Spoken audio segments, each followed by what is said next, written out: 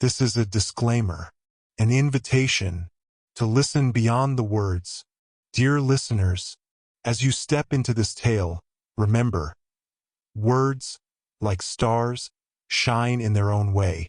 A name may sound different, a rhythm may shift, but these are not flaws, only the breath of a story made alive.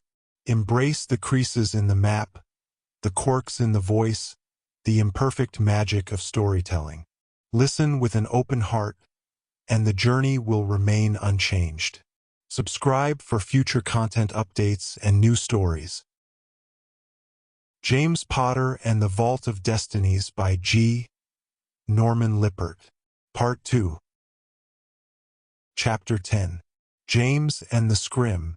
Students had begun to gather in the darkness around the Hall of Archives by the time Professor Jackson arrived and set up a perimeter of Werewolf House upperclassmen to guard the entrance. The gray-clothed students stood with military precision, hands clasped behind their backs, eyes staring out over the crowd as if daring anyone to try to pass them. Ralph, James, and Zane stood well back from the gathering observers, watching the proceedings with mixed curiosity and trepidation. Ralph frowned at the werewolf guards in the near distance. What kind of stuff do they have in the archive anyway? I was only in there once before, James replied, shrugging. Zane was impressed. Are you kidding? He rasped. I've been on campus a whole year and I've never once been allowed into the archive chambers.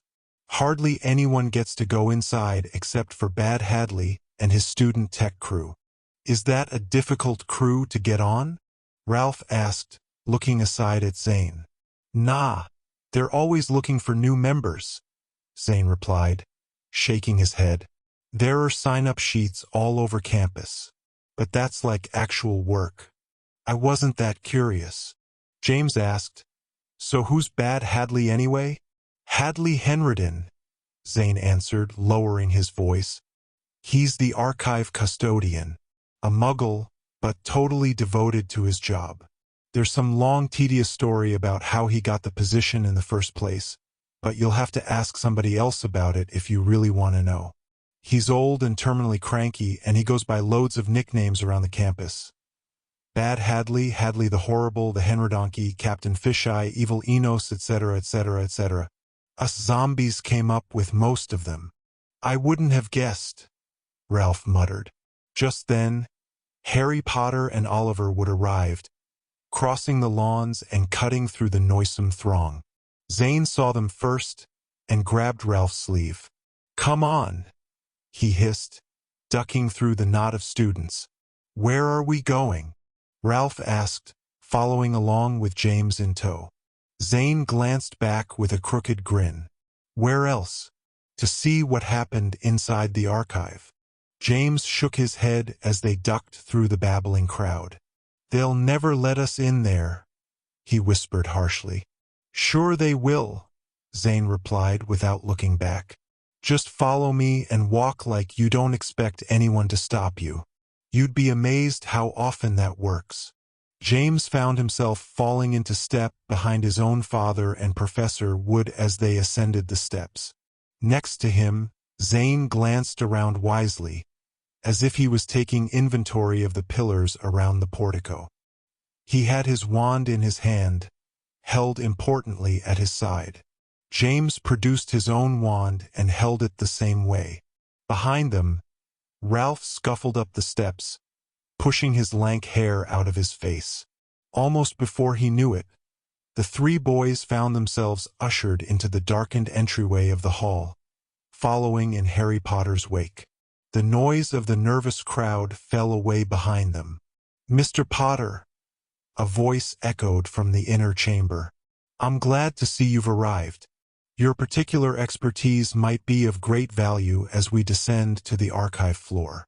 It was Chancellor Franklin, his wand lit and held overhead, providing the only light in the huge empty room. He seems to have gained some stowaways as well, a woman's voice commented. James recognized the Wizard Home economics professor, Mother Newt, as she moved into the light next to Franklin. Excuse me, boys, But this is no place for students. You must leave this instant. We're witnesses, Zane exclaimed suddenly, pushing James and Ralph forward. The three of us saw it happen. You witnessed the attack on this building? Franklin clarified, narrowing his eyes at Zane. Attack? Ralph replied. We saw lightning strike it. And we saw. They were moving their belongings into their new house, Chancellor, Merlin interrupted. If you'll recall, they visited us in the guest house a short while before. Their activities placed them in the vicinity of the phenomena when it occurred. It may prove valuable to interview them presently. And this one, Harry said, shaking his head and smiling down at James, is my son, of course. He and these other two are quite trustworthy. I have called upon their services in the past. Franklin removed his square spectacles and wiped them on his lapel, sighing. As you wish, but let it be known that the school will not take any responsibility for anything that may befall them in this endeavor. Nor would I expect it to, Harry replied. You mentioned with some confidence that what happened here was, in fact, an attack. How can you be so sure? Did you feel the shift? Franklin asked in response. The shift, Wood repeated thoughtfully. Is that what it was? I felt a shake of the earth, Harry said, as if a giant had stomped nearby. Is that what you are referring to? That was not a shake of the earth, a new voice said calmly. James looked up and saw Professor Jackson stride into the light from the rear of the room. His face was set into a grim scowl, but his eyes were electric as he glanced from face to face, ending on Harry. The earth did not move, he went on. Your brain merely attributed the sensation to the most obvious source, but the shift took place on a much deeper, fundamental level. I felt it, Zane nodded. It was as if the whole world suddenly stopped moving, making everything stumble for a moment. Merlin's voice was solemn in the darkness. But it wasn't the world, was it, Professor? It was, if I may be so bold as to guess, the very fabric of reality. It was a dimensional shift, Jackson agreed soberly. How deep a shift we have yet to discover. And the occurrence of this shift, Harry clarified, tilting his head, is why you suspect the Hall of Archives was attacked? Jackson nodded once, curtly. Mere lightning is not capable of what transpired here tonight, Mr. Potter. I suggest we avoid using the elevator, Franklin announced, turning and striding toward the recessed door in the rear of the room. Wands out, everyone. We cannot be certain that what happened here is entirely over. Professor Jackson and I will lead. Mother Newt, if you would be willing to stand guard at the upstairs entrance. Newt agreed to this with palpable reluctance. She moved next to the inner archive door and produced her wand with a flourish, leaving a trail of pink sparks in the air. Careful, dearies, she said, smiling cryptically as James, Zane, and Ralph passed her, heading into the massive chamber beyond. Inside, Ralph and Zane craned their heads at the marching rows of shelved miscellany and the massive chasm that dropped into the archive's spiraling depths. Silently, Franklin led the group toward the stairway, which they began to descend in single file with James, Ralph, and Zane in the rear. As the group circled the throat of the archive staircase, James could see that the strange gold and purple light of the object at the bottom, the thing Franklin had called the Vault of Destinies, was diminished to the point of darkness. Even more unsettling, the complicated motion of the vault had completely ceased. It sat in the dim depths like a sort of gigantic gold and glass rose, its petals curled around some hidden shape. The group tromped on in somber silence, listening only to the shuffling clang of their feet on the metal steps. As they passed the lowest of the archive's dizzying levels, the air grew so cold that James could see his breath puffing out before him. He shivered and pulled his blazer around him, buttoning it up. Finally, the group reached the floor of the archive and congregated in the darkness at the base of the stairs. The lowest level was smaller than the rest and nearly empty. The stone walls dripped with cold water and tiny stalactites hung from the bottom of the stairs above like icicles. The center of the space was a round pool, its water mirror flat. Over this, the Vault of Destinies was suspended inside a complicated iron framework. Close up, the vault seemed quite large, slightly taller than Merlin, and comprised entirely of leaf-shaped golden shutters and purplish prisms. In motion, the overlapping shapes would form a dizzying shield of flashing metal and enchanted glass. Now halted, they embraced the interior shape like a clenched fist. James tried to see inside, but couldn't make anything out. "Professor Jackson, if you would extend the walkway," Franklin said quietly, gesturing toward the pool and the dark vault. Jackson moved forward and flicked his wand, pronouncing a complicated incantation under his breath. A dull, grinding noise sounded, and James startled as something floated over his shoulder. He was surprised to see that it was a block of stone, prized magically from the wall behind him. It floated past Jackson and lowered, touching the pool but not sinking. More stones wafted into place, forming a neat pathway that led toward the vault. Franklin stepped forward, his boots knocking on the stones, and raised his wand.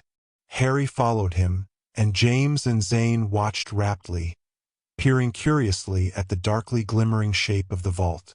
Franklin glanced back, his eyes wide, and James saw that the Chancellor was quite shaken. "My friends," he said, swallowing hard, "never once has the magic of the vault been breached. Never once has it been stilled, even by my own hand. Assuming that it opens now—" He paused and shook his head, apparently at a loss for words. Harry nodded soberly and raised his wand. "Tip up. Stay well back, James, and the rest of you. If you wish to return to the outside, now is your chance. None will blame you and most will credit you for it. Professor Wood will accompany you if you choose to go." Wood nodded and looked around. James shook his head, as did Zane. "I know I should probably go," Ralph squeaked. "But if I do, I'll kick myself for the rest of my life. So open it already." Professor Jackson fingered his own wand. "Open it, Chancellor. If the shift means what I fear, being outside the archive will make no difference for any of us." Franklin nodded. He turned back to the vault, his shoulders hunched, and raised his wand once more. Slowly, he lowered it, and as he did, the leaves began to move. Starting at the top, they began to shuttle aside, turning and descending silently, aligning with and overlapping the ones beneath. With solemn grace, the vault bloomed, spreading and opening, revealing the shape inside, which was dark and complicated with shadows. As the final golden leaves settled into place, Franklin stepped forward and raised his wand. Its light fell onto a shape that seemed to loom suddenly up out of the darkness, boggling with bulging eyes, its mouth gaping horribly. James gasped in shock and fear, as did Zane and Ralph. Zane's hand snatched out and grabbed a handful of James' blazer, as if for support. "Hadley!" Franklin cried out hoarsely, reaching to touch the figure that stood before him. "I wouldn't do that," Merlin announced loudly, halting Franklin and commanding his attention. Franklin glanced back. "It's Mr. Henriden, the custodian. He looks like a statue," Harry said carefully, moving next to Franklin on the stone footpath. "It's as if he was turned to stone in the act of trying to intervene in whatever happened." "He's been frozen," Merlin said, approaching slowly. "From the inside out. Every drop of his blood has been frozen as solid and brittle as glass." "Is he dead?" Franklin asked, peering at the eerily still figure. Hadley's face seemed locked in a permanent rictus of wide-eyed terror. His right hand was stretched out before him, the fingers petrified into a grasping claw. "He isn't dead precisely," Merlin answered carefully. "He is suspended. If any of us were to touch him, however, the warmth of our skin might shatter him." Franklin recoiled slightly, his face contorting. Jackson had his wand ready. "Stand aside, gentlemen," he instructed. With impressive delicacy, Jackson levitated the frozen figure of Hadley up out of the unfurled shape of the vault and settled him into place on the wet stone of the floor beneath the stairs. Hadley's shoes made a sound like clacking crockery when they touched the floor, and the puddle froze instantly around them, producing a faint crackling hiss. "Can we help him?" Harry asked, watching stoically. "Only time and a very subtle increase in temperature will answer that question," Merlin sighed. "If he had been frozen outside of this already frosty climate, the warmth of the very air might have been enough to fracture him. We have the means and the facility to do whatever is required on his behalf," Jackson announced. "There is nothing further we can do for him at the moment, however. Let us attend to that which brought us here." As one, the gathering turned toward the dark shape nestled inside the unfurled leaves of the vault. Franklin stepped forward once more and raised his wand, letting its light fall over the object. To James, it looked like a sort of wooden table or platform, covered in ornate curlicue carvings and painted painstakingly in shades of blue and gold. Thick beams stood upright within and over the platform, holding a complicated apparatus of hinged arms, treadles, and spoked wheels. At one end of the platform, standing like vibrantly colored totems, were thick spools of thread. At the other end, a banner of thick, richly patterned fabric trailed toward the floor, where it overlapped onto itself in gentle folds. As James peered closer, he saw that the fabric was a sort of tapestry or rug, and that it was, in fact, extremely long, folded back and forth on itself dozens, maybe even hundreds of times. The wooden object itself seemed to be sitting on the mound of carpet, held up by it in the center of the vault's folded leaves. "It's a loom," Oliver said, his voice low with awe. Jackson nodded slowly. "It is indeed. Its innumerable threads represent the lives of every living person on the planet. It is their history, condensed into a pattern so complex, so interwoven, that none can decipher it." "Then that," Harry said, gesturing toward the carpet that pooled from the loom's end, "is all of the world's history." Franklin sighed and nodded toward the spools of richly colored thread at the opposite end. "And that, as you might imagine, is the future, unmade and unknowable." Merlin asked the most obvious question of all. "Then why, pray tell, is the loom stopped?" "I believe that it was annihilated," Jackson answered. Harry turned toward the steely-haired professor. "How can that be?" he asked. "It's right here." "This is a loom," Jackson replied meaningfully. "But it is not our loom." "I'm a little lost here," Wood said, raising his hand. Franklin shook his head worriedly. "What Professor Jackson is saying is that the loom equals destiny. Destinies cannot be destroyed since they are representations of things far larger, far heavier than any of us could comprehend. They are like the axles of existence, utterly unbreakable and inviolate. Theoretically, however, they can be shifted. Given a shock of enough magnitude, the destiny of one reality can be forced into the next, causing a chain reaction throughout every dimension." Harry narrowed his eyes. "If I understand you correctly, Chancellor Professor Jackson, you are suggesting that the loom of our universe was attacked in some monumental way, and the result was that our loom was switched with that of another universe. Is that an accurate summary?" "That's crazy," Oliver frowned. "You can't swap destinies." Merlin shook his head very slowly.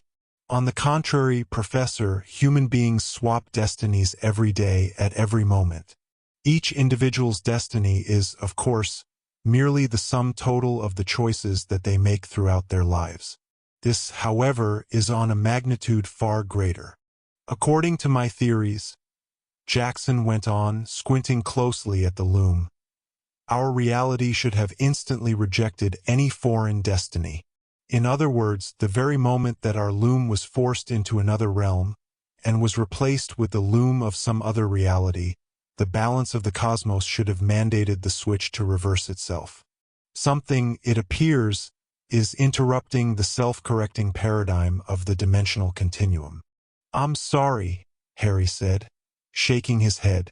Technomancy was never my strong suit. I don't quite understand. Zane spoke up, surprising James. Somebody switched the destiny of our universe with some other destiny, he said seriously.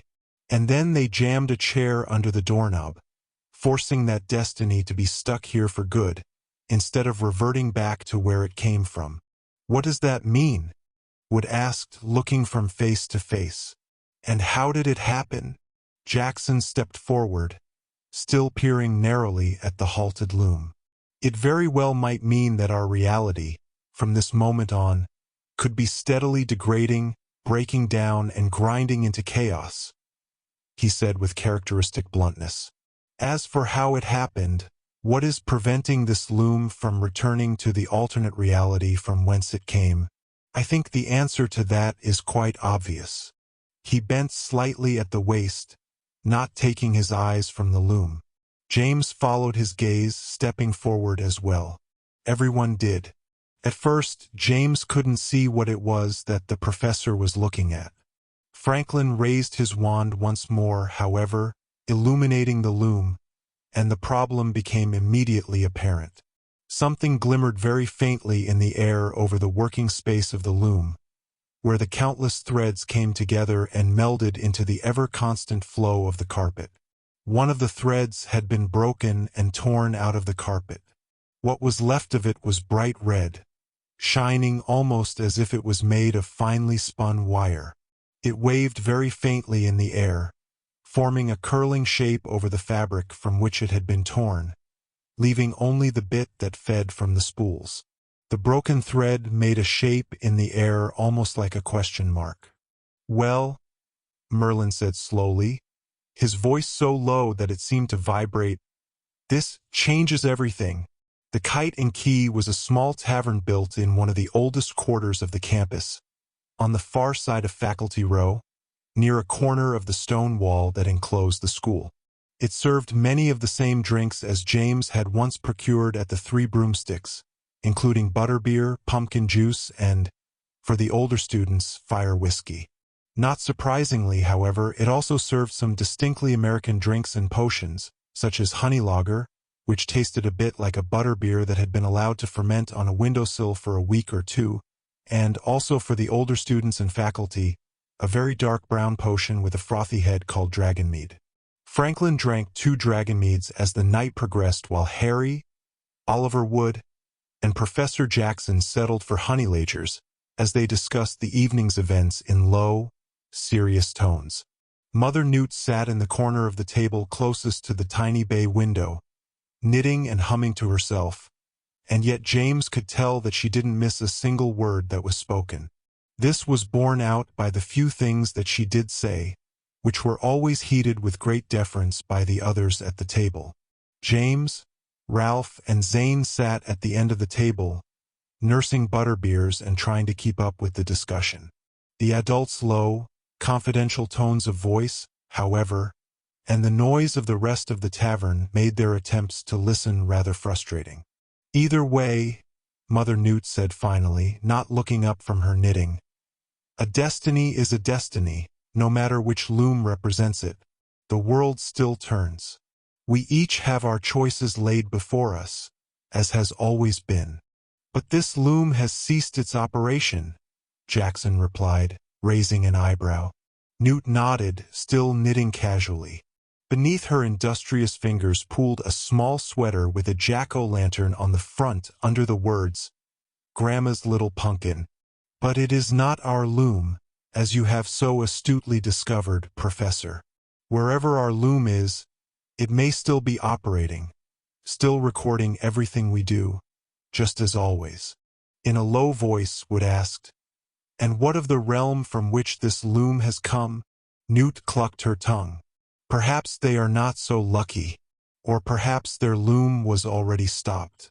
Perhaps it comes from a realm not as fortunate as ours, and their destiny has already met its doom. There is no way for us to know, but fortunately, it is not our concern." "Mother Newt is quite right," Franklin agreed, settling his empty dragonmead glass onto the table. A dragon's talon clinked in the bottom of the glass, black and hooked. "We have only one concern, and we must treat it with the utmost care and secrecy." James looked up at his father as he nodded somberly, his glasses flashing in the dim light of the kite and keys hanging lanterns. "We must find the missing red thread," he agreed. "Once it is returned to the loom, it may set everything to rights once again. If it were possible to know who that particular thread represents, our task might be substantially easier." "You may be certain that we will spend all of our considerable arts on that particular question," Franklin said. "Professor Jackson is the foremost expert on the loom. If anyone can discover its secrets, it is him." Jackson sighed and shook his head. "Alas, it may be impossible, but we shall see what can be done. In the meantime," Harry added briskly, "I will do my part. Now that the witnesses have been interviewed properly in the Chancellor's office." He turned to James, Ralph, and Zane and eyed them seriously. "Thanks to them, we have our first lead. 2 women, one grown, the other in her late teens, were seen leaving the scene of the attack mere moments after it occurred." Here he winked at James, unsmiling. James understood the wink. Merlin had purposely arranged for Petra's name to be left out of the official account, but Harry Potter was privy to the secret. James nodded at his father, frowning slightly. "There is another lead," Mother Newt commented, looking up seriously. "The stolen thread itself will leave its own trail." Franklin nodded. "Quite so. It is well known that the loom is intensely magical. This is why we store it buried deep in the earth, where its radiant enchantment cannot interfere with the day-to-day magic of the school. A stolen thread from the loom, especially that taken from a loom from some foreign dimension, will leave a magical imprint as powerful as any single object in the wizarding world. As we speak, I have alerted the local authorities to fan out across the city in search of any unusual sources of power. I suspect we will discover the trail of the thread almost immediately. Let us hope, if and when we do, that it will not already be too late." Feeling somewhat mollified by Franklin's assurance, James stopped listening. Sometime later, he, Ralph, and Zane finished their butterbeers and excused themselves from the gathering. Only Harry and Oliver Wood noticed, waving goodbye to the boys as they made their way to the tavern's tiny doorway.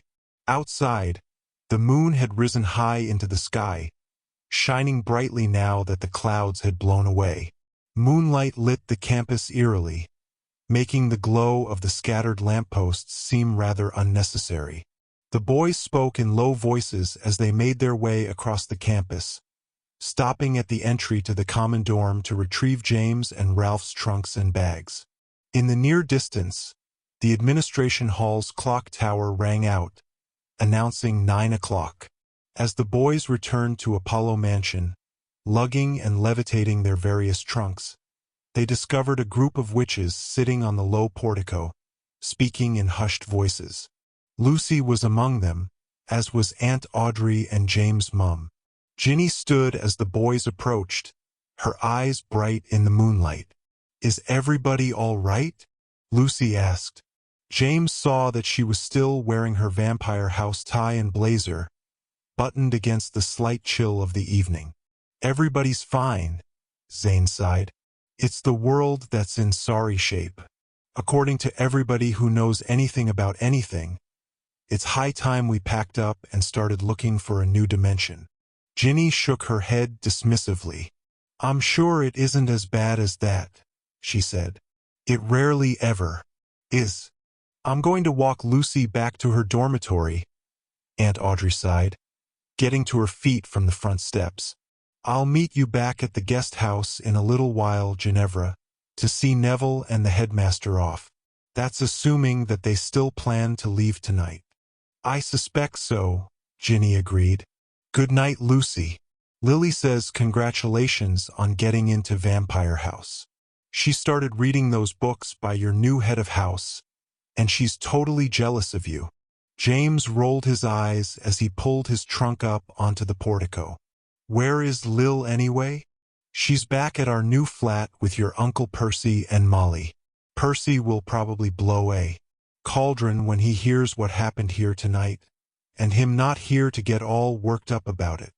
She sighed and settled to a seat on James' trunk. Wait with me, won't you, son? Your father promised he'd be back before 9:30. Keep your mum company until then. She patted the trunk next to her, where there was just enough room for James to sit as well. He did, and she put her arm around him. Ralph and Zane plopped onto another trunk at the base of the steps, resting their chins on their hands, as if too tired to go on. The moon shone on them all with its bony glow, and James couldn't help worrying.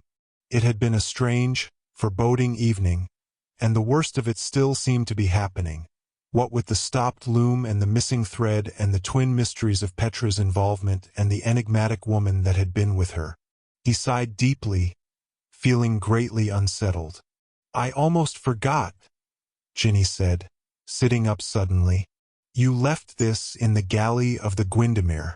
Captain Farragut gave it to me before we disembarked. She retrieved her shoulder bag and rummaged in it. A moment later, she produced a thick gray sweater from the depths of the small bag. Your grandmother made this for you, she said reproachfully, handing the sweater to her son. If she learned you'd lost it during the voyage, she'd probably make me a new one out of Devil's Snare, James sighed. He knew the mantra of their family quite well. That's right, Ginny smiled. Now put it on before you catch cold out here. You two should bundle up as well. It's getting chilly and late. Yes, ma'am, Zane said hollowly, not making any effort to get up. Ginny looked from face to face, her brow lowered slightly. Finally, she took James' chin in her hand and turned his face to hers. Cut it out, she said sternly, surprising him. What? He exclaimed, pulling away. I'm not doing anything. Yes, you are, she insisted seriously. All three of you are. I recognize it as plain as day. You're getting all wrapped up in what happened tonight. Pretty soon you'll start feeling like you all need to go out and do something huge and daring to set it to rights. I see it on your faces as plain as day. So cut it out. We're not, Mum, James protested, his face reddening. We're just sitting here for Merlin's sake. Ginny softened very slightly. I know the look, she said, shaking her head. You can't grow up around the likes of your father, Uncle Ron, and Aunt Hermione and not recognize when the wheels of some half-brained adventure start turning. Well, Ralph said, sitting up on his trunk. We were there when the archive was attacked after all. We saw what happened, and we know even more about it than Chancellor Franklin does, thanks to Merlin. We have something to do with it already, don't we? It's not our fault fate keeps doing stuff like this to us. That's what I'm talking about, Ginny said firmly. Look, you won't hear me say this very often, so pay attention. Fate is a nasty, sneaky prankster. You don't have to do what she tells you, no matter what the storybooks say. You do have to do what I tell you. Zane Walker, I've met your mother, and if she was here, she'd tell you the same thing I am. And Ralph, I'm the closest thing you've got to a mom, so you heed me as well. You three already have a job to do, but it isn't saving the world. It's learning arithmancy and playing Quidditch and whatever that strange American sport is with all the rings and cudgels and, well, meeting girls. If the world needs saving, then it's a job best left to your father and Merlin and the rest of them. They've all done it before, after all. It's rather old hat for them. You don't need to worry about it." James sighed and rolled his eyes. "We're not, Mum. Lay off us, all right?" Ginny met her son's eyes and searched them. After a long moment, she seemed to grudgingly accept what she saw there. She nodded slowly. "It's going to be all right," she said, turning to address the three of them. "Are you hearing me? You lot don't need to worry about it. It's going to be fine. It always is, isn't it?" James nodded as his mother put her arm around him again. It did always seem to end up being all right, no matter how bad things looked at any given moment. And yet he couldn't help thinking of Merlin's words when they'd all seen the loom with its broken crimson thread. "This changes everything." And on the heels of that, echoing in his memory like a tickling feather, he recalled Scorpius Malfoy's comment on the morning their journey had begun. "Fate seems to enjoy placing you Potters right onto the bullseyes of history," he'd said, as if anticipating James' mother's words. "It might be a good idea to try not to be too distracted if that should happen again." In the moonlight, James shuddered slightly under his mother's arm. As with all initially unfamiliar things, James found life at Alma Aleron dizzyingly foreign at first, and then merely odd, and finally, nearing the end of his first week, only occasionally eccentric but otherwise fairly manageable. Unlike the sleeping quarters he had been used to at Hogwarts, the Bigfoot dormitory was divided into a warren of small bedrooms on the third floor, extending up into the attic. Some of the rooms housed as many as 6 students, but Ralph and James found themselves in a very small 2-person room at the end of the main hall. Upon inspection, James determined that until fairly recently, the room had probably served as a maintenance closet. This suspicion was cemented late during their first night when the janitor came in and shone a torch around the room, claiming to be in search of a spare mop. He didn't seem particularly surprised to find James and Ralph blinking blearily at him from the darkness, however, and spent some time rummaging under their beds in search of the missing mop, which he eventually found. Over the course of the first few days of school, James and Ralph enlisted Zane's help in decorating their room, filling it with Quidditch posters, a makeshift Gryffindor banner, hung tactfully next to a Bigfoot house crest, an old carpet they'd rescued from the trash cans behind the common dorm, and a small bust of Sir Percival Pepperpock, which was enchanted to say amusingly crass phrases whenever the dorm room door opened. The upshot of life in Apollo Mansion, however, was that the rest of Bigfoot House seemed to accept James and Ralph with a fairly universal degree of equanimity, nearly approaching boredom. They seemed to be a good and loyal bunch, surprisingly diverse, with members from all over the world and even representing a variety of humanoid species. There was a sophomore goblin named Nickelbrig and an overweight junior Vila named Jasmine Jade, upon whom Ralph seemed to have a rather hopeless crush despite her obvious and perplexing lack of self-esteem.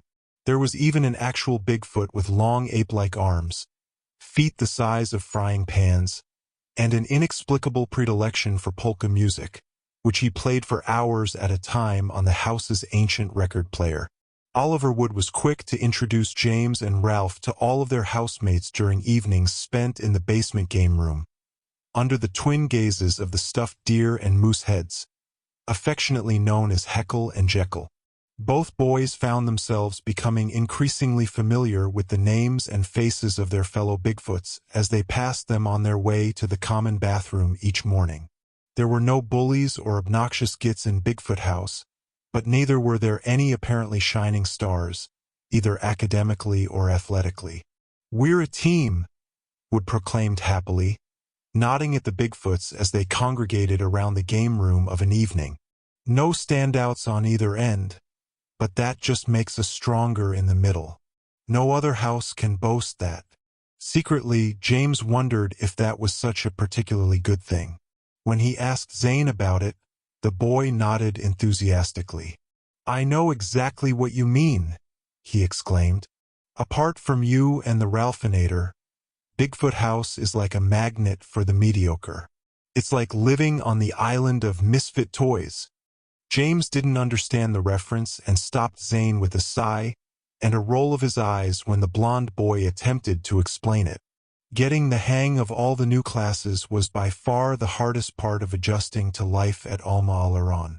Finding the classrooms, which were scattered all over the sprawling autumn campus, was made far easier by the fact that Zane seemed to be in almost all of the same classes as James and Ralph, and he knew his way around the campus very well.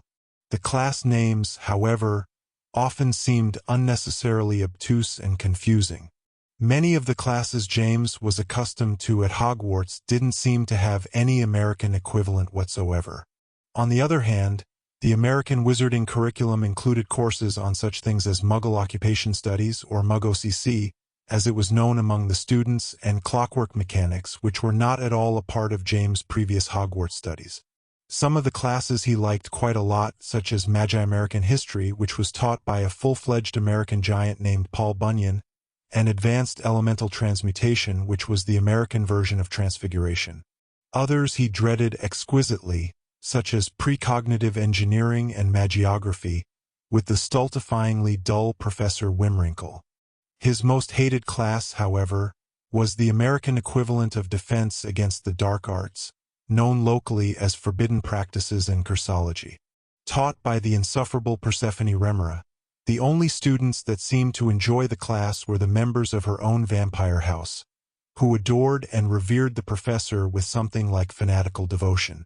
As it turned out, Remora had made quite a reputation for herself by writing a series of wizarding romance novels about fictional American vampires with amazingly cool names and darkly dashing personalities. In class, she made thinly veiled references to the ongoing progress of her latest book, claiming that her stories were not fictional at all, but merely novelized accounts of her own life experiences.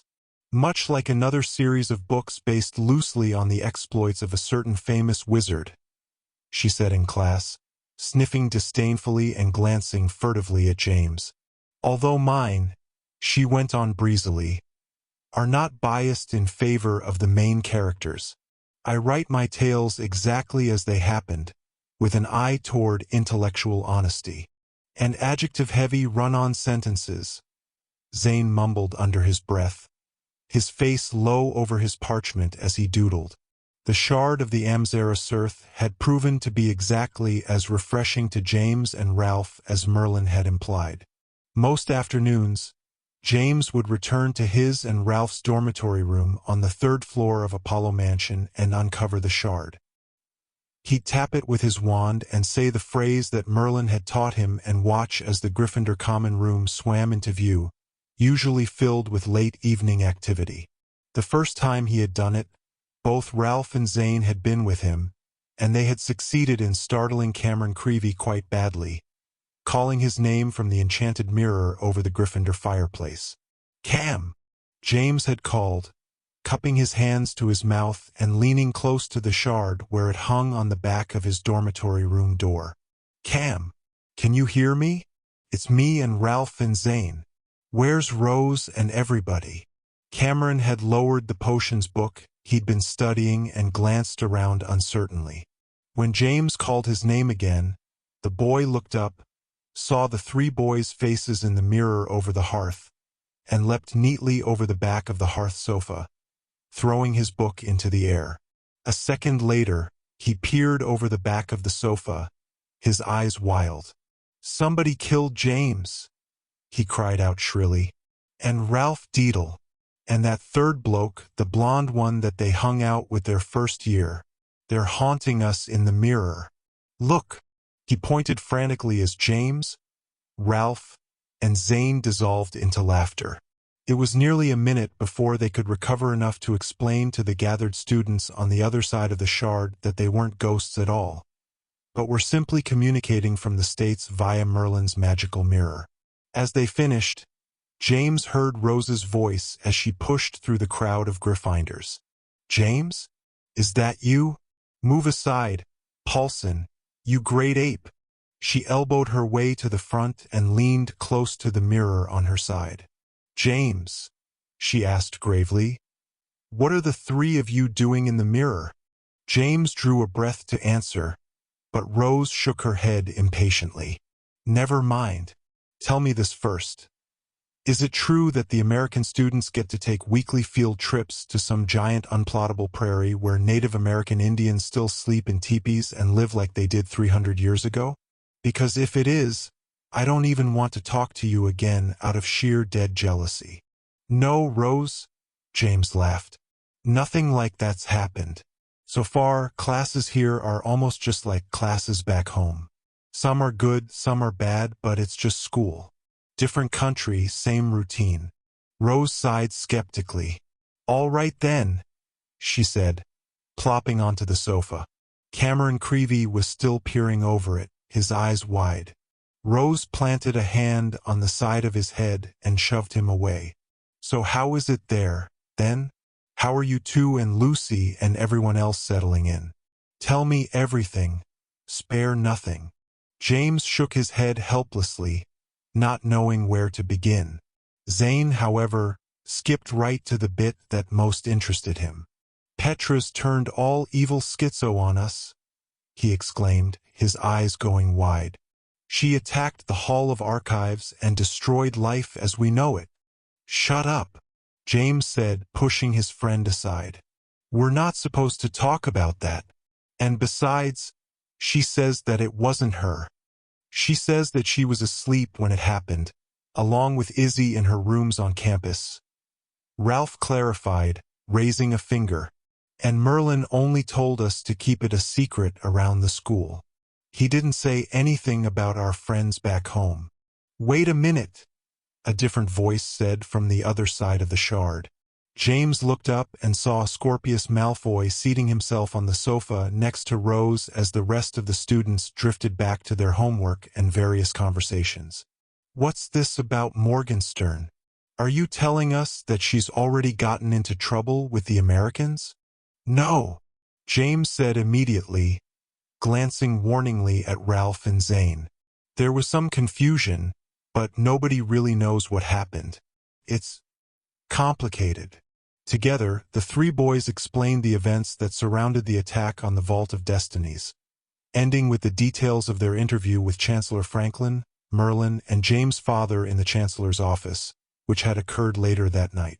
So Merlin didn't let you tell the Americans that it was Petra you saw leaving the archive? Rose asked, frowning. He didn't really stop us from saying so, Ralph answered. He just sort of explained it to Franklin on our behalf, leaving that bit out, and we didn't contradict him. It helped that those crazy loons at the WLF released an announcement the next day claiming that they had been the ones responsible for the attack. They said that if Harry Potter and his people didn't return home, there soon wouldn't be any home for them to return to. Rose frowned. Do you think it really was the WULF that was responsible for the attack? It would make sense, Zane nodded. They already went after James' dad and the rest of us once, on the Zephyr ride here. At that point, the conversation turned to an excited recitation of the traveler's adventure on the train and the warning issued by the WULF leader immediately before he flew away. Finally, Rose shook her head thoughtfully. And yet it wasn't the WLF leader you saw coming out of the archive after the attack, she mused. It was Petra and some other woman, right? Unofficially, yes, Zane agreed. According to Merlin's version of the story, we just saw two women leaving the archive. He seemed to want to keep Petra's part secret. From the other side of the shard, Scorpius asked, why would he do that? He said something about it to me afterwards, James admitted, shuffling his feet. He said that it was important that he choose his battles wisely, whatever that means. He talked to Petra himself after the whole thing was over, right before he left. And then he came and talked to me. He said that it would be best if we kept what we knew to ourselves since the Americans wouldn't have the facilities to properly handle any investigation of Petra. That's exactly how he put it, but I don't know what in the world he meant by it. And then he asked me, along with Ralph and Zane, to keep an eye on her for him. He knew that she was involved in the attack on the vault and he just let her go? Rose said skeptically. Pardon me for saying so, but that seems extremely odd. What did he want you to watch out for? James shrugged, looking from face to face. First of all, maybe she wasn't really involved, he insisted. Maybe it was, I don't know, someone using polyjuice potion or something. Scorpius sighed wearily. Potter, your blind loyalty is getting to be a bit of a drag. Isn't this exactly like what happened last year, when you refused to admit that you saw the headmaster in the magic mirror, consorting with villains? James' face heated. I ended up being right, didn't I? He replied. I mean, sure, it was Merlin, but he hadn't gone all evil. And neither has Petra. Rose waved a hand impatiently. So what are you supposed to be watching out for with Petra? James sighed. Anything out of the ordinary, I guess. Merlin didn't get specific. She's gotten herself an apprenticeship position here at the school, working with the potions master, so we'll be seeing her at least twice a week. Merlin must trust her because he helped get her the post. Scorpius looked thoughtful where he sat on the sofa next to Rose. Maybe Merlin got her the post in order to make it easier for them to keep an eye on her. Why wouldn't he just bring her and Izzy back here with him? Rose asked, looking aside at the boy next to her. Maybe he can't, Scorpius answered simply. Wait a minute, Zane said, narrowing his eyes. He leaned forward and peered critically into the shard, his face contorted in the comic half-grin that marked his version of deep thought. Are you two dating? He asked suddenly. Rose's eyes widened and she glanced at Scorpius, who looked back at her sideways. There was a long pause. I knew it, Zane cried, pointing at the shard. Rose's face went red. Don't be ridiculous. We're just friends. And we're both not even 13 years old, if you recall. Rose has a boyfriend, Zane sang, grinning. Scorpius rolled his eyes and climbed to his feet on the other side of the glass. I have Rune's homework, he stated in a bored voice, walking away. You're all idiots, Rose fumed, crossing her arms and refusing to make eye contact with the boys in the mirror. That may be, Zane nodded, still grinning, but we're perceptive idiots, aren't we? He glanced back at James and Ralph. Ralph shook his head. I have Muggosissy homework, he said, turning to his bed, which he threw himself on. See you later, Rose, James smiled. I expect Scorpius could use some help with his runes. Scorpius does just fine on his own, she muttered, standing up. Let me know what else happens there, all right? And bring Lucy with you the next time you pop on. Maybe we'll get some intelligent conversation out of her.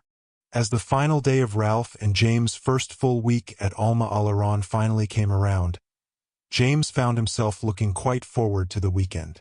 Now that Merlin and Professor Longbottom had gone home and his parents and sister were busy getting themselves settled into their new flat, it was going to be James' first chance to enjoy a few days of freedom.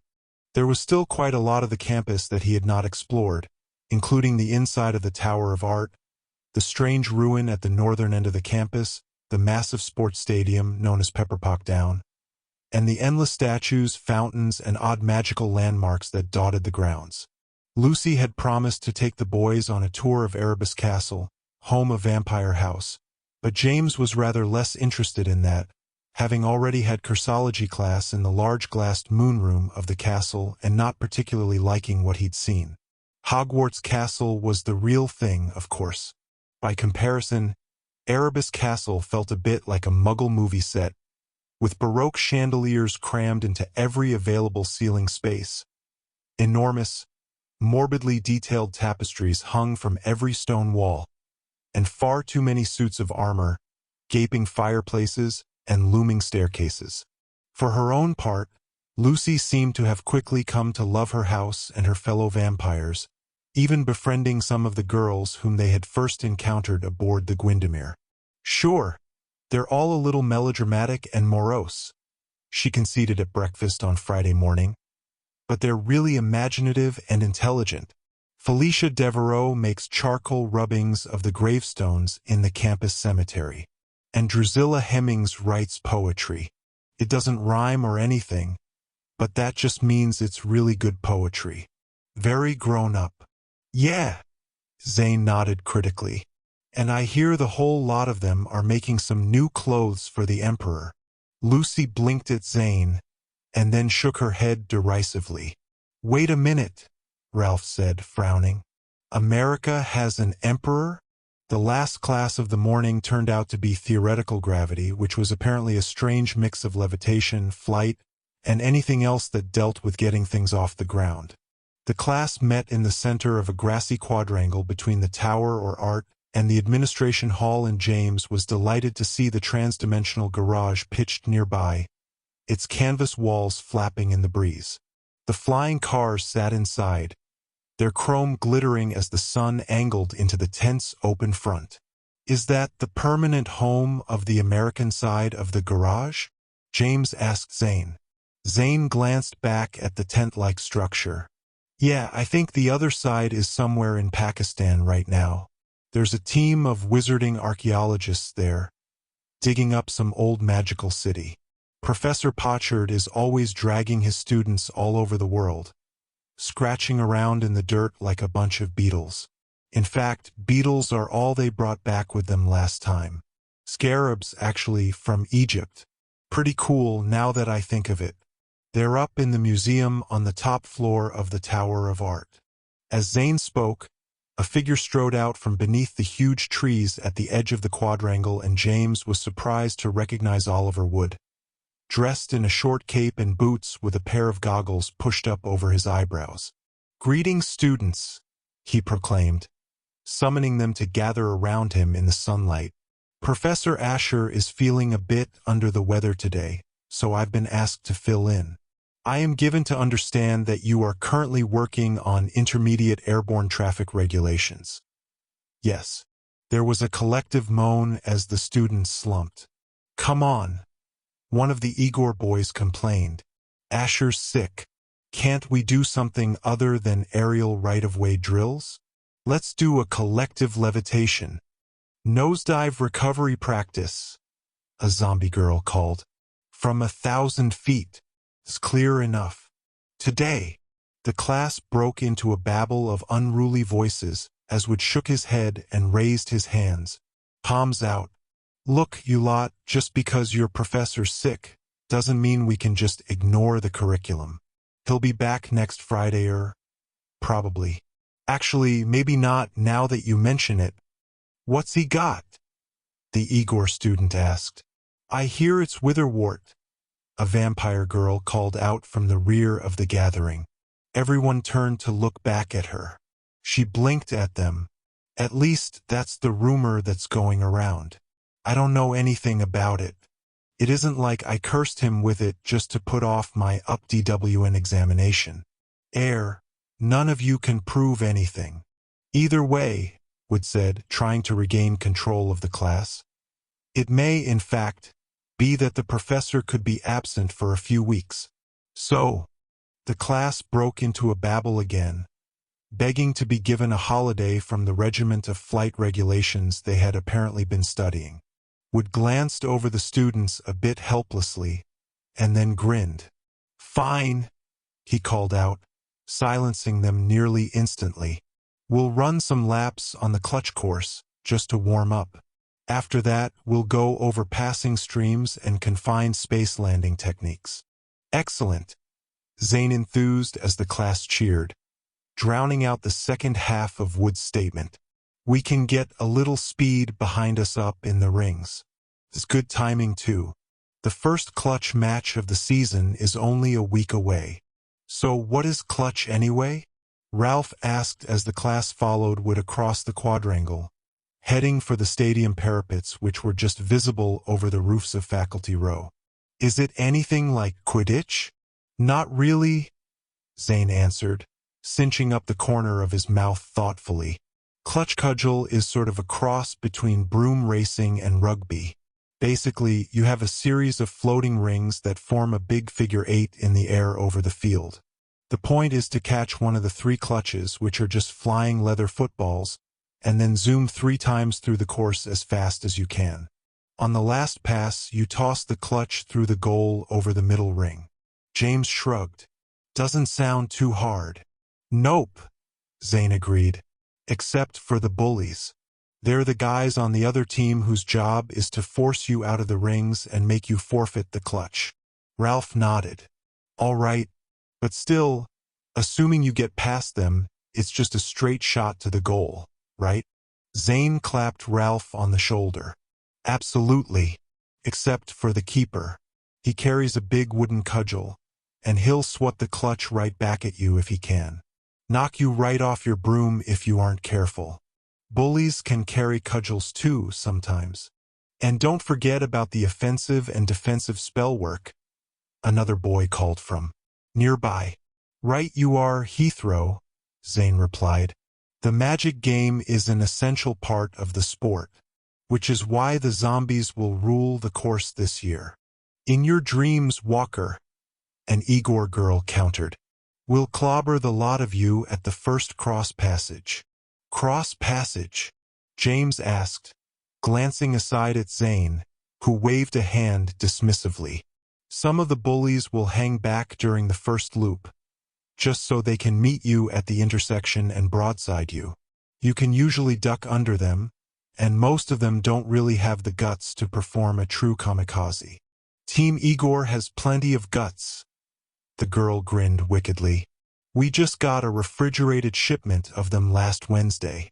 Gonna whip yourselves up a squad of Frankensteins who actually know how to fly a clutch course? Zane asked brightly.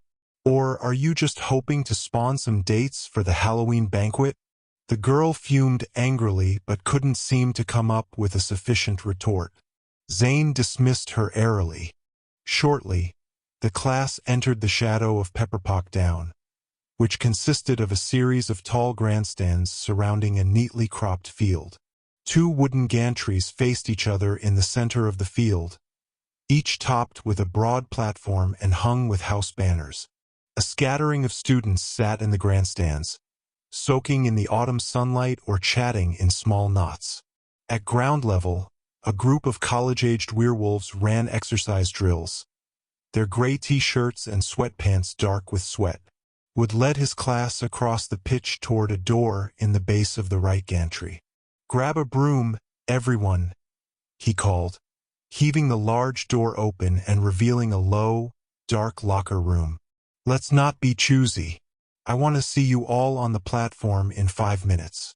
James and Ralph were among the last ones into the musty space. The room was embedded into the ground beneath the field and framed in stone, with a low wooden roof. More house banners decorated the inside walls, most quite old and dusty. Hundreds of brooms were hung on pegs or stashed in large quivers.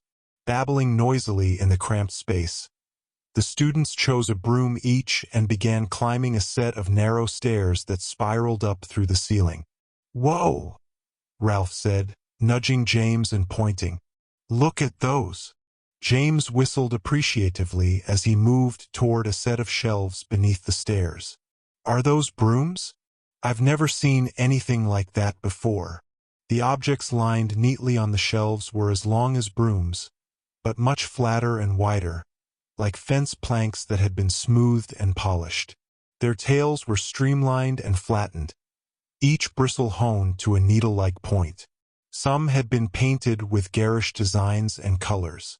They gleamed mellowly in the dusty light. Are we allowed to use these? James asked, wide-eyed. Ralph shrugged and grinned. I don't see why not. I'd ask Zane, but he was one of the first ones up to the platform. Come on, let's give it a shot. They sure beat the house brooms back home. James nodded. Almost reverently, he picked up the closest of the strange brooms. It was painted glossy black with blue flames streaming from the front. Ralph took the one next to it, which was streaked with orange and black like a tiger's stripes. Held upright, each broom was slightly taller than they were. After a moment's admiration of themselves with their impressive brooms, both boys turned and followed the last of the class up into the open-air staircase. A minute later, much out of breath, they climbed into the brightness of the platform high over the field. The grandstands didn't seem so very tall anymore as they ringed the field. The campus sprawled away into the hazy distance, topped by the bell tower on the roof of Administration Hall, which was the only thing higher than the stadium platforms. Glittering in the air over the field, James saw the rings that formed the clutch cudgel course. The one in the middle was larger than the others, and topped with a second ring smaller and shining silver, obviously the goal ring. A line of pigeons perched atop of the goal ring, watching the students where they gathered on the platform.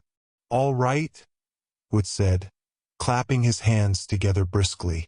"Let's stretch our legs a bit, shall we? 3 warm-up laps should do the trick. This isn't a competition, so let's avoid passing each other. Leaders cross on top at the intersection. Followers keep below. Understood? Then let's be off." With a curt nod, Wood straddled his own broom and kicked off, bobbing up into the air and passing through the nearest of the floating golden rings. The thought of taking off from such a high perch gave James a vaguely queasy feeling, but none of the other students seemed the slightest bit nervous about it. Like dandelion seeds in a breeze, they streamed into the air, following Wood as he navigated serenely through the course. "Well," Ralph said, hefting his broom so that it bobbed next to him, "here goes nothing." Both boys attempted to straddle the oddly shaped brooms and immediately found them rather uncomfortable and awkward. "Is it just me?" Ralph said, bouncing on tiptoe toward the ledge of the platform. "Or does something about this feel a little backwards?" Most of the rest of the class had already taken off, forming a long line that streamed through the rings, calling out chatter like birds on a telephone wire. Zane still stood on the edge of the platform, waiting his turn as the others launched ahead of him. He glanced back as James and Ralph hobbled into place behind him, and his eyes bulged. "Whoa, whoa, whoa!" he hissed, suddenly alarmed. "What are you doing? Get off, quick, before anyone sees you." James blinked at his friend and then scrambled to get off of the odd broom. Ralph did the same but seemed to be rather stuck. He tilted sideways, nearly falling off the broom onto the platform. "You guys are lucky I'm the only one that saw that," Zane rasped urgently. "If anyone else saw you sitting on a scrim." He shook his head speechlessly. "What?" James exclaimed in a hushed voice. "Wood said grab a broom. What's wrong with these?" Zane rolled his eyes and smacked a palm to his forehead. "These aren't brooms," he said, exasperated. "They're scrims. It's an American thing. I mean, look at them." "So what's the difference, exactly?" Ralph asked, annoyed. "For one thing," Zane replied, "you don't straddle a scrim. You stand on it. For another thing, they're designed specifically for clutch cudgel matches, not regular flying around." James threw up his hands. "How were we supposed to know? They were right there in plain sight." Zane sighed, still straddling his own broom. "Well, I guess there's no rule against using a scrim in class. It's just not something anyone does." From across the open air of the course, Professor Wood's voice called out, "Hurry it up, you three. We're 1 lap down already." "They've got scrims," a girl cried incredulously. "I bet they don't even know which end's the front." There was a chorus of laughter as the line of students circled the platform, looping back toward the intersection. James watched and they watched him back, many of them smirking and shaking their heads. He glanced back at Zane, who shrugged and raised his eyebrows. "Well, it's your funeral, mate. Go for it." With that, he kicked off himself, merging with the rest of the class. "You aren't serious?" Ralph asked in a low voice. "Are you?" Do they even teach flight at that poofy European school of yours? One of the werewolf students called out, grinning. James set his face into a resolved frown, lifted his right foot and planted it onto the beam of the scrim. It bobbed slightly but remained steady. He's going to try it, a girl yelled. He'll plummet like a stone and bury himself in the field. Maybe he'll take some of those werewolf upperclassmen with him. She laughed shrilly. Ralph raised his own foot and placed it awkwardly onto the tiger-striped scrim. I can't help feeling like this is a really bad idea, he muttered to himself. Buck up, mate, James said. At least it wouldn't be our first sport-related disaster. Ralph glanced at him. Last time I saved your bum. Who'll save us this time? Maybe we can save each other. Or maybe this time we won't need any saving. So how do we do this? Ralph asked, swallowing hard. James shook his head. I think, he said, steeling himself, that you just don't think about it. Before Ralph could respond, James drew a deep breath, coiled himself, and kicked off. Wait! Ralph called out, but James was already gone. The scrim dipped sharply off the end of the platform with James ducking low over it, and then, miraculously, it bobbed upwards again, wobbling wildly. He's doing it! A voice announced incredulously. So far, at least. Look at him dance. James! Wood cried from across the bright distance. That's a scrim. What are you doing? He's fine!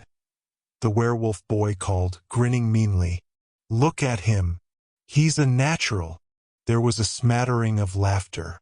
James struggled to keep his balance on the scrim as it bobbed and slithered beneath his feet, zigging out into the middle of the course.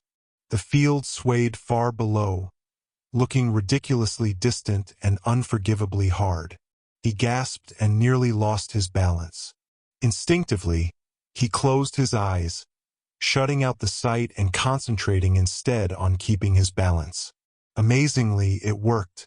The scrim leveled out and ceased its terrible wobbling. James drew a deep breath, bent his knees a little, and relaxed his shoulders. Slowly, he slitted his eyes again, keeping them raised and refusing to look down. The line of broom-born students strung out ahead of him, most looking back with curiosity and surprise. Well, I'll be jiggered, a fellow Bigfoot named Norik announced, smiling. Look at you, James. You're doing it. He'll go over the side like a brick any moment now, the werewolf boy called, his grin faltering. James didn't feel like he was going to go over the side, however. In fact, the more he relaxed on the narrow beam of the scrim, the more he thought he understood the way the unusual broom worked. Unlike normal flight, operating a scrim was all about how he angled his feet and maneuvered his center of gravity. These were skills that had come naturally to him on the football field. Maybe the same thing that had made him good with the football would make him good at flying a scrim. Cautiously, he experimented with leaning forward, accelerating slightly. He angled around the student who flew in the rear, passing somewhat nervously. The student was a girl from Pixie House, her streaming blonde hair tied in an immaculate ponytail. She frowned at him with disbelief. No passing, please. Oliver would called from the opposite end of the course. James glanced aside at him as he flew, slowing slightly. Beginner's luck, the werewolf boy proclaimed. Looking back at James over his shoulder, his eyes narrowed.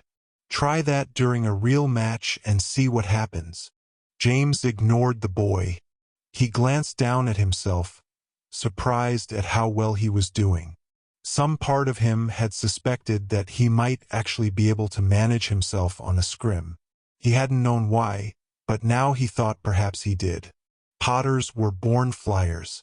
He'd never understood it before, but then again, he'd never been given the opportunity to fly like this before. It felt perfectly natural, as if the scrim was simply an extension of his own body. Experimentally, he tried a little shimmy, and felt the board carve effortlessly back and forth beneath him, cutting the wind like a knife.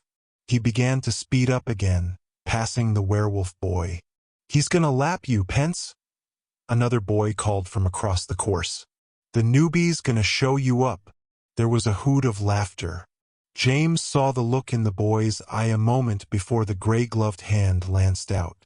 The werewolf boy, Pence, meant to smack the scrim as it passed him, knocking James off balance. Instead, his hand missed cleanly as James tilted his ankles, dodging momentarily out of the boy's reach. Both of them blinked in surprise. Pence's face turned ugly, and he lunged out again, meaning to catch the end of James' scrim. James fainted away again, marveling at how easy it was. Pence was growing furious. He lashed out again, lunging on his broom, and nearly rolled it over as James dipped down and away, grinning. "Come back here," Pence hissed. "Be careful," James replied. "I'd hate to see you make a crater on the field. But then again, maybe you'd take out some of your housemates on the way." "No passing," Wood called again. "This just a warm-up exercise, everyone." James glanced around once more, peering over his shoulder to see where the professor was. "That's right, Cornelius," Pence growled. "You can pass me when you're on your way to the dirt." He lunged out once more, this time with both hands. His fingers closed on air, however, as James dodged up over the boy, and Pence did roll over this time. He scrambled to grasp hold of his broom as it slewed back and forth, arcing out of the line of flyers. James swooped over Pence easily, picking up speed. All around, students began to respond, laughing at Pence as he struggled to right himself on his broom, but James barely heard them. He hunkered lower on the scrim, still accelerating, and threaded through the flyers, now passing them one at a time. The pure pleasure of flight was intoxicating. It filled him from head to toe, tingling like secret magic. This time, however, it wasn't wizard magic. This was the pure and simple magic of discovering some innate, hidden talent and finally, wonderfully, finding the means to exercise it. He leaned forward over the scrim, driving it onward, following the line of flying students, beginning to swerve through them like pylons. He didn't hear Professor Wood calling out to him, nor did he hear Zane's hearty whoop of encouragement as James passed him, still accelerating. "This is what my dad felt," James thought happily. "The first time he sat on a broom and took it up into the sky, this is what he felt. It makes sense to me now. Now I understand the feeling." A nearly absurd sense of pride and delight welled up inside James, flooding his heart and tingling all the way down to his toes. He couldn't bear it any longer. Gently, instinctively, he leaned forward. The scrim sped up, and this time James didn't hold it back. He leaned into the wind and dropped out of the rings of the clutch course, angling out in a wide arc over the grandstands. Students peered up at him as he whooshed overhead, leaning so far over the flat of the scrim that he curled his fingers over its tip, bearing his face into the thundering force of the air. He couldn't bring himself to remain in the confines of the stadium, not when there was so much open air out over the rest of the sun-washed campus. With a whoop of joy and a wild lean, he spun off between the grandstands, angling out over the trees.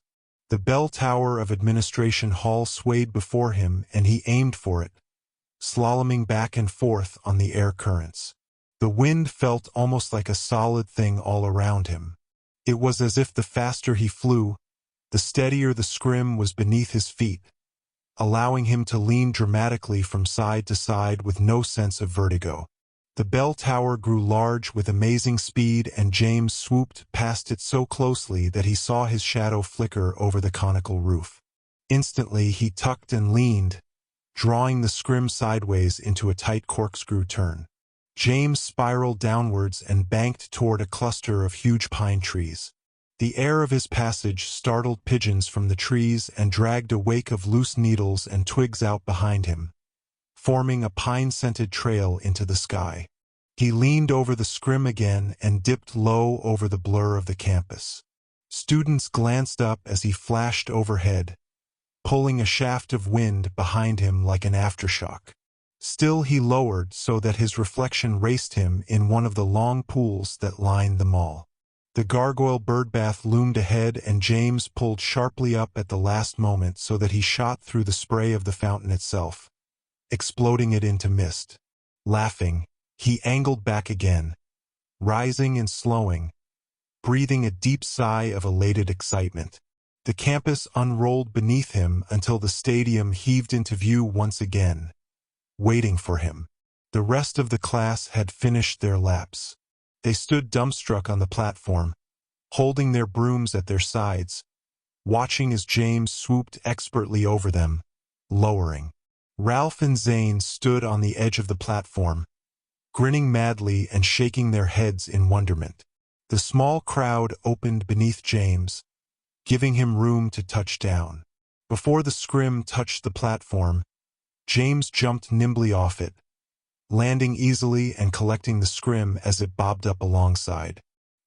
He panted giddily, shook fountain water from his hair, and looked around at the class. "Mr. Potter," Professor Wood called out sternly. James glanced around, and the smile dropped suddenly from his face. Wood's face was taut with severity. "I have exactly 2 questions for you, young man. The first is, what detention do you prefer? Writing lines or scrubbing bathroom floors?" James' face fell. He stammered. "Writing lines, I guess?" Wood nodded slowly. "Writing lines it is. See me in my office this evening." James sighed. "Yes, sir. Sorry. What's your second question?" Wood's face turned very slightly thoughtful. James had the sudden sense that the professor was trying very hard to suppress a smile. In a more conversational tone of voice, he asked, "What size jersey do you wear?" Chapter 11. Jardin d'Eden.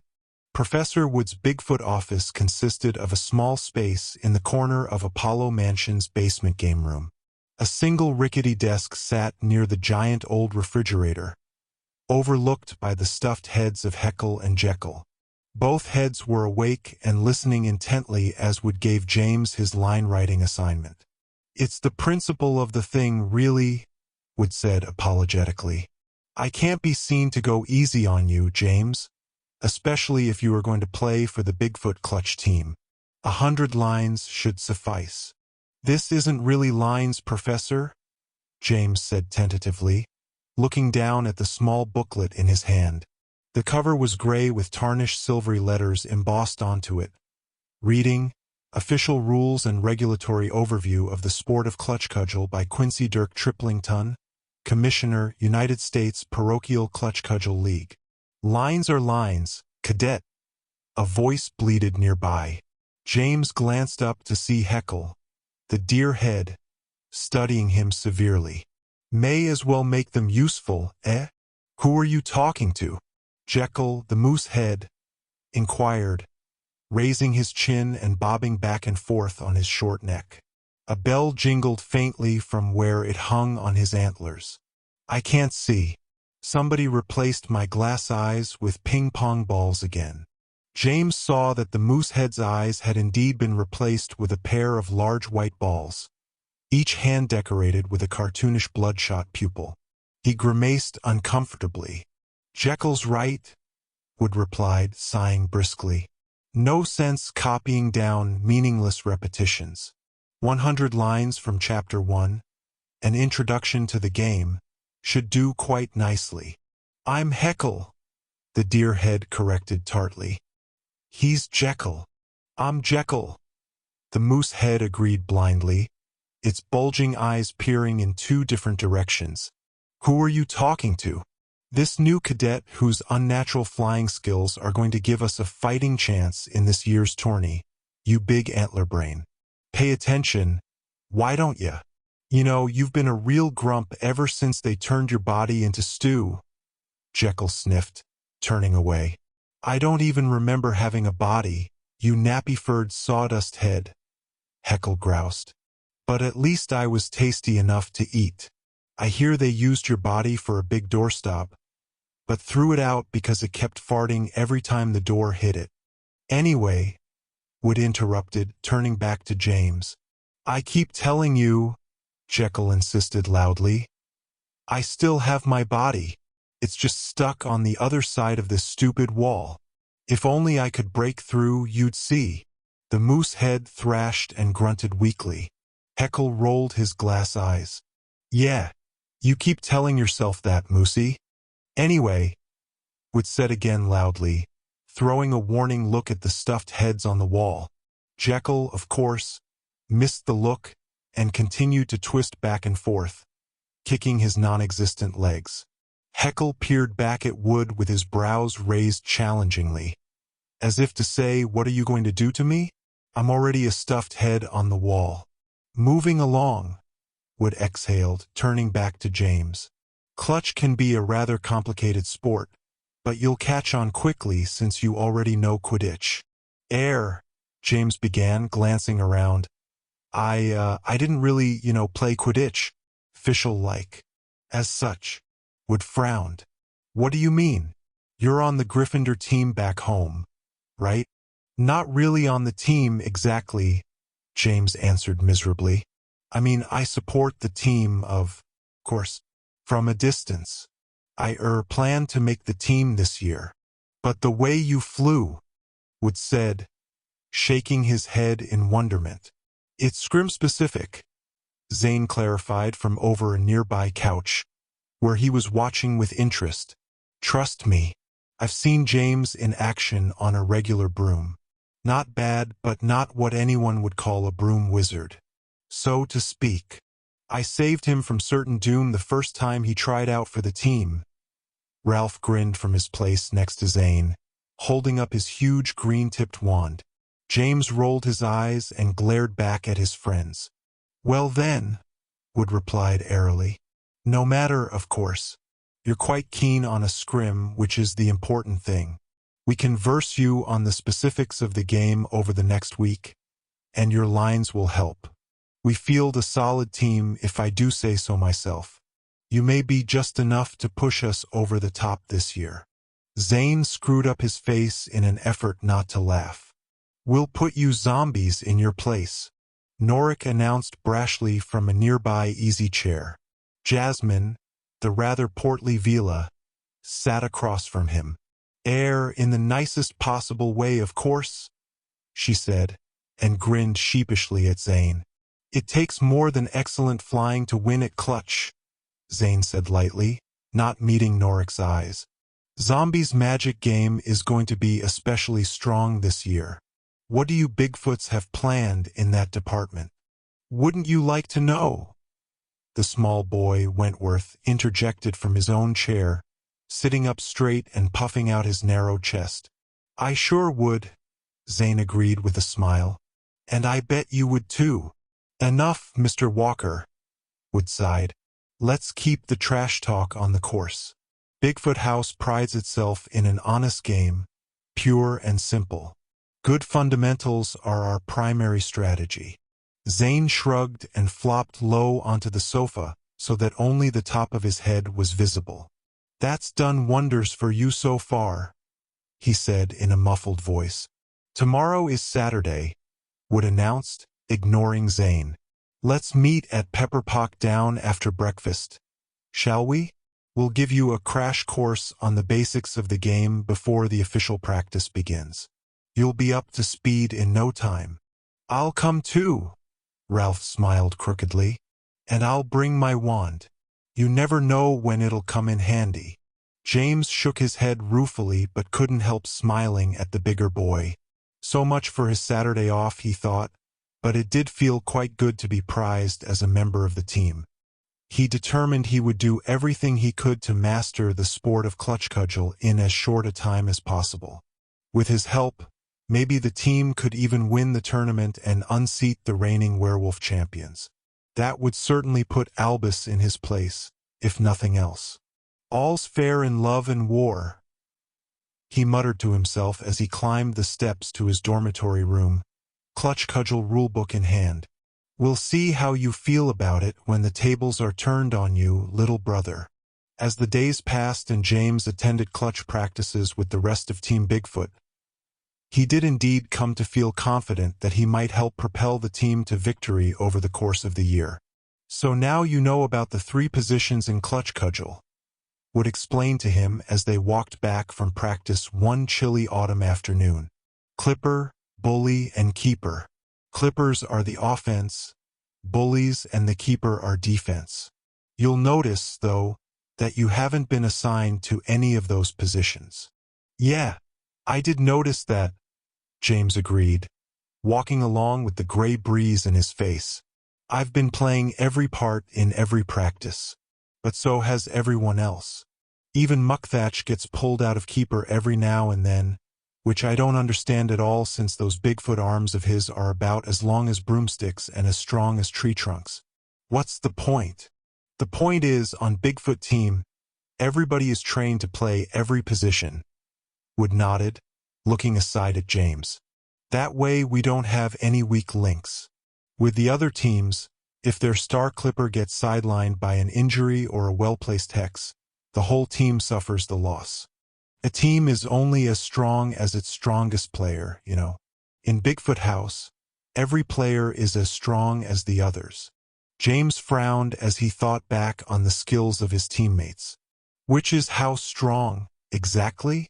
Well, Wood replied, taken aback. Strong enough, at least. Quite solid, if you ask me. The point is, if we lose one member of the team, any other member of the team is prepared to take their place. Even Muckthatch on goal. Harold Gobbins has nearly as good a reach and Jasmine Jade has the strength of any 2 boys her size, although she'd hate it if anyone knew it. Frankly, though, I'd be hard-pressed to find anyone as solid on the scrim as you are, my boy. You do your old dad proud. Why, I wager you might even beat him, scrim to broom. Wood clapped James heartily on the shoulder as they walked, and James grinned even as his face flushed. The 2 walked in silence for a while, passing knots of students as they made their way across campus. Finally, James glanced up at the professor. So you knew my dad when he was a kid, then? Wood laughed. That I did. Taught him to play Quidditch just like I'm teaching you to play clutch. Wheels within wheels is what it's like. Fate has a sense of humor. James was thoughtful. What was he like as a kid? Wood looked down at James. A lot like you, I suppose. He looked a lot more like your brother, though. That's what everybody says, James replied, shaking his head. And I imagine you get right tired of hearing it too, Wood agreed seriously. But to tell you the truth, I see a lot more of him in you, as far as the kind of man you're growing up to be. He was rather intense, but you couldn't really blame him, not after all he'd been through, and what with his family situation. The Dursleys, James sighed. I've heard about them.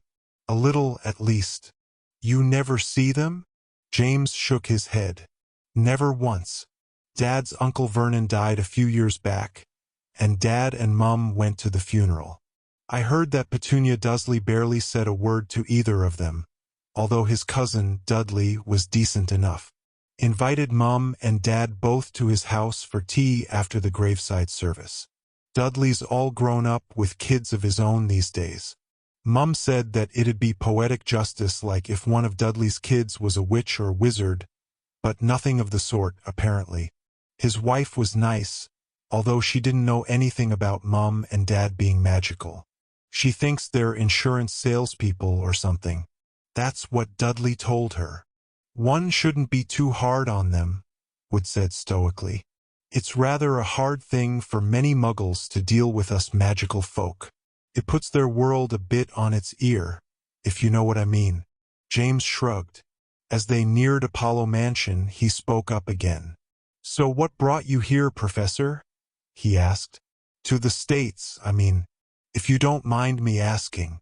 Wood drew a deep breath and looked up at the gray sky. My parents, actually, he answered on the exhale. James was curious. What for? Wood looked down at him then, as if weighing how he should answer. After a moment he sighed again and looked away. It's a bit complicated, I suppose. On the surface of it, they thought that if they brought me here, I could get a good advanced degree from the graduate school, further my learning, and become a teacher like they'd always hoped. But that wasn't the real reason for the journey, really. James waited, but Wood didn't seem to have anything else to say on the matter. Together, they approached Apollo Mansion where it sat like a giant brick beneath the low sky. Wind soughed noisily beneath the eaves and carried dead leaves up into the air. After a moment, James realized that Professor Wood had stopped walking. Curiously, he looked back to see the man standing in the middle of the narrow path, smiling very slightly. My parents were afraid, Wood said quietly, lowering his eyes to meet James. I guess it's really as simple as that. You probably wouldn't understand it, but it was a frightening time to be a witch and wizard or even a muggle, although very few of them knew it. Wood stopped again and looked away, out over the campus. He chewed on his words for a moment, and then went on. It was the time of Voldemort's return, after all. No one knew what was going to happen. The ministry was being taken over by the Death Eaters, and even Hogwarts had come under the thumb of Voldemort's minions. No one felt safe. As time went by, the battle lines grew bolder and more defined. My parents, they weren't fighters. They knew that what was happening was evil, but they were afraid. They didn't know what to do. As things got worse, they planned to do the one thing they thought was best. They planned to leave, to escape. I didn't want to go with them, though. I wanted to stay and fight. They begged me to join them, but I refused. I was playing reserve for Puddlemere United at that time despite everything, but even more important than that, I was committed to being a part of the resistance along with your dad and the rest of my old schoolmates. When the battle happened, I was there. I saw Remus cut down by Antonin Dolohov. I remember seeing Fred Weasley fighting like a wild man, even though I didn't see the blow that killed him. When it was all over, I was glad to have been there and to have done my part, but I missed my parents. I began to feel I had abandoned them by staying. As soon as I could, I followed them here, meaning to do what they had originally planned for me, to attend university and become a teacher. I found them here, but they seemed older, used up, like they'd read about the Battle of Hogwarts in the American Wizarding Press, but none of their new friends here quite understood any of it. Very few of their neighbors celebrated the end of the Death Eaters. None of them had been there after all. They didn't know what had really happened. Wood stopped as his voice drifted off, lost in the increasingly chilly breeze. James took a step closer to the professor. But why did you stay here, then? Wood glanced back at him thoughtfully. He shook his head. I don't really know. I did go to university, of course, right here, good old Alma Aleron. But when it was done, I just couldn't go back to England.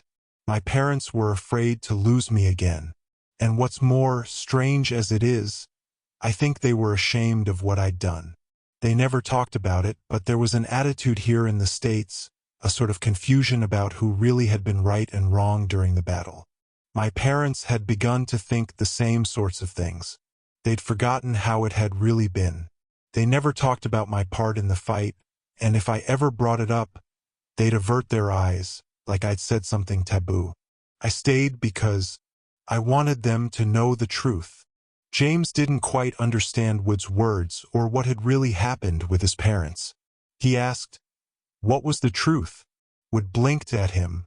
"Why, that what I did was right. That it was a fight worth fighting. That I'd done the right thing." James nodded slowly. "Do they know that now?" Wood looked away again. "My parents both died years ago," he said blandly. "Whatever truth there is to know, they know it now, I suppose." James wanted to ask why Wood still chose to stay now that his parents were dead, but the professor seemed to be done talking. He smiled rather stiffly at James and clapped him on the shoulder, less enthusiastically this time. Come along, James. Good practice. I should let you get down to the cafeteria while there's still some dinner to be had. James nodded and followed Wood into the shadow of Apollo Mansion. Deep down, he thought he did understand why the professor had chosen to stay in the States even though his parents had died. James couldn't have put it in words, at least not very easily, and yet the shape of it was clear enough in his head.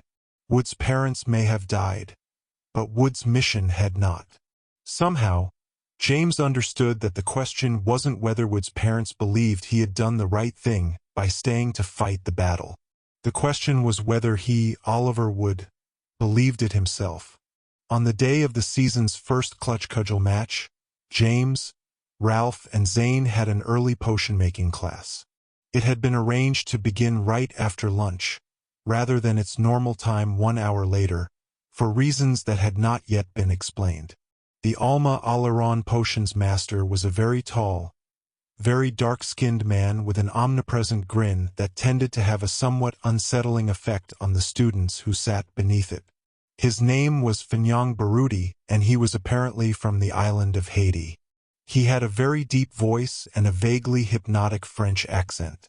What sounded haughty and arrogant in Aunt Fleur, however, sounded smoky and deeply mysterious in Professor Baruti. James liked the professor, even though it was rather difficult to know if the man was technically good exactly. That's just what you do like about him. Rose had sniffed from the shard a few afternoons earlier, sitting on the sofa in front of the Gryffindor fireplace thousands of miles away.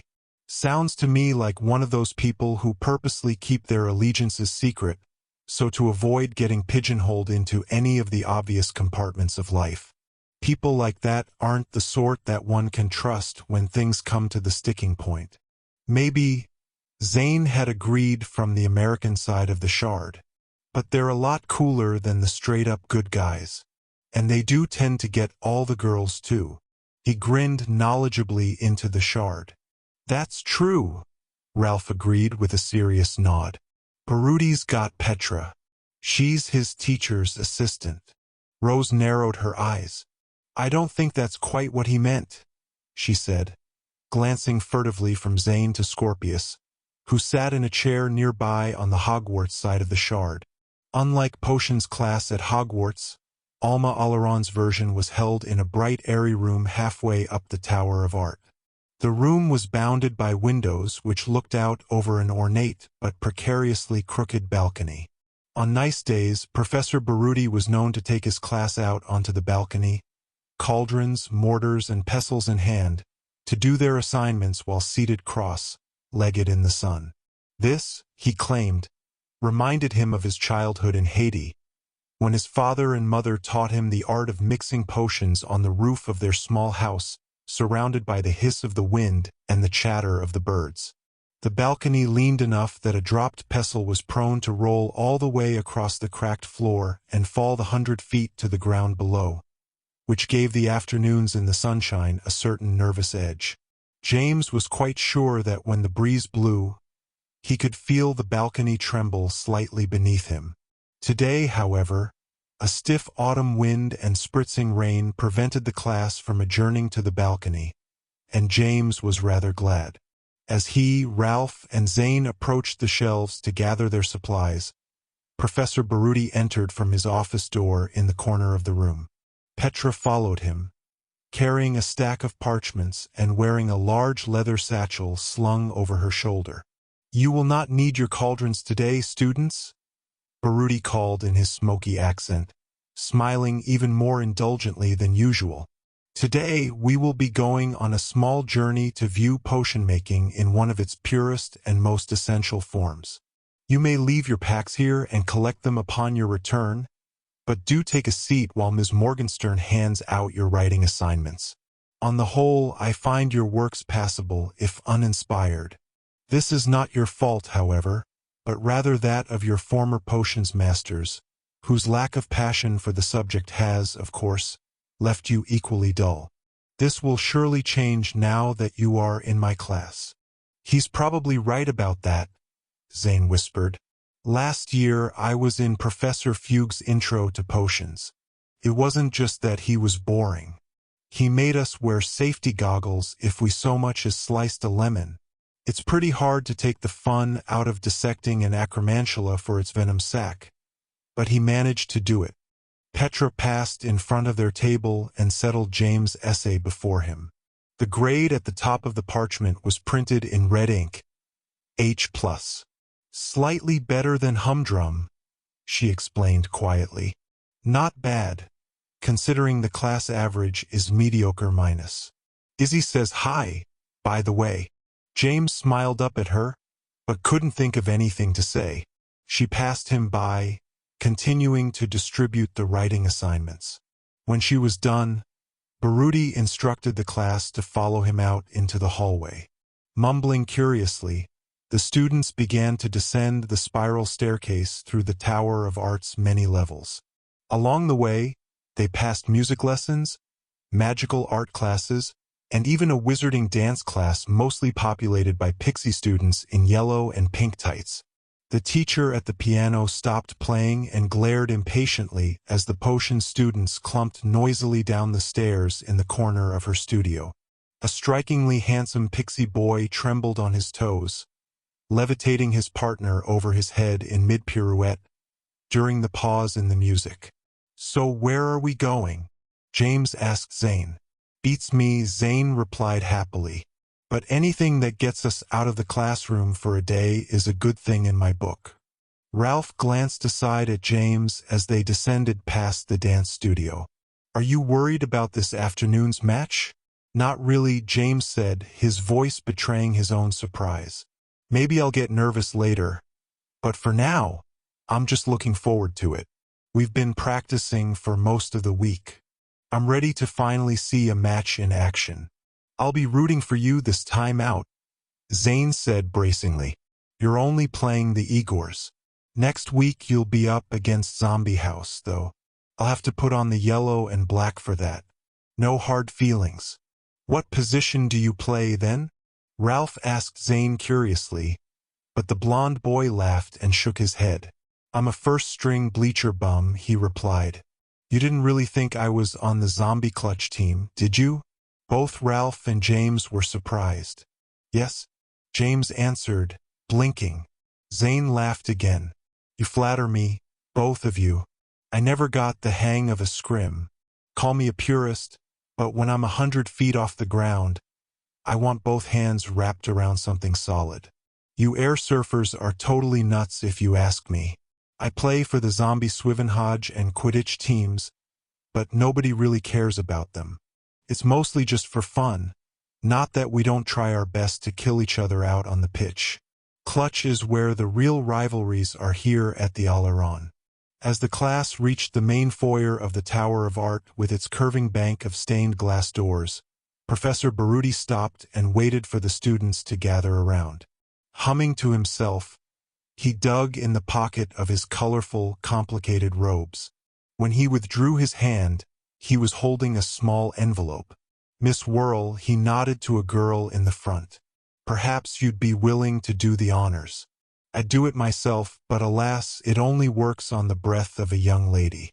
Many dried potions are tricky that way." Emily Whirl, a skinny Igor girl with very thick glasses and mousy brown hair, took a step forward. "What do I need to do?"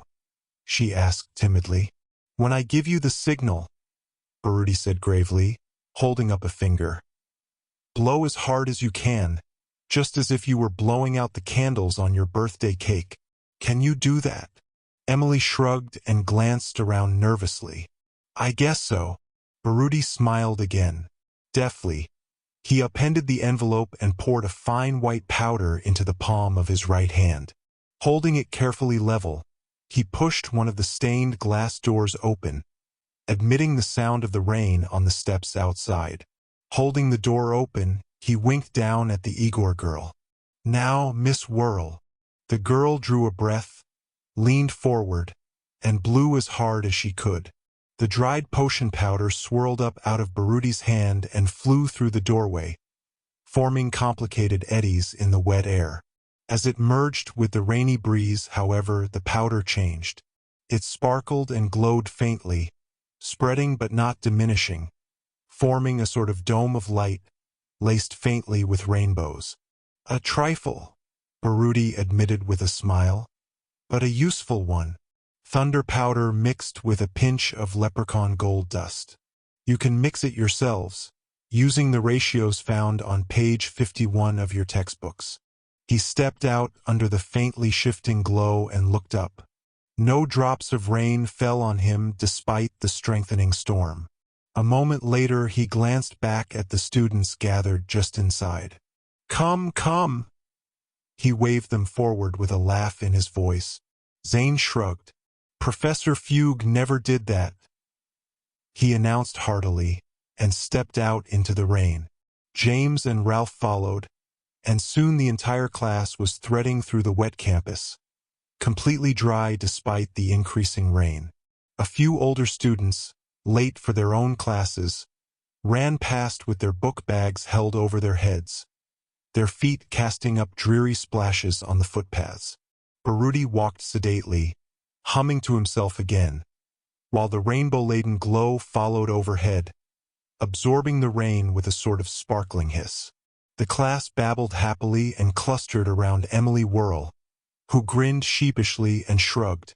"I didn't know I had it in me," James heard her say. James found himself drifting toward the rear of the group, where Petra walked alone, her leather satchel still slung over her shoulder. She held a large black book under her right arm. "So do you know where we're going?" he asked her. She shook her head. "Professor Baruti never discusses his classes beforehand. He barely follows any curriculum at all. He hasn't said so, but I don't think he himself knows what he's going to teach from one day to the next. He only arranged this outing just last evening." James nodded, thinking of the announcement regarding the earlier class time that had come during breakfast that very morning. "So how is it working out with him?" he asked. "Are you liking being a teacher's assistant?" "For Professor Baruti, yes, I am," Petra nodded. "He's unusual, but he knows his stuff, and he's more than willing to teach it to me. Potions was never my strongest suit, you know. Other magic, well, it sort of came naturally to me, so it was easy to rely on that alone. Now, though, I'm beginning to understand just how valuable potion making really is." "The professor is teaching you?" James asked, glancing aside at her. "Like, outside of class time?" Petra nodded. "He's teaching me loads of stuff, not just potions." James felt a stirring of jealousy. He knew it was utterly stupid, but that didn't make the feeling go away. "What else is he teaching you?" Petra smiled crookedly at him, as if she was reluctant to admit it. "Well, he's teaching me French." "French?" James blinked, surprised. "You mean like the language?" "Of course, silly," Petra laughed. "It's his native tongue. I've always wanted to learn it myself. It's a beautiful language and, I don't know, I just always thought it would be neat to learn. Like it might come in handy someday. Didn't you ever think it might be useful to know another language?" Yeah, sure," James lied, looking away and running a hand through his hair. Petra sighed and hefted the book that she'd been carrying under her arm. "He has me reading this. It's in French, but since I'm already familiar with most of the stories, it makes it a lot easier to understand. He says it's the way he learned English, back when he was just a lad himself." "What is it?" James asked, glancing down at the huge leather-bound book. "It's a Bible," Petra replied, lowering her voice. "Les Saints' Écritures. When I was very young, my grandmother would read to me from her big family Bible. I remember those stories even better than I do the bedtime stories my grandfather Warren told me at night. In some ways, grandmother's stories were even more magical. Jonah and the whale, Daniel in the lion's den, even Adam and Eve in the Garden of Eden. Or Jardin d'Eden, as it's called in French." James nodded. "My Aunt Fleur speaks French," he said, not knowing what else to say. "And so does my Uncle Bill now. He sort of had to learn. so he could understand what Fleur and Victoire were saying behind his back. Petra put the big book under her arm again as they passed in front of the archive. James glanced aside and saw that there were still a few guards, older werewolf students in raincoats and tri-corner hats, posted around the entryway. They'd been there ever since the attack on the Vault of Destinies, although James couldn't imagine what they were protecting, considering what had already been done. The archive custodian, Mr. Henriton, was rumored to have been moved into a secret wing of the campus medical school, where he was ostensibly still frozen solid despite the healer's best efforts. James glanced back at Petra, curious to know what she thought of the archive's guards, but she wasn't looking at them.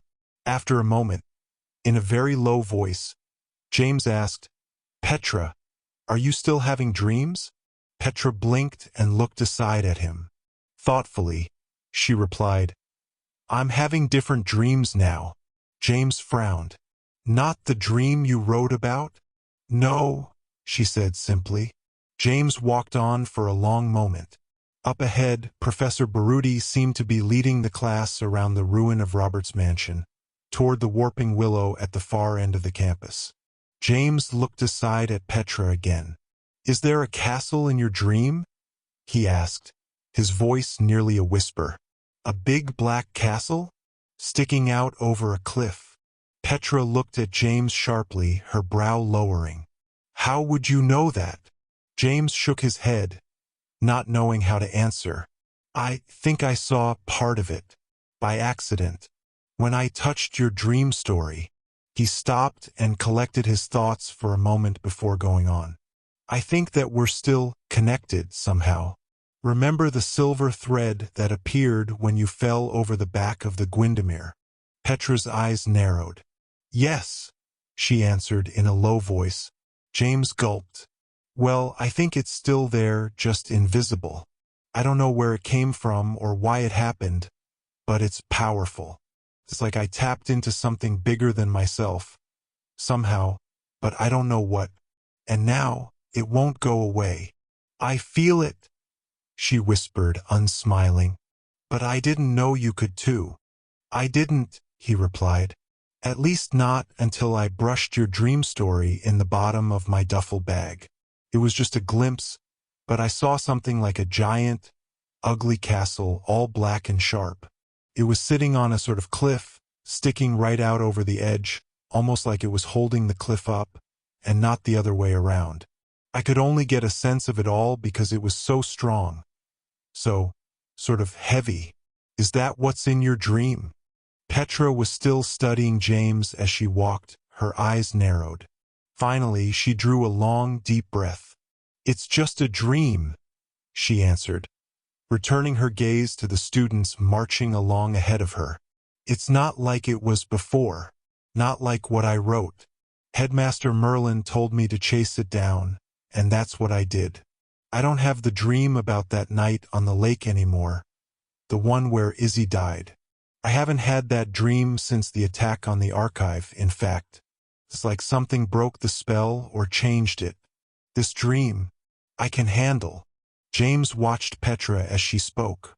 Her voice was calm, but there was something under her words, something watchful and secretive. "Petra?"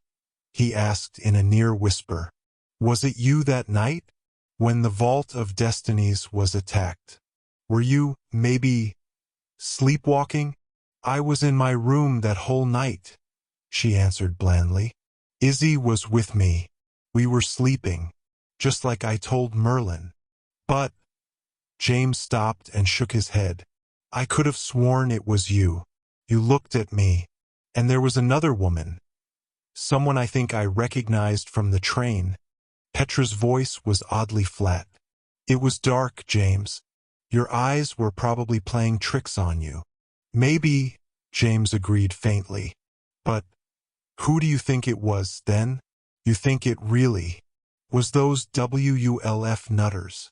Petra raised her eyebrows slightly, and then glanced aside at him, a wry smile on the corner of her mouth. Ignoring his question, she said, "Do you know that this book tells the story of the beginning of the magical world? She hefted the black tome in her hands again. James looked down at the black leather Bible. It does. It does.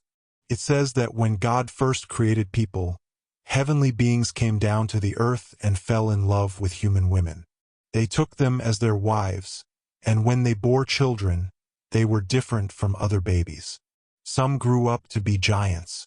Others had special powers. They were called the Nephilim. That's where we all began. She tapped the big book. Wow, James commented. I never heard that story. It's all right here in the book of Genesis, plain as day. But you know what else is in Genesis? The story of the Garden d'Eden. Do you know the story of Adam and Eve, James? She peered sideways at him. Sort of, he answered. They were the first people God made, right? She nodded. God made them and put them in a perfect garden. They had everything they needed, and there was only one rule. They weren't supposed to eat from one very special tree. I remember, James said, recalling the times when his own grandmother Weasley had told him Bible stories as a child. The tree of knowledge, right? That's right, Petra replied quietly. The tree of knowledge. She was silent for a long moment, considering.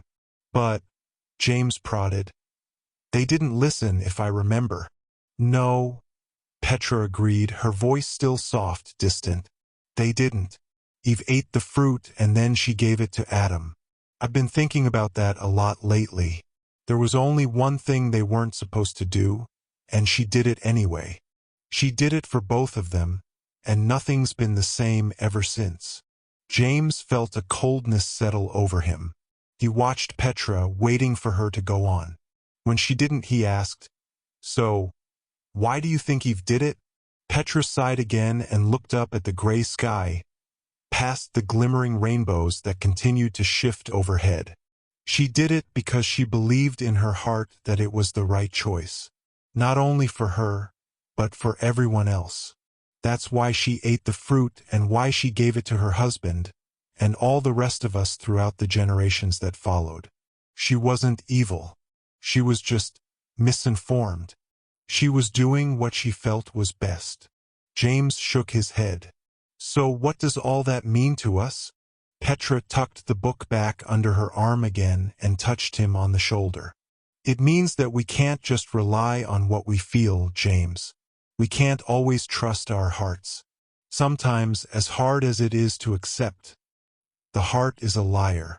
James was about to ask Petra what this had to do with the dream she was having, the one he had gotten a harrowing peek into when he'd accidentally touched her dream story. But at that moment, Professor Barudi's voice called out through the rain, interrupting his thoughts. Everyone gather under the tree, he said, gesturing toward the warping willow. Huddle in close under the branches. Pretend you are one big happy family, going on a little vacation. That's the way. Where are we going, Professor? Norik asked, cramming in behind Emily Whirl. Don't we need permission slips for this kind of thing? Not far, Barudi replied, ducking beneath the branches himself. School policy states that parental permission must be acquired for travel of more than 20 miles. We, however, will barely leave the campus. Wait and see. James pressed in under the shadow of the tree, moving alongside Ralph and Zane. When he turned around, he found himself face to face with Petra. This close to, he noticed that they were nearly eye level in height. She smiled at him, brushed a stray lock of hair out of her face, and then turned to look out over the campus. Still humming, Professor Barudi shouldered his way toward the warping willow's large gnarled trunk. There, he produced a small piece of parchment and a quill from his robes. Squinting, he peered up at the sky, checked the position of the sun, and then scribbled something on the parchment. Finally, he held up the parchment between his thumb and forefinger and, in a lilting sing-song voice, said, Warping willow, wing us hence, day or year or none or all. Wend us from this present tense, we who are ephemeral. When he was finished, Baruti turned and, almost casually, flicked the small parchment into a hole in the willow's trunk. Just as it had upon James' arrival, the tree began to shift subtly overhead, as if some otherworldly breeze was pushing through it. The whip-like branches whispered and the lighting began to change in the sky overhead. "Look!" Zane rasped suddenly, pointing past Ralph's shoulder. "The rain! It's falling up!" In front of James, Petra gasped, and then laughed with delight. Sure enough, all over the gray-lit campus, drops of rain seemed to jump up from the ground, leaping into the sky as if to rejoin the clouds.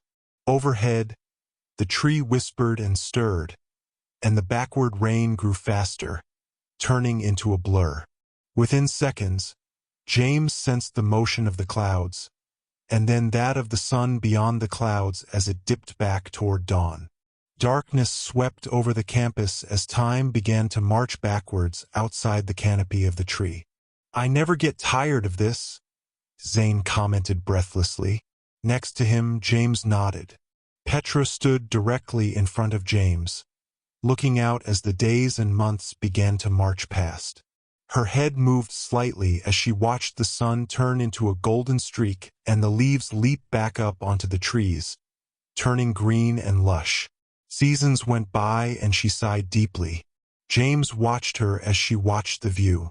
She was so close to him and yet turned away from him. That was all right, though. Without really thinking about it, he raised his hand and very nearly stroked his fingers over the dark sweep of her hair. Instead, he lowered his hand to her shoulder and rested it there, as if only for support or as a gesture of familiarity. Very faintly, she leaned back against his hand, and he was glad. Time flew by beyond the branches of the tree and finally began to cycle back through seasons, and then weeks and finally days. The sun slowed in its arc and crept once more up into a pristine, cloudless sky. A hot breeze blew in beneath the canopy of the warping willow, bringing a scent of wild grass and, unexpectedly, animal dung. With a sort of deep sigh, the tree went still and Professor Baruti clapped his hands together. "This way, then, students," he cried. "We have just over an hour and a half before we must return, so let us use it wisely." "Good afternoon, Mr. Flintlock." Petra stepped out into the sunlight and James followed, blinking in the sudden heat. The campus of Alma Aleron University had vanished away, replaced by the small weedy yard with its surrounding glass-topped stone wall. Whenever they were, it felt like the middle of a particularly sweltering summer.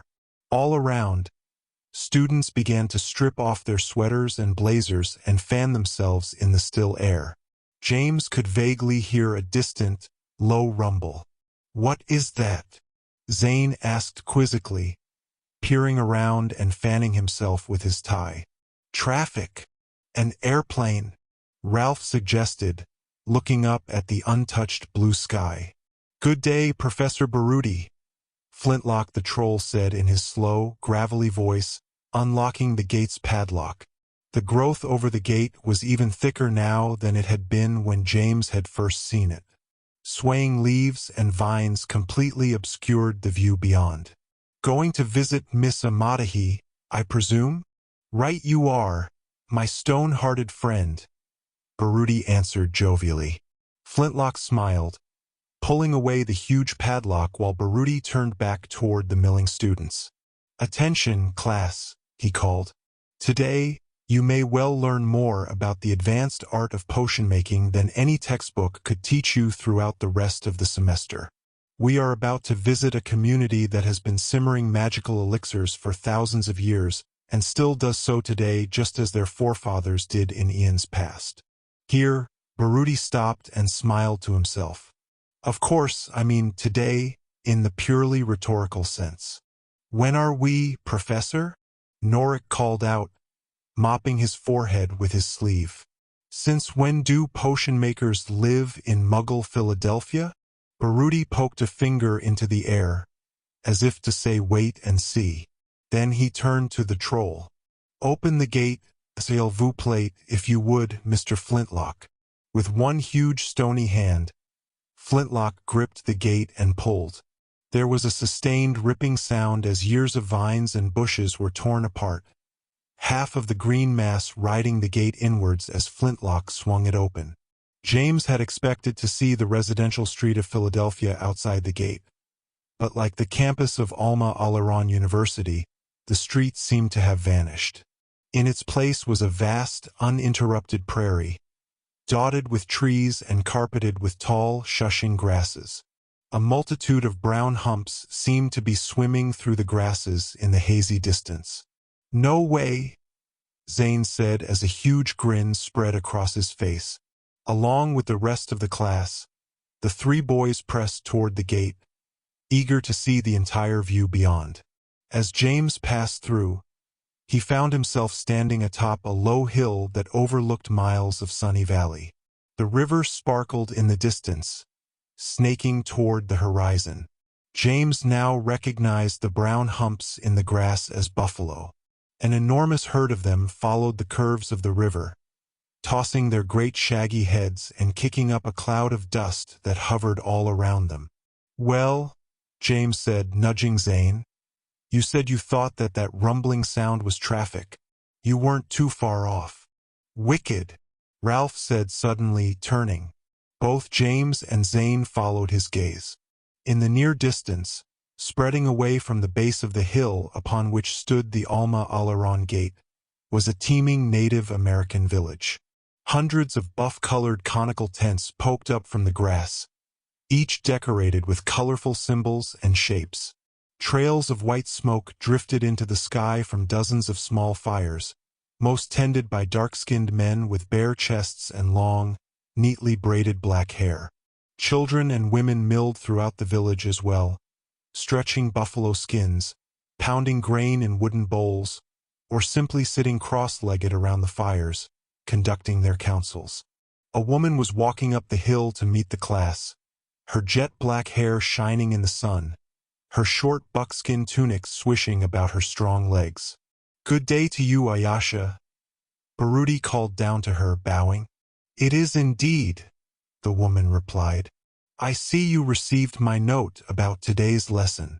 Baruti nodded and spread his hands. "Only last night. The cave paintings grow hard to read after so many centuries. It is well that you were able. The wraithrays is at its ripest and ready for threshing. Come, the pots are already boiling in wait." "Professor," a vampire girl called from near the gate. "Ishia, are those?" "Welcome to Philadelphia," Professor Baruti announced expansively, turning back to the class and smiling.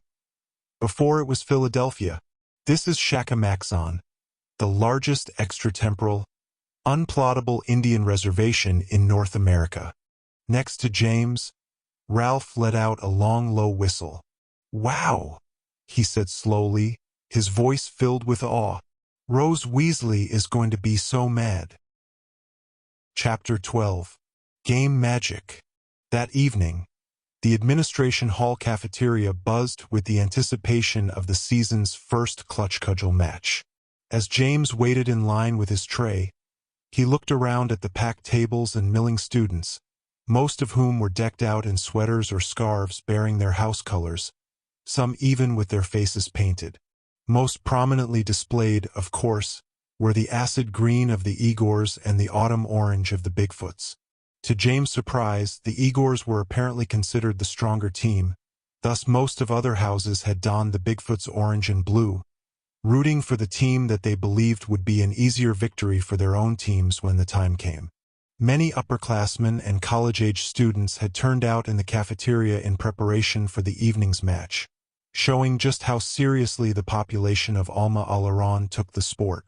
Realizing this, James finally began to feel a stirring of nervousness. He ate very little and then excused himself quickly, darting alone back to Apollo Mansion to grab his jersey and glasses. He hated wearing the black frame spectacles most of the time, but tonight, being able to see at distance while navigating the figure-8 course was going to be essential. One thing he'd learned during practices was that at scrim speed, things that were far away got close very quickly. This was especially true at the intersection, where two directions of players passed at lightning speeds. Apollo Mansion was completely deserted, and as James left the building and heard the front door slam behind him, he felt a moment of panic. Was he late? Had the match already begun? He glanced up at the clock tower over Administration Hall and breathed a shallow sigh of relief. He had 30 minutes. Simultaneously nervous and excited, James ran across the campus, heading toward the glow of the stadium parapets and the increasing roar of the crowd. It had stopped raining, fortunately, but as evening descended, the sky was very low and dark, churning slowly and spawning a capricious, gusty wind. Leaves scarpered across the dark footpaths like startled ghosts, highlighting the eerily empty campus. When James turned the corner at Faculty Row and came in sight of Pepperpock Down, however, he stopped in surprise. The stadium's high parapets glowed colorfully against the low purple sky, filled nearly to overflowing with a sea of gathering students, waving banners, and high, streaming flags. James gulped. What had he gotten himself into? If he had played on the Gryffindor Quidditch team, he might have been prepared for this. Now, the sight of all of those eager faces, those flapping, handmade banners, signs, and shaking pom-poms filled him with a sort of leaden terror.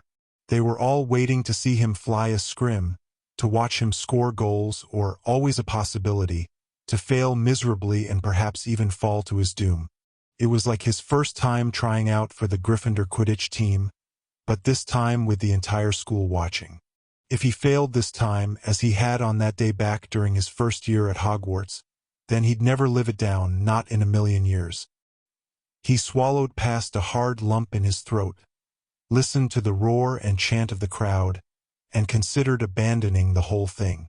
He could run back to Apollo Mansion and pretend to be sick. It would be easy. The truth was he felt rather sick just staring up at those brightly lit parapets and milling, excited faces. What finally got him going was the thought of his mom and dad. No matter what happened tonight, they would be proud of him. Especially his dad, who had been the youngest seeker in Hogwarts history. Even if James only managed to stay on his scrim throughout the match, Harry Potter, his father, would be proud of him. Thinking of this, James drew a deep shaking breath and, feeling as if he was walking to his own doom, struck off toward the glow of the stadium. Less than a minute later, he was swallowed up in the roar and momentum of the event, and there was no looking back. After that, everything was nearly a blur. "I thought maybe you'd given the whole thing up," Zane announced, meeting James at the door in the base of Bigfoot Team's designated wooden gantry. "I was prepared to find you hiding under your bed back in your dorm room. Me and Ralph were ready to come and drag you here. I told you today that I wasn't nervous," James protested weakly, ducking through the doorway into the sunken locker cellar. The rest of Bigfoot Team moved about inside, strapping on their leather wrist gauntlets and shoulder pads, spitting into their goggles and shining them up with the tails of their jerseys. "That was then," Ralph replied loudly, following James into the light and noise of the room. "When you left the CAF, though, you were looking pretty tetchy." Zane nodded seriously. "It's normal. Clutch is a brutal sport. Last year, Pixie's best clipper was knocked off his scrim in the first 12 seconds of the first match. He got hit so hard that his boots landed in the announcer's box, 70 feet away. No one can blame you for being worried." "You're not helping, you know," James commented, plopping onto a bench and pulling on his shin guards. "I know," Zane replied, plunking next to James on the bench. "Which is why I wanted to tell you an idea I had earlier today. It might just help get your mind in the right place." "He told me about it already," Ralph nodded. "It's interesting." Across the low room, Oliver would called out, "Goggles tonight, everyone. The wind is picking up something fierce." and we don't want anyone blinded by the mist. I'll perform impervious charms on the lenses once we're all on the platform. 5 minutes until warm-up laps. He turned and clumped up the steps himself, followed by several members of the team, who began singing the Bigfoot anthem in husky voices. "Tell," James said, lacing up his boots. "What's your idea?" "All right," Zane said, leaning back and studying the low ceiling. "Last year, I had old Stonewall Jackson for Technomancy 202, which is the intermediate class between Intro to Technomancy and Advanced Applied Technomancy, which we've got this year." "Get to the Nexus doorway thing," Ralph prodded. "All right, so last year, Stonewall talked about how there are bunches of other dimensions, all packed together alongside ours like layers in a big giant cake. The attack on the Vault of Destinies got me thinking about it because apparently our loom got switched around with one from some neighboring dimension, one that's a lot like ours but not exactly like it." "What's this have to do with Clutch?" James asked, harried, as Ralph helped him shrug into his shoulder pads. "Nothing," Zane said, smiling crookedly. "That's the point. Now pay attention. Back in Techno 202, Stonewall talked about the theory of this thing called the Nexus Curtain. He said that, theoretically, every dimension has a gate into a sort of middle world, where all the dimensions hook up and hold together, sort of like spokes meeting at the hub of a wheel. This middle place is called the world between the worlds. According to the theory, the Nexus Curtain can only be found and opened by someone who has a special key.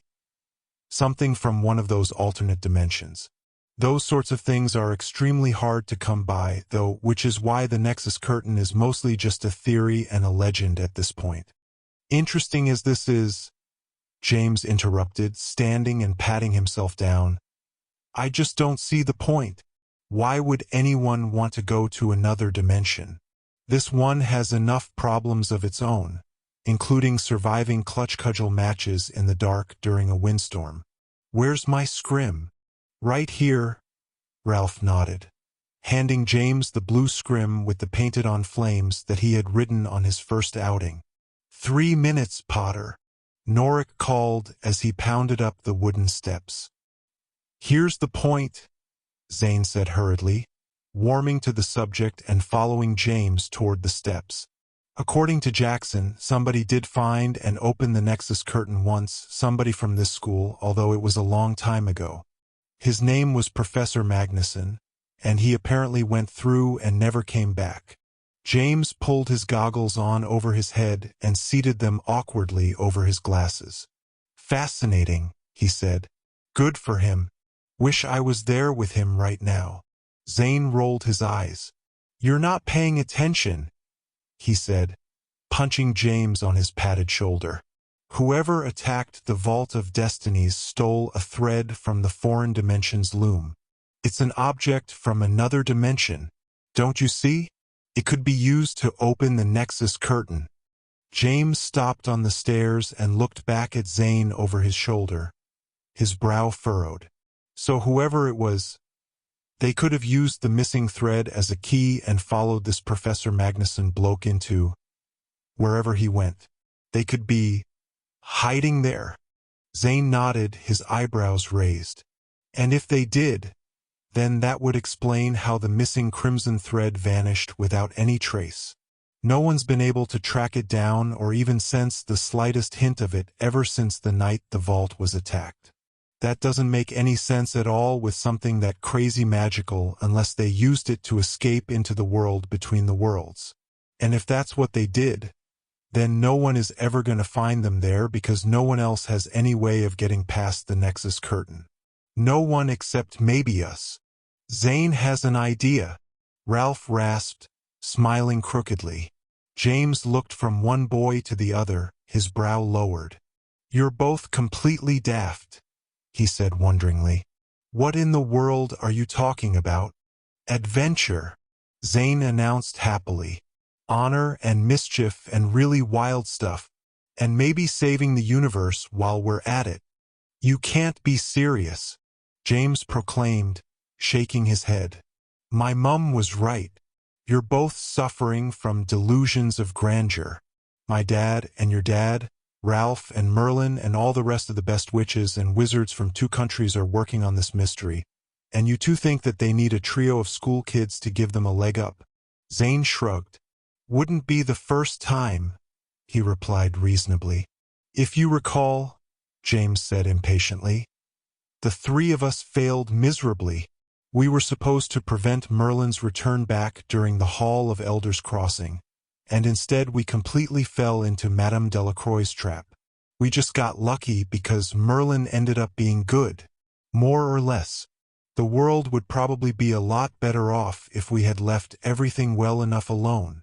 Ralph looked worriedly thoughtful, but Zane was unperturbed.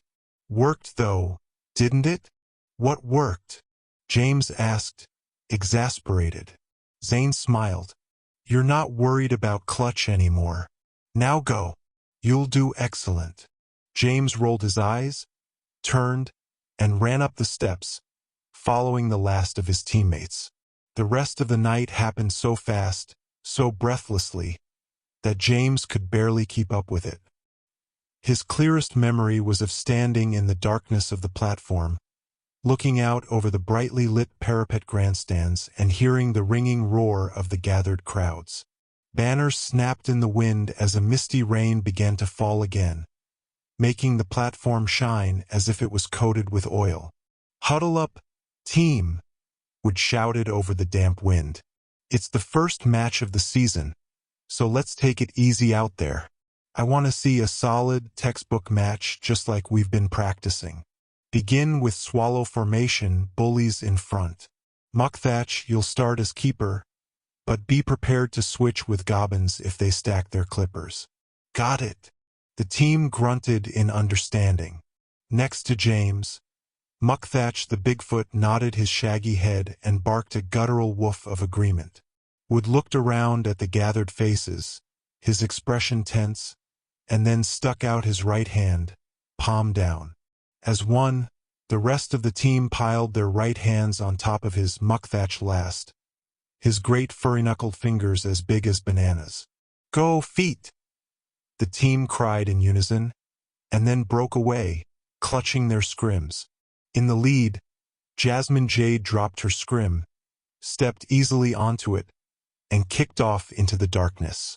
The rest of the team began to follow her, forming the 1-2 chain of swallow formation.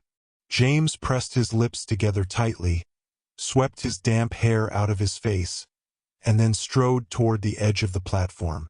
His heart was pounding as he dropped his scrim next to him. He'd done this dozens of times now, albeit never in the rainy dark, and never with so many people watching.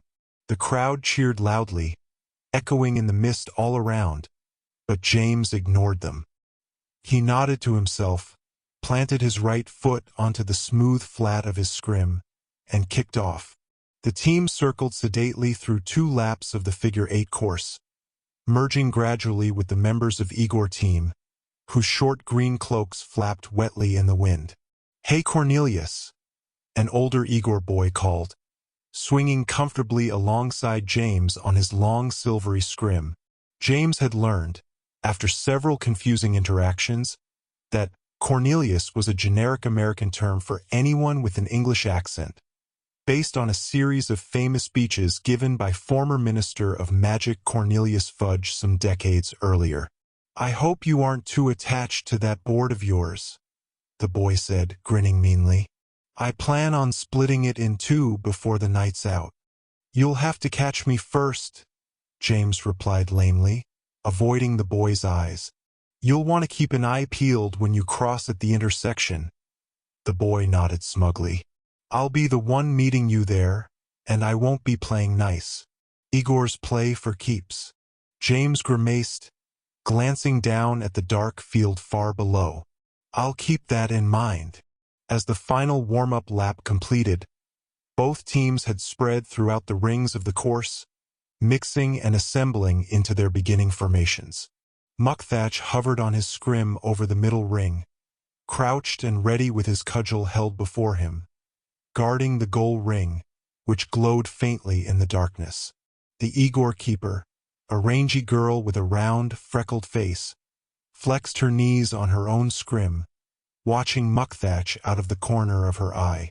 Flying on a standard broom outside of the course, the match official, Professor Sanyui in a black and white striped tunic, raised a whistle to his mouth.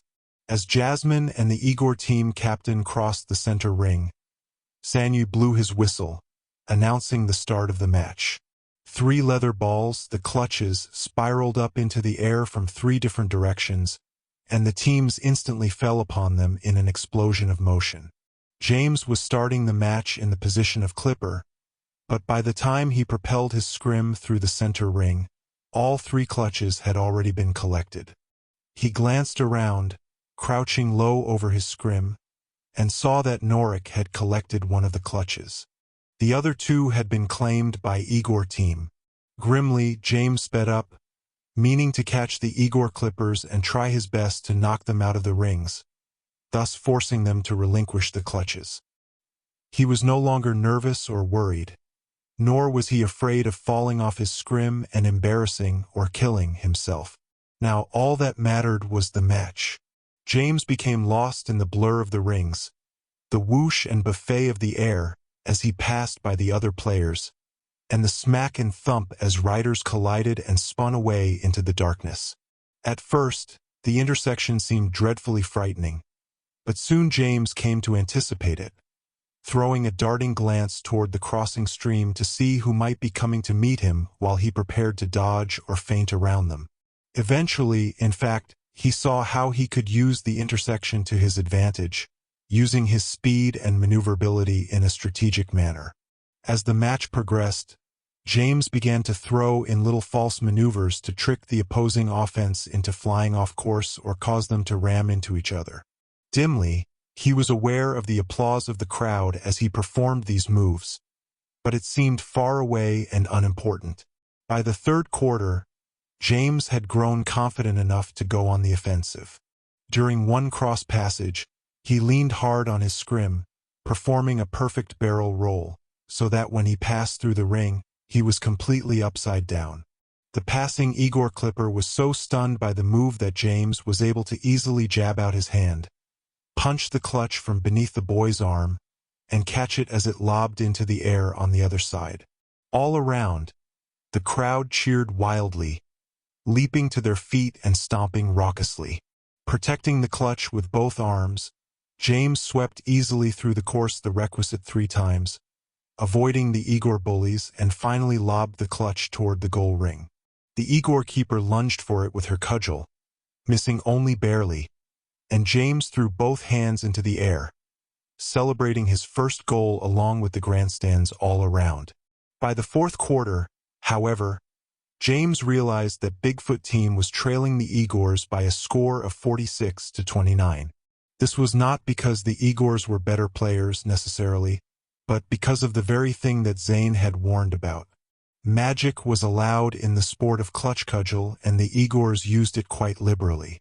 James saw them casting defensive spells, such as turbulence pits, lanyard charms, and gravity wells, and offensive spells, like inertia enhancers, speed hexes, and accuracy charms. The Bigfoots, on the other hand, used almost no magic whatsoever.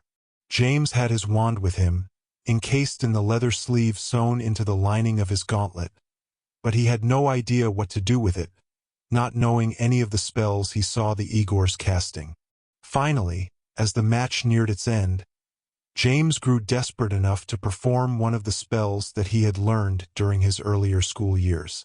As he circled the course, he noticed an Igor bully preparing to cast a lanyard charm on Jasmine Jade, intending to use it to yank one of the clutches out of her hands. James sped up, hunkered over his scrim, and swept his own wand from the sheath in his gauntlet. "Expelliarmus!" he cried, aiming for the Igor boy's outstretched wand. Instantly, the wand sprang from the boy's fist and spun off into the misty night. The crowd responded with a shocked outburst, and a whistle pierced the air nearby. "Penalty!" Professor Sanyui called out, swooping in on his broom. Team Bigfoot, non-approved magic. 2 minutes in the dock. Shaking his head in confusion, James circled out of the course and flew toward the platform. Oliver Wood met him there, scowling. "What was that all about?" the professor demanded as James hopped off his scrim. "Magic!" James exclaimed angrily. "The other team is using it. Why aren't we?" Wood grabbed James' scrim as it bobbed into the air. "We don't play that kind of match, James," he said sternly. "We're a team of solid fundamentals and textbook formations. Nothing unsportsmanlike. We may not always win, but we walk away knowing we played a fair match. Besides, that was a dueling spell, not approved clutch cudgel game magic. You're lucky you didn't get ejected from the match, and me along with you. It was just a disarming spell," James fumed, turning away. "Besides, I might as well be ejected. The match will be over before my dock time is over." Wood sighed, looking out over the match as it sped through its final moments. "I give you points for enthusiasm, James, but you'll need to learn some self-control. We Bigfoots pride ourselves on a clean game. If you can't abide by that, then no amount of flying skills will make up for it." James simply looked aside at the professor, speechless. Less than a minute later, the final whistle blew and Sanyui raised his wand, summoning the clutches. Bigfoot team had lost the match by a score of 48-30. Both teams broke up and circled around, heading toward their respective gantry platforms, while the crowd cheered and jeered amiably from the grandstands all around. James stepped forward, took his scrim from Professor Wood, and without waiting for his teammates, began to tromp down the stairs to the locker room below. "But magic is allowed in clutch cudgel," James exclaimed some hours later, sitting in the corner booth of the Kite and Key along with Ralph, Zane, and several of his fellow Bigfoot teammates. "What's Wood want to hobble us for by banning us from using something that's legal?" "Expelliarmus spells aren't legal," Jasmine Jade grumped, her chin resting on her forearms. "Yeah," Norik agreed, "and we do use some magic. Wood used impervious charms on our goggles for one. We're allowed to use gummy glove charms when we're carrying the clutch," Harold Gobbins added, "and slipstream hexes to keep our scrims steady on the course." "Those hardly count at all," James insisted. "Team Igor was using serious spell work out there tonight. Some of that stuff I've never even heard of." Jasmine sat up. "Makes sense. They have their own sport magic coach whose job is to come up with all new clutch spells. They have to get approved by the match official, but they pretty much always get a pass so long as they don't hurt anyone." "It's true," Zane said. "Team Zombie's magic coach came up with a new one last year that froze a player's scrim in midair. Granted, the player was probably going to fall off once his scrim jerked to a stop beneath him, but that wasn't the spell's fault. We got away with it until that playoff match where half of the players from both teams got into a pile-up crash around a frozen scrim. It was hilarious." James narrowed his eyes in disbelief. "Hold on. You mean if I had just told Sanyui before the match that I wanted to use an Expelliarmus spell for defense, it would have been legal?" Wentworth Paddington frowned and pushed his large glasses up on his nose. "The official Clutch Commission doesn't like players using dueling spells during matches," he said with a sniff. "But there are ways to get around it. There's the knuckler, for instance. Makes the opposing player's hand spasm and drop anything they're holding," Jasmine explained. "Works on wands, clutches, whatever." Zane nodded enthusiastically. "And don't forget the Bone Fuse Hex. Works just like Petrificus Totalis, but only on selected areas of the body. Aim for the other guy's arm and he won't be able to do anything with it for 5 minutes at least." James was shaking his head in exasperation. "So basically there's a clutch-approved version of any sort of spell, with new ones being created all the time. Is that it?" Jasmine pressed her lips together and nodded. "Yeah, that's pretty much it." James flopped back in the booth seat. "So who's the Bigfoot magic coach, then? I want to have a word with him." Would, I guess, Wentworth answered uncertainly. Anyone want the rest of my butterbeer? I can only drink half or else I get the hiccups all night long. Right here, Went, Gobbins announced, sitting up in his seat and reaching for the smaller boy's bottle. I'll teach you how to put away a drink. Wentworth looked offended. I can put away a drink just fine. This butterbeer I can't take much of. I'm on a special diet, you know? Yeah, Norick sighed, rolling his eyes. We know all about it. Yates hasn't cooked an onion in the mansion ever since you arrived. Makes liver night pretty pathetic. That's why everyone eats in the CAF on Fridays, even the upper classes. I can't help it, Wentworth mumbled, crossing his arms. Onions break me out in hives. Garlic's even worse. You don't have to rub it in. Maybe rubbing it in would cure you, Ralph suggested, raising his head. Have you ever tried it? Rub some onions and garlic all over you, sort of like a vaccination. Add a little butter and you got yourself a new Friday night dinner option. Zane nodded. Grilled Pastington patties for all. Ha ha, Wentworth said dourly. It's a serious medical condition. You don't even know. James finished his butterbeer and stood up, announcing his intention to go have a talk with Wood about the team's woeful lack of a magic game. On his way toward the door, he saw Albus and Lucy seated at a nearby table, watching a group of older students play an incomprehensible table game called Wizard Foosball. Tiny ceramic men spun on metal rods embedded into the sides of the recessed table, operated by leather-wrapped handles. A small white ball bounced and clacked over the field encased in the table's walls, kicked by the spinning figures. As James passed the table, one of the players spun the rod violently and the ball popped up out of the table. James caught it deftly. Nice catch, Cornelius, one of the upperclassmen players called out. Still got your game face on, eh? James glanced back at them and saw the young men smiling at him amiably, nodding with something like grudging approval. Give the ball back, one of the tiny ceramic players cried in a squeaky voice. The others joined in, jeering raucously. James tossed the ball back to the man who'd spoken to him. The man caught it easily but didn't turn away. You did good out there tonight, Potter, the man said. James noticed that he was wearing the orange and blue striped sweater of a Bigfoot college student, most of whom lived in the row houses behind the theater. Don't let Wood hold you back, eh? James tilted his head at the older boys. Any of you know why Wood doesn't use any serious magic in the Bigfoot clutch matches? The college students exchanged glances, smiling crookedly. Finally, the one in the Bigfoot sweater said, Wood's a decent guy, don't get me wrong. Word is, he left his guts back on the Quidditch pitch in jolly old England. That's all. The other men laughed and shook their heads. A moment later, they returned to their game. I'm sure that's not true, a voice said softly nearby. James glanced aside and saw Lucy and Albus moving next to him. You came close to winning tonight, even without all that fancy magic.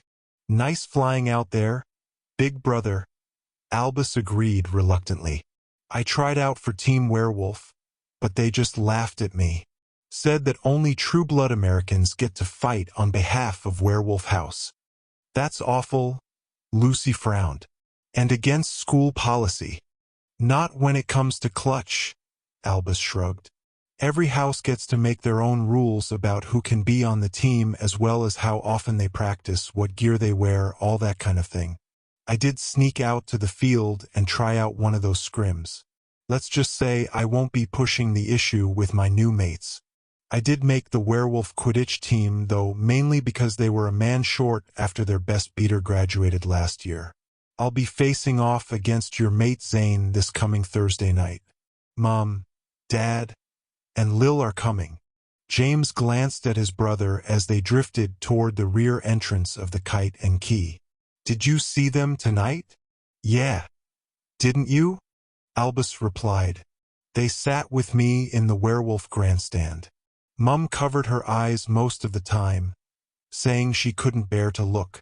Dad had his wand in his hand through the whole match, twitching it every time you went through the intersection, like he was ready to jump up and levitate you at any moment if you decided to fall off your scrim.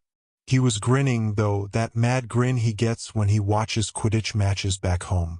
You know, like part of him wants to put on the pads, grab a broom, and jump out there with the team. James couldn't help smiling at the thought. I know what you mean. Are they still here? Lucy shook her head. Your father got some sort of message through his own shard. His is smaller. He keeps it wrapped up in his robes all the time, just so he never misses anything. After he got the message, he and Aunt Ginny and Lily left right away. They asked me to tell you hello and that they are proud of you. They asked me to tell him that, Albus said, turning to Lucy, who avoided his eyes. There's this thing called double redundancy, she explained carefully. They thought you'd forget. Albus rolled his eyes. I didn't forget. I just didn't remember it until you brought it up. Nobody can blame me if you beat me to it. I'm heading back to my house, James announced, pushing open the heavy wooden door. I'm completely beat. Lucy followed him out into the misty darkness. I'll walk with you for the first bit, she said. I'm heading back to the castle. I have Magi American history in the morning, and I still have some reading to do for it. James grunted amiably and struck off along the footpath next to Lucy. After a moment, she spoke again. For a giant, that Professor Bunyan is one sharp bloke, isn't he? James shrugged.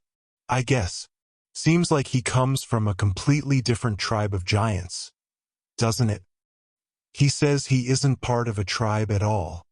He says he just grew big because when he was a lad he ate 20 chickens and 15 dozen eggs a day, and drank the milk of 10 cows and swam laps around Lake Erie for exercise until the whole lake turned into a giant whirlpool.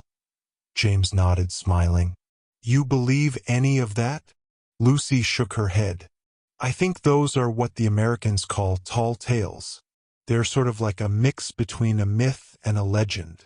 I like the one about the magic fog that sprang up around George Washington and his little army of farmers and kids back during the War for Independence.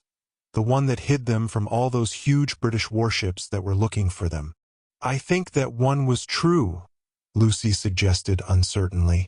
Although it's hard to know what's myth and fact about the Americans' history. So much of it seems so unreal. James raised his eyebrows in the darkness as they walked.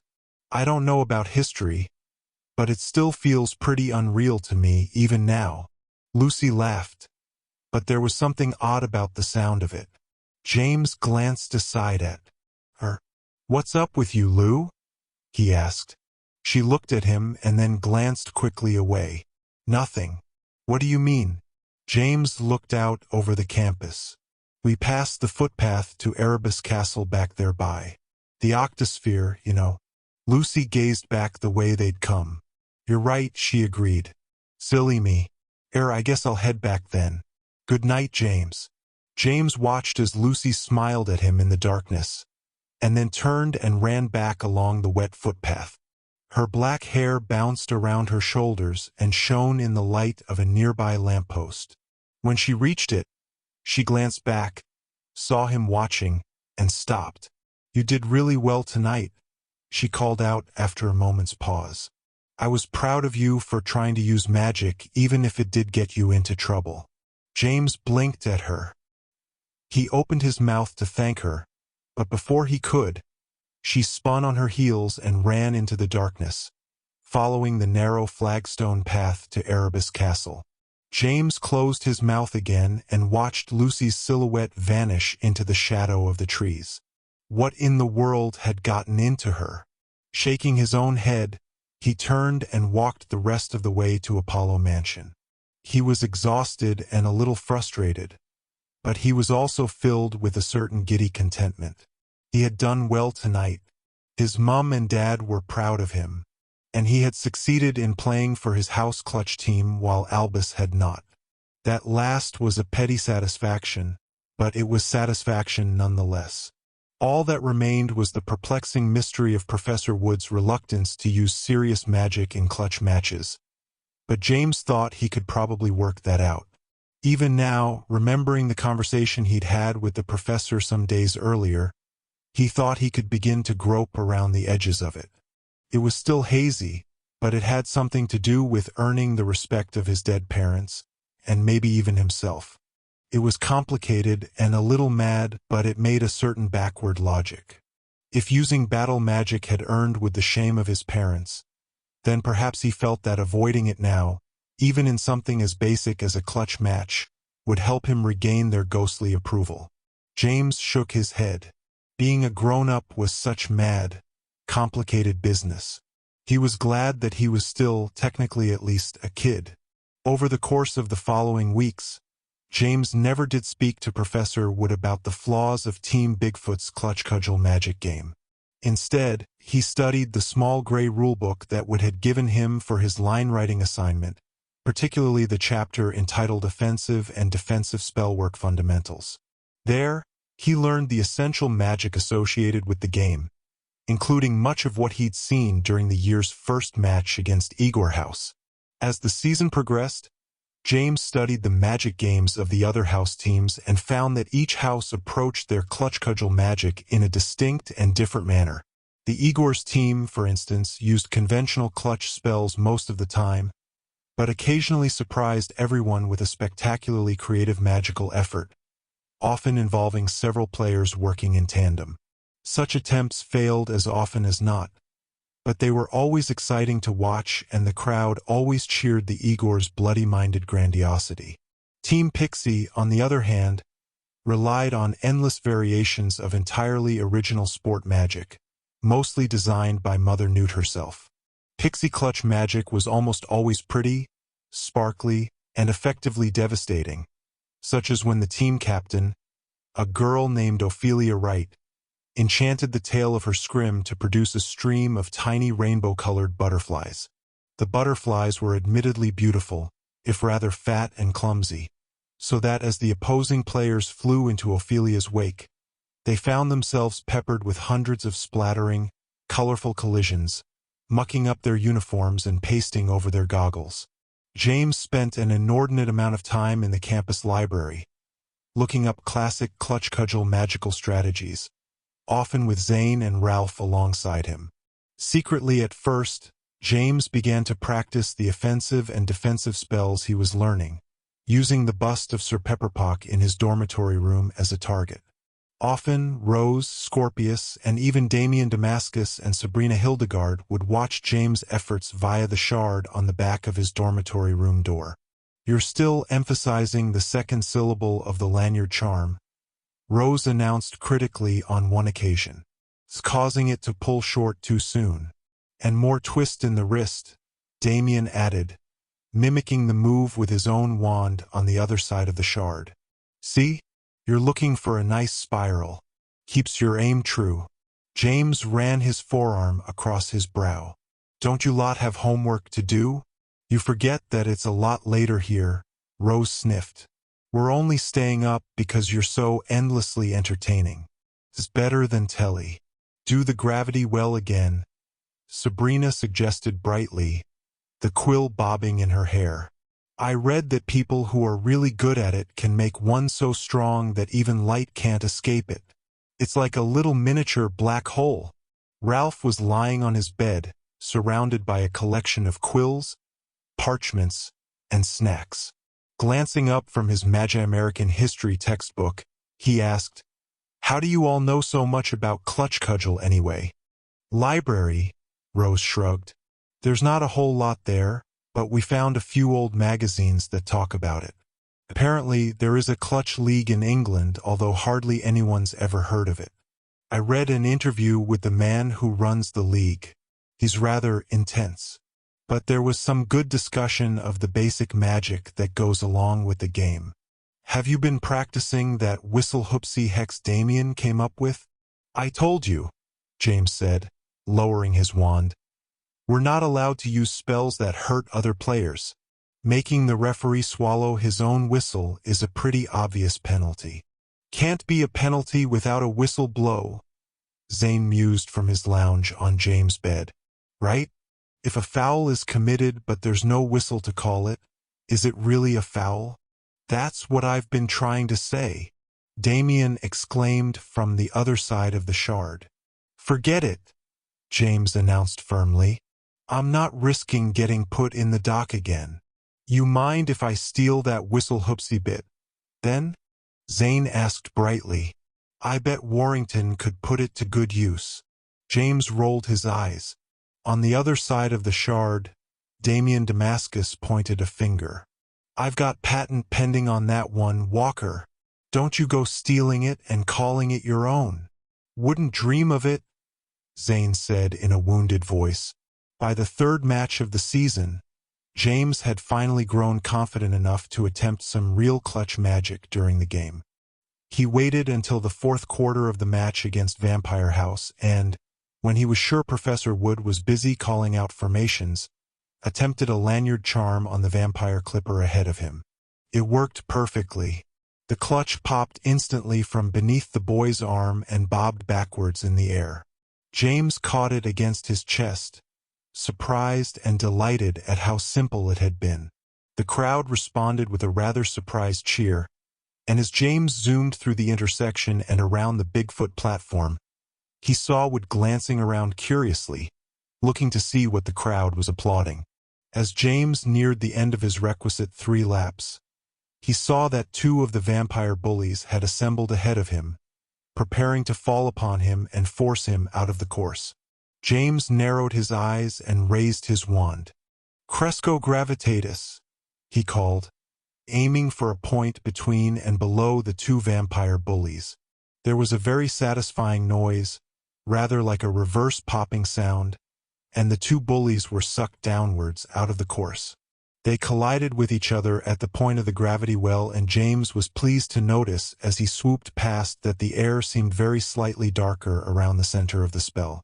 The well collapsed upon itself quickly, but there was no chance that the 2 vampire bullies would catch James now. He banked hard around the last loop, speeding up and crouching low over his scrim, and lobbed the clutch easily through the goal, keeping it well out of the range of the vampire keeper's cudgel. The crowd responded with a concussive roar of applause, as surprised as they were impressed. James had harbored hopes that Wood might not have noticed his use of game magic, but this hope was neatly dashed by the echoing voice of the match announcer, a zombie house girl named Cheshire Chatterley. And the Bigfoot magic game takes a rather shocking leap into the 21st century with the skillful hexwork of number 22, James Sirius Potter, she cried, her voice amplified over the roar of the crowd. Could it be that this harkens a new era of competitiveness for Bigfoot House? Only time will tell. In the meantime, 3 cheers for Professor Oliver Wood and his very effective coaching. James slowed as he glanced up at the announcer's box, frowning. He was unsurprised to see Zane seated in the box alongside Cheshire Chatterley. The blond boy grinned and waved down at James, winking, the gesture about as subtle as a giant in a tutu. James tried to avoid Wood's gaze but couldn't help glancing aside as he circled the platform. Wood was smiling rather tightly as the crowd cheered him. Nice one, James, Norick called, passing James on his own scrim. Keep an eye out, though. Team Vampire will probably ambush you now since they think you're the only one with any magic game. James sighed as he crouched over his scrim, accelerating into the intersection. Sure enough, several vampire players were eyeing him darkly as they swooped ahead. Why don't you try some magic then, Norick? James suggested, raising his voice into the rushing wind. It's not illegal, you know. I don't even know those spells. Norick responded. That was a gravity well. Those are really tough. James was about to tell Norick that they really weren't all that tough. But by then the 2 of them were zooming into the intersection and he lost sight of the other boy as they flashed and banked through the oncoming stream. James didn't attempt any more magic during that match, which they lost by a score of 57-50. When it was over, He waited in the locker cellar below the gantry to see if Wood meant to chastise him. The rest of Team Bigfoot congratulated him heartily as they changed out of their pads and gear. But when Wood came down the stairs, they quieted immediately, watching, along with James, to see what he would say. Wood eyed the unnaturally quiet locker cellar for a long moment, letting his gaze sweep over the assembled players. Finally, he cleared his throat and said, "Good match today, everyone. Well played. We haven't seen such a close score in a long time. Carry on." James watched as the professor made his way toward the exit. When the wooden door clapped shut, he let out a deep exhale of relief. For whatever reason, Wood had obviously chosen not to coach the team to perform any serious game magic, but he was apparently willing to allow it if James, at least, took the initiative upon himself. James felt a great weight of worry lift from his shoulders. "Hey, James," Wentworth said, plopping down next to him on the bench. "Think you could teach me some of that stuff you did today?" "Yeah," Gobbins agreed, keeping his voice low. "Me too. I don't know about the rest of these mokes, but I liked what you did out there today. Hell with tradition. I want to hex some heads." "Whoa, whoa, whoa," James said, raising his hands. "I just learned that stuff myself from books. Wood may let me get away with it on my own, but if he finds out I'm teaching the rest of the team to do it." "It's not the rest of the team," Wentworth said, wiping his glasses on his jersey. "It's just me and Gobbins." "And me," Jasmine Jade added, sitting down on James' other side. "Worf," another voice grunted. James glanced up to see Muckthatch nodding down at him, his black eyes twinkling. James ran both hands through his hair in frustration. "Look, I'm not a teacher. I barely know those spells myself. I just read up on them, watched what everybody else did, and practiced in my room until I was ready to try it." "And you did all this without telling us?" Wentworth said reproachfully. No, it's better that way," Gobbins said enthusiastically. "Saves us all the trouble. Now he can just teach us what he knows." "I can't teach anybody anything," James rasped, trying to keep his voice low. "Why not?" Jasmine asked reasonably. James shook his head and pursed his lips, at a loss for how to respond. "Rarf wubful," Muckthatch said, giving James an encouraging shove on the shoulder, nearly bouncing his head off the wall. "Mook's right," Wentworth said. "We're your teammates and your friends. It won't be like you're taking over Wood's job or anything. Think of it as helping us out with our homework." "Yeah," Gobbins grinned. "Our clutch homework." Jasmine nodded seriously. "We'd help you with your homework, James." "You didn't the other night," James spluttered, turning on Jasmine. "When I asked you to help me with my precognitive engineering essay." "You didn't want help with it," Jasmine replied, rolling her eyes. "You wanted to buy mine from last year." "That's hardly the same thing." Gobbins shook his head. "I told you she wouldn't part with it for less than 20 jacks. Wentworth stuck stubbornly to the issue. "So, will you help us learn some clutch magic, James?" "Just us four." James looked from face to face and finally let out a long sigh of resignation. "Woo-hoo," Gobbins announced, throwing his fists into the air. "When do we start?" "No time like the present," Jasmine suggested. "It's still early. We can meet in the attic common room. Nobody uses that room since Bump the poltergeist moved into it.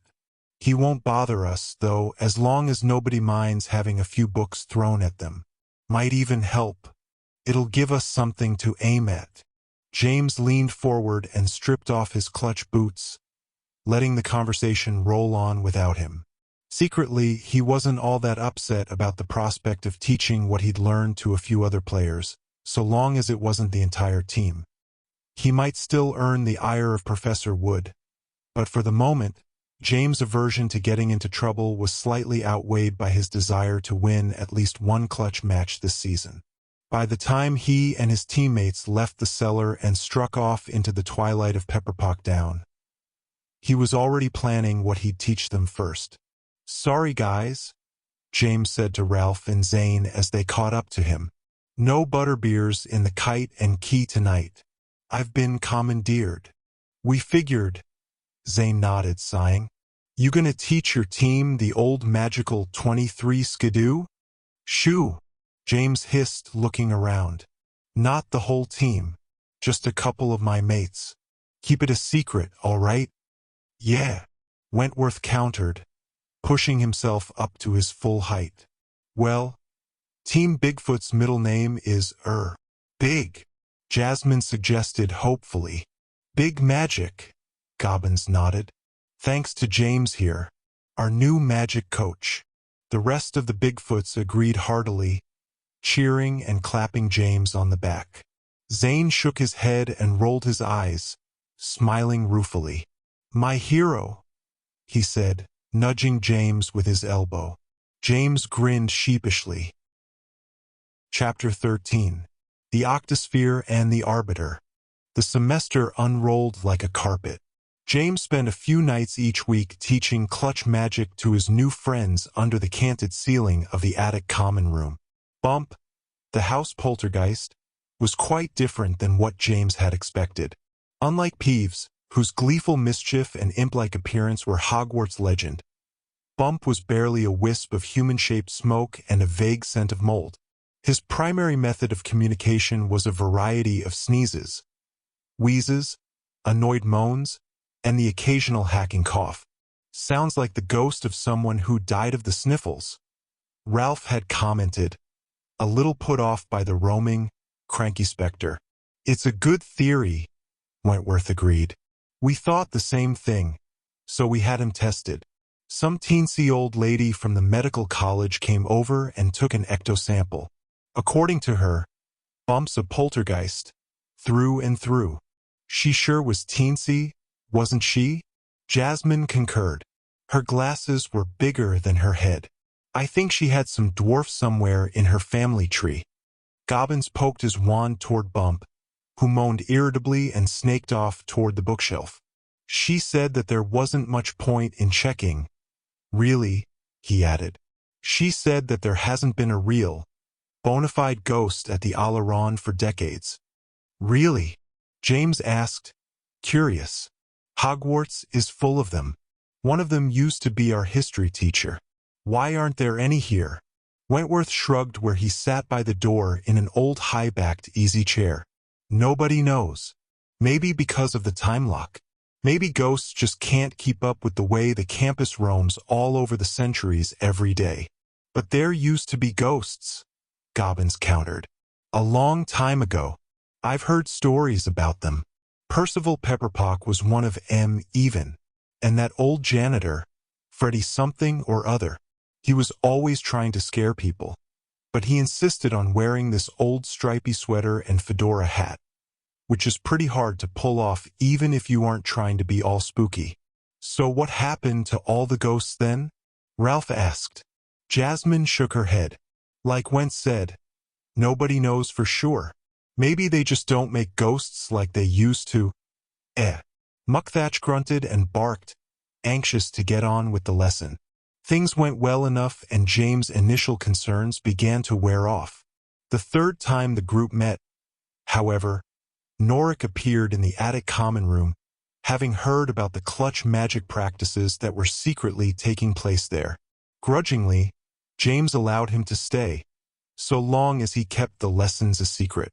By the next week, however, 2 more members of the team had appeared on the long couch beneath the room's single window, grinning eagerly, their wands in hands. "I didn't tell anyone," Norik said defensively as James glared at him. "It's all over the house now. You can't keep secrets very long around here. I even heard Heckle and Jekyll arguing about it downstairs. Heckle thinks we should be learning some tandem spells. By the way, just to mix it up a little."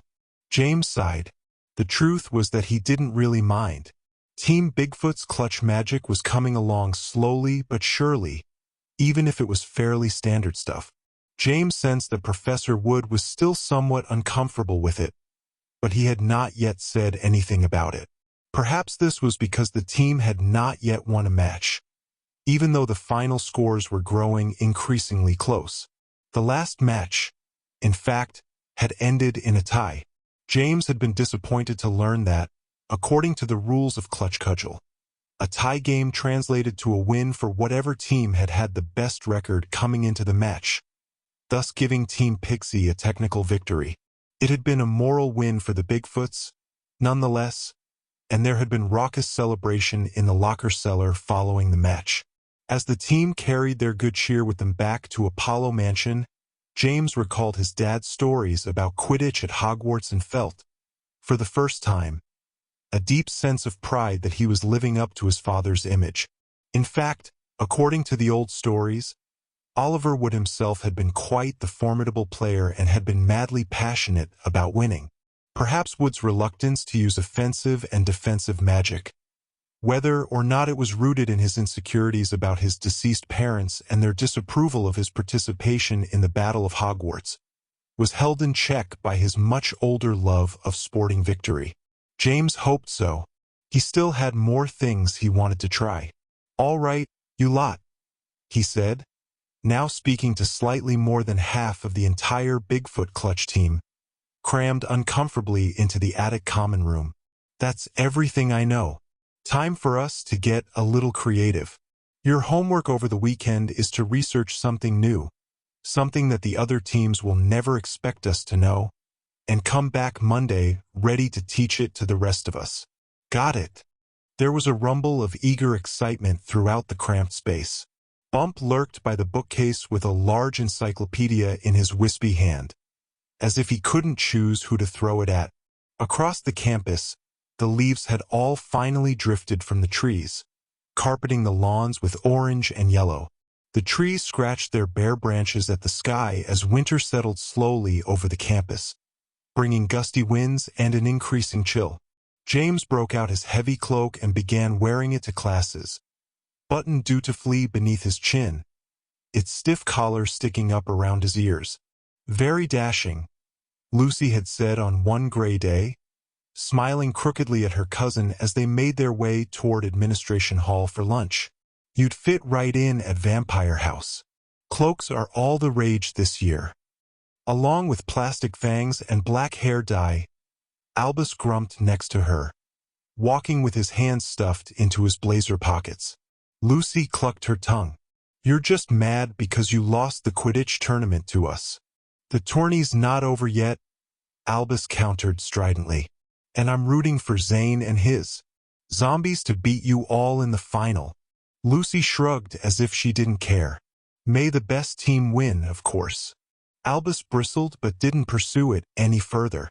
James knew that his brother's experiences in Werewolf House were mixed, and this was contributing to his natural moodiness. Sometimes, Albus spoke very highly and proudly of life in Ares Mansion. Other times, he seemed sullen and dejected, slinking over to sit with James, Zane, and Ralph in the corner booth at the Kite and Key, rather than joining the long table near the fireplace where the rest of the werewolves often gathered. Once or twice, James tried to question Albus about his new mates, but Albus always replied defensively, claiming that nothing was wrong. He loved his house, and couldn't a bloke come and sit by his brother every now and then without being grilled about his personal life? Eventually, James gave up asking about it. Petra still appeared regularly in Professor Barudi's potion-making class, and James was glad to see that she generally seemed to be in good spirits. Apparently, Izzy was settling in well at the small campus grade school, which was mostly attended by children of other teachers and administrators. The two of them lived in a small apartment on the top floor of one of the houses on Faculty Row. James saw them occasionally at dinner in the cafeteria and sat with them whenever he did.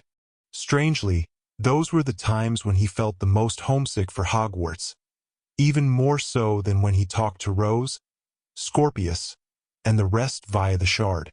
Sitting with Petra and Izzy, Ralph, and Zane, laughing and talking, reminded him almost painfully of his days in the Great Hall and the Gryffindor Common Room. Sometimes, on these occasions, he felt the strangest feeling of loss and worry, as if he might never again return to those halls, might never again see all those familiar people and places. It was silly, of course. He'd be returning soon enough. Still, the feeling lingered, and sometimes, especially late at night, he'd find himself thinking of his last conversation with Professor Trelawney. He'd recall her distant, haunted eyes, and her frightening words. The fates have aligned. Night will fall, and from it, there will be no dawn. Occasionally, James saw his mum and dad and sister Lily. They came to some of his clutch cudgel matches, although not as many as they wanted to, according to his father. Harry Potter's work was becoming more and more hectic, he said, and James could see it in both of his parents' faces. There was a quiet tension there, and an unspoken worry. No outside newspapers made their way onto the campus of Alma Aleron, but James sensed that things were not at all well in the outside world. "Don't you worry about it," Harry told him when James asked about it. He smiled at his son, but James could tell that it was a thin smile, put on mostly for his benefit. "You just keep at your schoolwork and your clutch cudgel. Keep an eye on your brother too.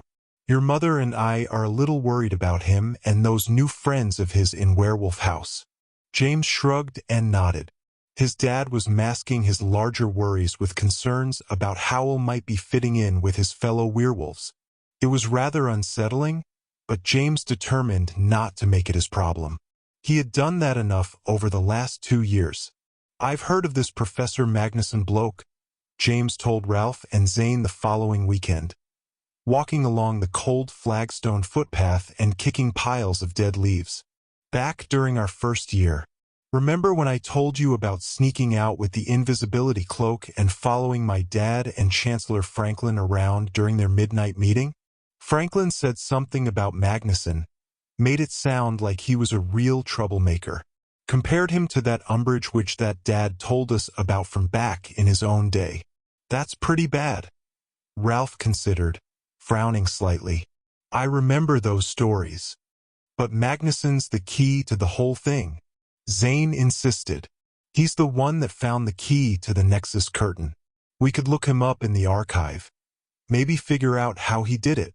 If we did that, then maybe we could follow him through into the place between the worlds and find whoever it was that attacked the Vault of Destinies." Dane's eyes boggled with excitement, but James sighed. "You're a complete nutter," he said dourly. "We're done with that kind of thing. All right? Ralph and me, we got it all out of our system last year, chasing down that horrible gatekeeper thing. Rose too. If she was here, she'd probably cuff you on the ear even for bringing it up." "Ha!"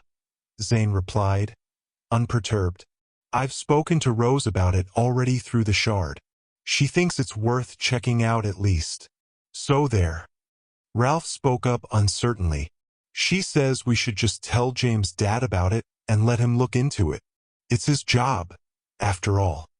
"Mr. Potter's got his hands plenty full already," Zane answered breezily. "I've heard he's getting loads of flack from the local authorities, especially the Magical Integration Bureau.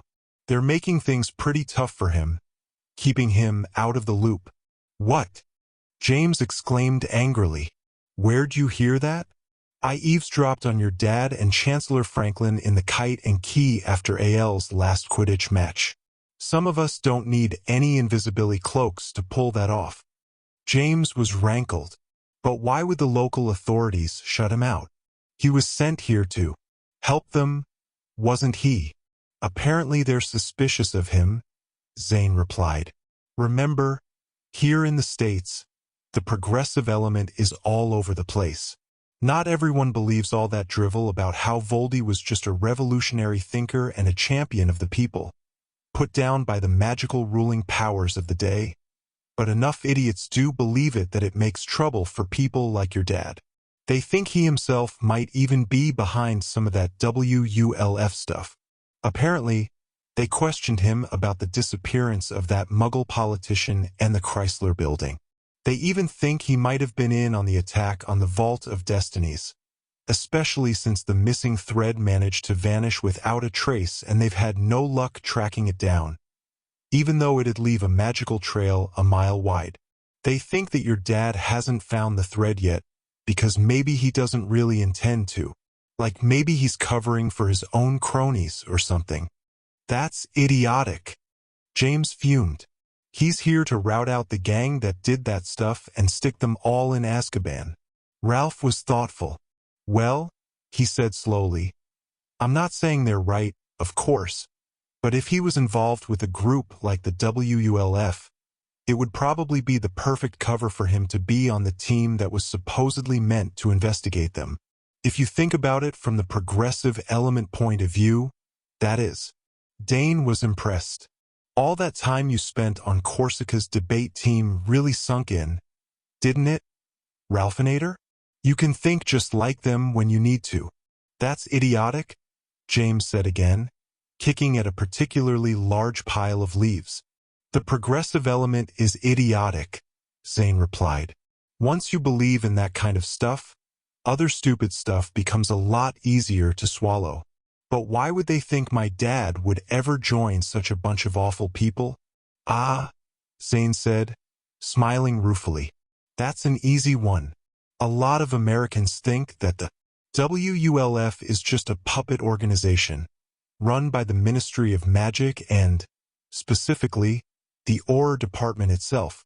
They think that it's just a big scare tactic, meant to keep people afraid and willing to keep living with the old laws of Muggle magical separation and all that. Ralph shook his head. They must think people like James' dad are a bunch of really twisted sneaks then. Zane nodded. The three boys stopped as they neared the octosphere.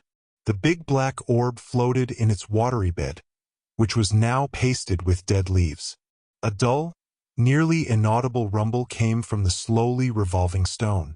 According to legend, Professor Magnuson invented this thing, Zane commented, resting his foot on the low stone wall that surrounded the pool. Did you know that? How do you invent a big black ball? Ralph asked quizzically. It's not just a big black ball, you knucklehead, Zane replied. It's an answer machine. You ask it any question you want and it'll tell you the answer. That's some pretty serious magic, James admitted grudgingly. Are the answers always right? Always? Zane nodded. But they're never helpful. That's probably why it's right out here, in the open, for anyone to use. If the answers were useful, this thing would probably be the most valuable tool in the whole magical world. You can bet that that's what old Professor Magnuson meant for it to be, if the legends about him are true. Why aren't the answers useful? Ralph asked, peering closely at the slowly revolving stone. Sphere. Zane shrugged. It's all quantum.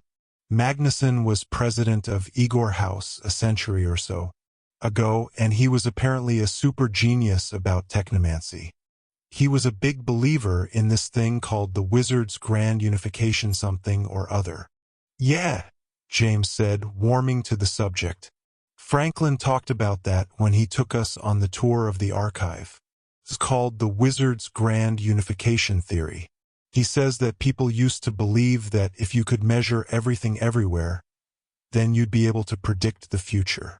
And if you could predict the future, then basically, you could control it, Zane finished. Yeah, that's how I heard it too. Apparently, Magnuson was crazy about it. He spent his whole life refining the theory, trying to make it work. The legend is that he used some really horrible methods, although nobody seems to know what they were exactly. At any rate, this is one of the things he invented along the way. It uses the grand unification what's it to tell you the answer to your question. There was some big flaw in the design, though, so that while the answer you get is technically right, it's almost always completely useless. Watch. Zane turned to the slowly revolving stone orb. In a loud, carefully enunciated voice, he said, "O great mystical octosphere, will Zombie House win this year's Quidditch tournament?" James and Ralph leaned forward over the low wall that surrounded the pool, watching the sphere. After a few seconds, the sphere settled to a stop, and something seemed to move within it. Blurry white shapes swam up from the inky depths of the orb, solidifying until they reached the surface and became words. The three boys stared at them thoughtfully. They read, "As the moons of Thul align with the great horn of Ipsus." After a moment, Ralph asked, "So is that a yes or a no?" "Nobody knows," Zane said brightly. "That's the point. My guess is that Thul is a planet in some unknown galaxy. Ipsus is probably a constellation or something. Or maybe it's even a real beast with a real-life horn. Either way, it's impossible for us to know whether or not some crazy planet's moons line up with it. So even though the answer is correct, it's still completely useless to us." Ralph asked, "So how do you know it's correct then?" James thought it was a very reasonable question. Zane nodded. "Watch this." He turned again to the octosphere. "Hey you, who won last week's clutch match between Zombie House and the Igors?" James and Ralph watched as the letters faded from the octosphere's surface and it began to turn again, rumbling faintly. "You don't really have to say the oh great mystical octosphere part," Zane admitted as they waited. "I just thought it would sound more, impressive that way." In the center of the pool, the black orb stopped turning again. Two words faded up from its depths. "Zombie House." "See," Zane said, gesturing toward the floating orb. "If it's an answer you already know, then it just gives it to you straight up. And it's always right." "I see what you mean," Ralph frowned. "That's not very helpful at all." Zane nodded. "I hear it drove Professor Magnuson crazy trying to figure out what the problem was with it. They say that's what drove him to seek out and open the Nexus curtain, although no one knows why. Maybe if we can retrace his steps, we can find the answer to that mystery too." "No way," James said resolutely, sighing. "Mum was right. We've got enough on our hands, what with school, clutch, and everything else. Whoever this Magnuson was, if there's anything there to find out, I bet my dad's already working on it. He'll find this Nexus curtain and chase down whoever attacked the Vault of Destinies. You watch." Zane seemed reluctant to let the issue go, but he didn't say anything more about it that afternoon or even the rest of the weekend. On Monday morning, Professor Bunyan took the class up to the museum at the top of the Tower of Art, where he showed them portraits of many of the historical figures they'd been studying. Crouching under the museum's archways, the giant professor indicated paintings of famed American battles, showing how the secret magical contingent of the United States Army, led by an American wizard named Quentin Harrow, had assisted in the fight. As James passed a portrait of General George Washington, he commented to Ralph that it was a shame the portrait couldn't talk. "Who says I can't talk?" the portrait asked, affronted. James, Zane, and Ralph spun around, surprised. Zane answered first. "But you were a muggle, right?" "What, pray tell, is a muggle, young man?" Washington asked sternly. "Heir," James said, stammering. "Someone who's not magical? How can you not?" He gestured toward the portrait's gilt frame. "You're a talking painting. And what of it?" Washington responded, raising his chin. Ralph shook his head. "I'm confused." Just then, Professor Bunyan placed one of his huge hands around the boys' shoulders, leading them away from the portrait.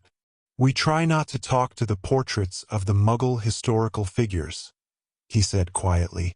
"Someone thought it'd be a good idea to magically preserve them for posterity, but being only vaguely aware of the magical world, many of them find the experience a bit hinky." James nodded, glancing back at the portrait of Washington. The president watched him stoically. James knew the figure was only paint on canvas, but he felt a little sorry for him nonetheless. He determined to come back later and keep the painting company despite Professor Bunyan's words. That evening, James, Zane, and Ralph entered the cafeteria to find that it had been decorated for Halloween. Floating over the long tables were dozens of jack-o'-lanterns, grinning, leering, and occasionally swooping down to chomp a slice of pizza from an unsuspecting diner's hand. The skeleton from Mother Newt's was home EC classroom had been commandeered, hexed a rather ghastly green, and installed near the main entrance, where it distributed trays to the students as they lined up for dinner. Professor Cloverhoof, the fawn president of Zombie House, stood in the back of the room, directing a pair of girls who were busily hanging orange bunting from the low ceiling. "Hi, Professor," Zane called as the three boys sat down beneath the floating pumpkins. "How's everything coming along for the costume ball?" "Swimmingly," Cloverhoof answered distractedly. "A bit higher, Miss Whirl. There's nothing quite so depressing as crooked bunting. There we go. The Jersey Devil is taking his duties very seriously this year," Zane said in a stage whisper, turning back to James and Ralph. "He's chair of the committee for this year's Halloween ball. Last year, Mother Newt did it, and we all about drowned in doilies and lace." Ralph glanced up at a floating jack-o'-lantern that seemed to be eyeing his plate. "They have the costume ball in the cafeteria?" Zane shook his head. No, this is just where they have all the drinks and refreshments. There's always quite a spread. The actual dance takes place upstairs in the main ballroom. It's huge, with chandeliers the size of the Wocket and a big stage at one end. Don't tell anybody else," he added, leaning forward secretively. "But we got Rig Mortis and the Stiff Tones to play the show. Should be killer." "I've never heard of them," James said, rolling a slice of pizza and biting off the end. "Yeah," Ralph added. "Are they anything like the Boggett brothers? I like them a lot." "I've heard of them," a girl's voice said. James glanced aside and saw Izzy plopping down next to Zane, clunking her tray onto the table in front of her. "I like them. Hex on My Heart is my favorite song right now." "Finally, somebody with some class," Zane sighed. "How are you doing, Iz?" James asked the younger girl. "We're good," Izzy answered, nodding toward Petra, who was approaching with her own tray. "My teacher says I'm already reading at a 4th grade level, whatever that means. It's very good, apparently, considering I'd never gone to school before." Zane nearly choked on a piece of crust. "You never went to school? Are you serious?" "Why not? My mother," Izzy answered stoically. "She didn't think I was smart enough for it. She said it would be a waste of time for me and everyone else." Petra settled in next to James. "Tell them what Mrs. Quandary told you today is," she prodded. Izzy smiled crookedly. "I get to play the Snow Princess in this year's Christmas show." "Cool." Zane grinned enthusiastically. "You got your wings and halo all picked out yet?" "We have plenty of time for that," Petra said, beaming down at her sister. "She's just getting used to her wand, for now." "Her wand?" James blinked.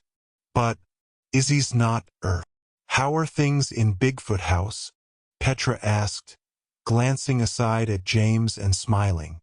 "James is teaching magic to the Bigfoot Clutch team," Ralph interjected proudly.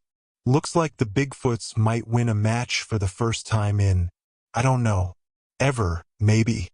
James meant to downplay this detail, but then he noticed the way Petra looked at him, obviously impressed. "That's excellent, James," she said, nudging him. "I've noticed how Team Bigfoot's been playing lately. Much more confident than when the season first started. Are you really responsible for that?" James shrugged and looked away, his face reddening. "Well, yeah, it's nothing, really." "Nothing, he says." Zane grinned. "James took that team from 0 to hero in no time flat." "We haven't even won a match yet," James said, trying to suppress a smile of pride. "But we did have one tie game." "You watch," Zane insisted, ignoring James' protests. "My boy's going places. Maybe even pro." There was a guy last year, a werewolf named Stubb, who got drafted by the Hoboken Hobgoblins. I bet James is even better than he was." "Stop!" James exclaimed, his cheeks burning. "Look, it's nothing, all right? I just taught them a few basic spells, that's all." For some reason, Wood wasn't coaching anything by way of a magic game. "We're just catching up to everyone else now." "He's so humble, isn't he?" Zane said mistily, nodding toward Petra. "Why, it breaks my heart. It really does." James rolled his eyes. 15 minutes later, the 5 of them made their way toward the cafeteria doors, talking excitedly about the upcoming Halloween ball, and James was gearing himself up for something. He felt wounds so tight that he thought everyone else must see it, as if he was physically vibrating. There was a knot of people near the door, milling around some unseen curiosity, and James touched Petra's elbow as they stopped to watch. "Petra," he said, trying not to blush, "I was wondering." She turned back to him and brushed her hair out of her face with her hand. "Yes, he began, furious at himself for how awkward he sounded. He took a deep breath. "You know the costume ball that's coming up?" She smiled at him wryly. "The one we were talking about just now?" "Sure. What about it?" James ran a hand through his hair. "Yeah. Well, I know you're not really a student, but we've known each other for some time now, and I thought maybe we could." The crowd near the doorway parted at that moment and somebody backed into Petra, bumping her. "Make room, everyone," a voice announced. It was Professor Cloverhoof, his hands raised in the air. James took another step toward Petra, trying to catch her attention again. "Anyway, I was just thinking, maybe you and me could." "Stand aside, Mr. Potter," Cloverhoof said, touching James on the shoulder. James glanced up, annoyed, and then sidled up next to Petra once more. "Go on, James," Petra said, smiling slightly, her eyes twinkling. "I'm listening." James smiled back at her, feeling harried but encouraged. He opened his mouth to speak, but another voice cut him off, piercing the air like fingernails on a chalkboard. "You!" the voice cried, so high and shocked that it silenced the entire room at once. James startled and spun toward the owner of the screeching voice. A thin old man with very white skin and balding black hair stood in the center of the cafeteria doorway, supported between 2 witches in pale green robes. James recognized him vaguely, but couldn't remember where he might have seen him before. "You?" the man screeched again, drawing the word out like a howl, his voice ebbing away as his breath ran out. James felt a thrill of panic as the man raised a trembling hand, the index finger extended. He was pointing at Petra. "Mr. Henriden," one of the green-robed witches said, firming her grip on the man's arm. "Try not to get too excited. You're still very weak. You've only been thawed enough to walk for a few hours." "It was her," Henriden shrieked, tottering on his legs. "She was the one." James took Petra's hand, tried to pull her away, but she was rooted in place, her eyes frowning, narrowing. "I dreamed of you," she said, her voice barely a whisper. Every eye in the crowded room had turned to stare at her. "You're confused, Mr. Henriden," the second green-robed witch soothed, obviously shaken. "You've been through a terrible ordeal. Perhaps we should get you back to the medical center." "She froze me," Henriden shouted, his voice cracking, his eyes bulging in his pale face. "It was her in the Vault of Destinies. Her and some other horrible woman. But she's the one that did it. Her." He crumpled then, and the green-robed nurses struggled to hold him up. Others rushed forward to assist as pandemonium broke out. Voices babbled as students backed away from Petra and James, forming a widening circle of staring, frightened faces. "She froze me," Henriden continued, weeping. his voice growing lost in the increasing rabble. She came out of the vault, smiling like a demon, and she froze me. Within an hour, Harry Potter had arrived on campus and a gathering had assembled in a faculty lounge on the main floor of Administration Hall. In attendance were Harry, Chancellor Franklin, Professor Cloverhoof, Petra, James, and a man James had never seen before who had arrived on campus only minutes before Harry Potter. The stranger wore all black robes, gloves, and a black hat with a very wide, flat brim. He had a pleasant face, although James thought there was something vaguely unsettling about it. As the man sat down on the bench near the dark window, James noticed that he seemed to be almost completely hairless. His face was as pink and smooth as a baby's, with his hat pressed down onto his bare scalp so firmly that it rested on his ears. He smiled at James as he smoothed out his robes, and James glanced away. "It goes without saying," Chancellor Franklin began, still standing and stoking the fire with a long poker, "that this is a very serious and rather shocking accusation." James glanced at his father, but Harry Potter's face was as inscrutable as the poker in Franklin's hand. The man in the wide-brimmed hat, James noticed, was looking at Harry as well, smiling a small pleasant smile. Franklin slotted the poker into its stand and turned around. "Mr. Henredin is one of our oldest and most reliable trustees. His service to the school has been entirely spotless. Thus, his allegation cannot be downplayed. If the confrontation that just took place had not occurred in front of much of the entire school, this would be somewhat simpler to address. As it is, direct and decisive action must be taken." "But it couldn't have been me that froze the poor man," Petra said. "I wasn't anywhere near the archive when the attack took place. I was asleep in my rooms." "You were on campus?" the man in the flat-brimmed hat clarified evenly. "Which places you in the vicinity of the crime, regardless of your specific location, and being asleep is not what one would tend to call an airtight alibi." "Excuse me," Harry interjected, turning to the stranger. "I didn't get your name, sir."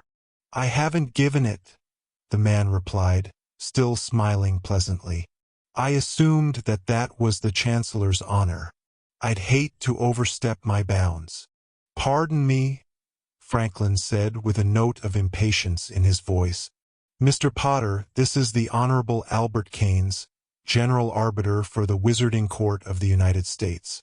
Mr. Keynes, Harry Potter is a representative of the European Ministry of Magic, visiting us in pursuit of his duties as that entity's head Auror."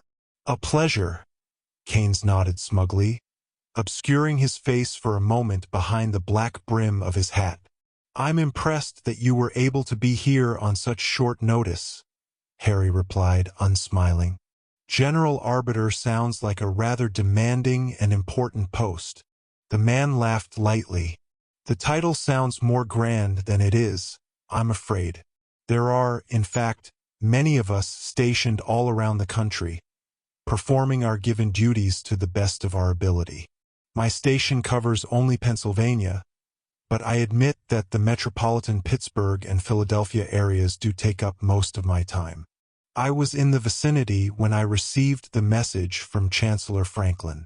Harry asked, "You represent the American Wizarding Court then?" Before the man could answer, however, Chancellor Franklin spoke up.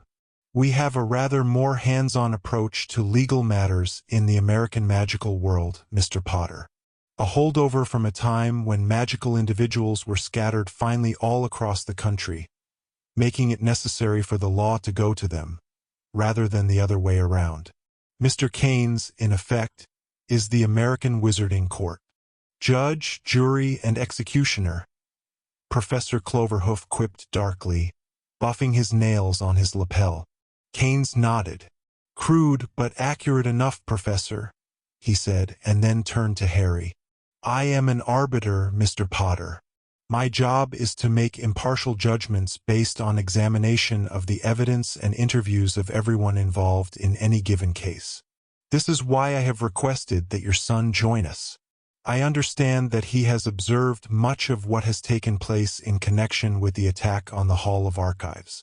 You need not fear for his involvement. I am trained to be utterly fair and objective. I am glad to hear it, Harry replied. Can we expect a quick end to this matter, then? Keynes clucked his tongue. The role of the arbiter is simple, Mr. Potter, but we are trained to be exceedingly thorough. This is a particularly difficult case, as it is a matter of Ms. Morgenstern's word against that of Mr. Henriden's. Judgments in such cases have been known to take months or even years to reach. But this is just stupid, James interjected, his face reddening. Petra was with Izzy when the archive was attacked. That proves it wasn't really her that froze Mr. Henriden. Proof is a ticklish concept, my boy, Keynes said, shaking his head sorrowfully. The young lady in question is the defendant's sister, rendering her testimony suspect, at the very least. Further complicating matters, I am given to understand that this is not your first encounter with the law, is it, Ms. Morgenstern? Petra's expression cooled slightly as she looked at the man in the black hat. I don't know what you're talking about. It might have slipped your memory, Keynes admitted with a nod. It was the Muggle police, after all. I understand that such mundane authorities might not command the respect of someone like yourself. As I mentioned, however, we arbiters are very thorough. On the way here, I perused the police report regarding what took place on the occasion of your last day at your grandfather's farm. Granted, I had to read between the lines a bit, but there is no question that the events of that morning resulted in at least one death, and quite possibly two, although the second, I admit, is pure conjecture on my part. Do you remember now, Ms. Morgenstern? Petra stared at the man, her lips pressed into a thin line. After a moment, she nodded once, curtly. This is the first I have heard of these things, Franklin said, peering at Petra and then Harry. Might I inquire as to why a known criminal was allowed to be offered a position at this school? Harry didn't remove his gaze from the man in the black hat. Petra is not a known criminal, he answered evenly. The Ore Department conducted an investigation into the events at Morgenstern Farm, and there was no indication of foul play. Warren Morgenstern took his own life, as even the Muggle police report must show. His wife, Phyllis Morgenstern, formerly Blanchefleur, has indeed gone missing, but since she was wanted for questioning regarding the deaths of both her first and second husbands, this is no great surprise. Keynes smoothed his robes again as he said, Your own investigation notwithstanding, Mr. Potter, these factors must be considered when rendering judgment on this most delicate issue. I will be calling upon many resources and interviewing any number of individuals, both as witnesses and as character references. I may even need to call upon Mr. Morgenstern's widow, if, as you say, she is still among us. It may be months before I reach my verdict. James didn't like Keynes one bit and felt quite confident that regardless of how long the verdict took to reach, the man would find Petra guilty in the end. What will happen to Petra if you decide she's done what Mr. Henriden says? Keynes leaned back and laced his fingers over his chest. The law is very clear in such cases, unfortunately, he said with undisguised relish. Attempted murder can mean anywhere from 20 years to life in prison. Add to that the use of dark magic, the attack on the Vault of Destinies, and the thievery of a priceless relic in the form of the missing crimson thread, and yes, I do know of these things. As a member of the American Wizarding Court, not much escapes my notice. Then it seems inevitable that Ms. Morgenstern will spend the rest of her days in Fort Bedlam maximum security wizarding prison. Her sister, Isabella, will become a ward of the state. As a Muggle, it will be up to the Magical Integration Bureau to find her a new home in the non-magical community. She is underage, fortunately, which means that the authorities at the Crystal Mountain will likely move to have her memory obliterated. This would probably be best for all involved. What kind of awful person are you? James exclaimed angrily. You act like there's nothing you'd rather see. James, Harry Potter said sternly, placing a hand firmly onto his son's shoulder. Kane smiled again at James and tilted his head sadly. It is true, young man. There is nothing I prefer to see more than for justice to be done. It is a mistaken kindness to coddle the guilty. Someday I hope you will come to see the truth of that, although I have my doubts. He glanced at Harry and sighed. James saw that Kane's upper lip was sweating lightly. Petra spoke then, her voice strangely calm. What will become of me and Izzy during your investigation? Kane's brightened a bit. It is customary for the defendant to be handed over to the arbiter in charge of his or her case until such time as a judgment can be carried out. Therefore, from now until I reach my verdict, you shall be in my custody. Your sister, however, will be sent to the Wizarding Orphanage in Pittsburgh. My sister, Petra said coolly, will be staying with me. I'm afraid you are in no position to make such requests, Kane said, his smile widening. It is a Muggle American tradition to deem the defendant innocent until proven guilty. It is a quaint notion that has no place in the Wizarding Court. Until such time as I may find you innocent, you are a suspect in a capital crime. Thus you are considered a potential danger and a flight risk. You will be happy to comply with the rule of the law. Franklin cleared his throat. Let's not be too hasty, he began, but Petra cut him off, her eyes still locked on Kane's. Wherever I go, Izzy goes, she said. It's not a request. Her voice sounded so calm that it was almost surreal, and yet James sensed a sudden chill in the room, making him shiver. Waves of cold seemed to be coming from Petra herself, where she sat next to him. Such obstinacy will not do you well as I pursue your case, Miss Morgenstern, Kane said, his smile growing equally icy. You may wish to alter your tone, lest I decide you are even more of a risk than I had heretofore envisioned. I doubt that would be a mistake, Petra said. James was almost certain that he saw her breath come out in puffs of fog as she spoke. The tension in the air seemed to spike, and James felt a sudden, inexplicable fear that something terrible was about to happen. Images flickered behind his eyes. A black castle, huge and dead, perched on the edge of a cliff. Watching eyes hidden in shadow. A white hand holding a singularly ugly dagger with blood dripping from the blade. These were visions from Petra's dreams. They came to him now, flashing like lightning, cold as icicles.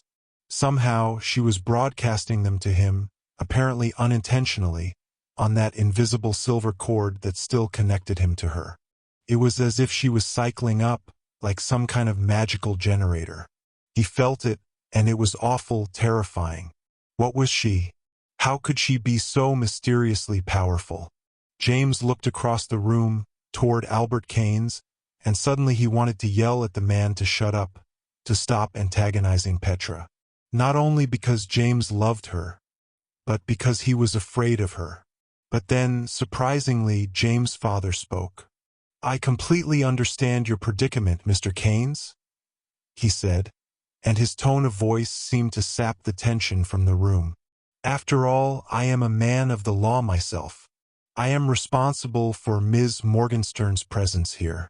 How would it be if I took responsibility for her, and her sister Isabella, during the course of your investigation? James turned to look at his dad, wide-eyed as did Petra. It's a kind offer, Mr. Potter, Kane said stiffly, sitting up straight in his seat. But one I am duty-bound to refuse. The law, as I have mentioned, is quite clear. And as I have said, Mr. Keynes, Harry said a bit more loudly, I am also a man of the law, and I'd like to remind you that international magical law provides allowance for foreign detainees to be given over to the custody of representative of their own nation during the course of any necessary legal proceedings. Keynes looked hard at Harry, his eyes narrowed. The sweat on his upper lip glistened. James noticed that his father's expression, however, was perfectly neutral, as calm as a river stone. "Are you quite certain, Mr. Potter," Keynes said softly, "that this is the course of action you truly wish to take?" "I see no other option," Harry replied. "For a man of the law." Keynes smiled again, slowly. "So be it, then. As a representative of the American Wizarding Court, I release Petra and Isabella Morgenstern into your custody. Do know, however, that this means that both the Wizarding Legal Authority and the Magical Integration Bureau will be watching you very closely. There will be sentinels posted near your home around the clock. Then they can join the ones that are already there," Harry replied with a sigh. "My wife has been known to invite them in for tea, although they have not yet taken her up on the offer." "Mr. Potter," Petra whispered, leaning close to him, "you don't have to. Is there any other business to attend to, then?" Harry interrupted, looking briskly from face to face. "No? Then I suggest that I escort Miss Morgenstern and her sister to their flat where they can gather whatever things they need." The meeting broke up and there was a scuffling of feet and a creak as the door was swung open. Professor Cloverhoof stood near the entry, allowing the others to leave before him. His face was inscrutable as he looked down at James and winked. James followed his father out into the main hallway that ran straight through the center of Administration Hall. Petra rejoined her sister, who was waiting near the lobby stairs with Zane and Ralph. When James and his father reached the main entry, Albert Keynes sidled close to Harry, his demeanor friendly, if a bit condescending. "I am aware, Mr. Potter," he said in a low voice, "that you provided sanctuary to Miss Morgenstern and her sister once before. It was, in fact, immediately after the unfortunate events of their last day on Morgenstern Farm. Could it be that you know a bit more about those events than you are letting on?" "I assure you, Mr. Keynes," Harry replied, "you know as much as I do about these things and perhaps more. Your information seems to know no bounds whatsoever." Keynes laughed, as if Harry and he were old friends.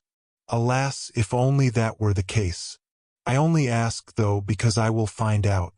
If there are any secrets you might wish to divulge now, it could save us both some trouble later on. I fear that things could get a bit less civil." Harry paused for a long moment, and James looked up at him, watching.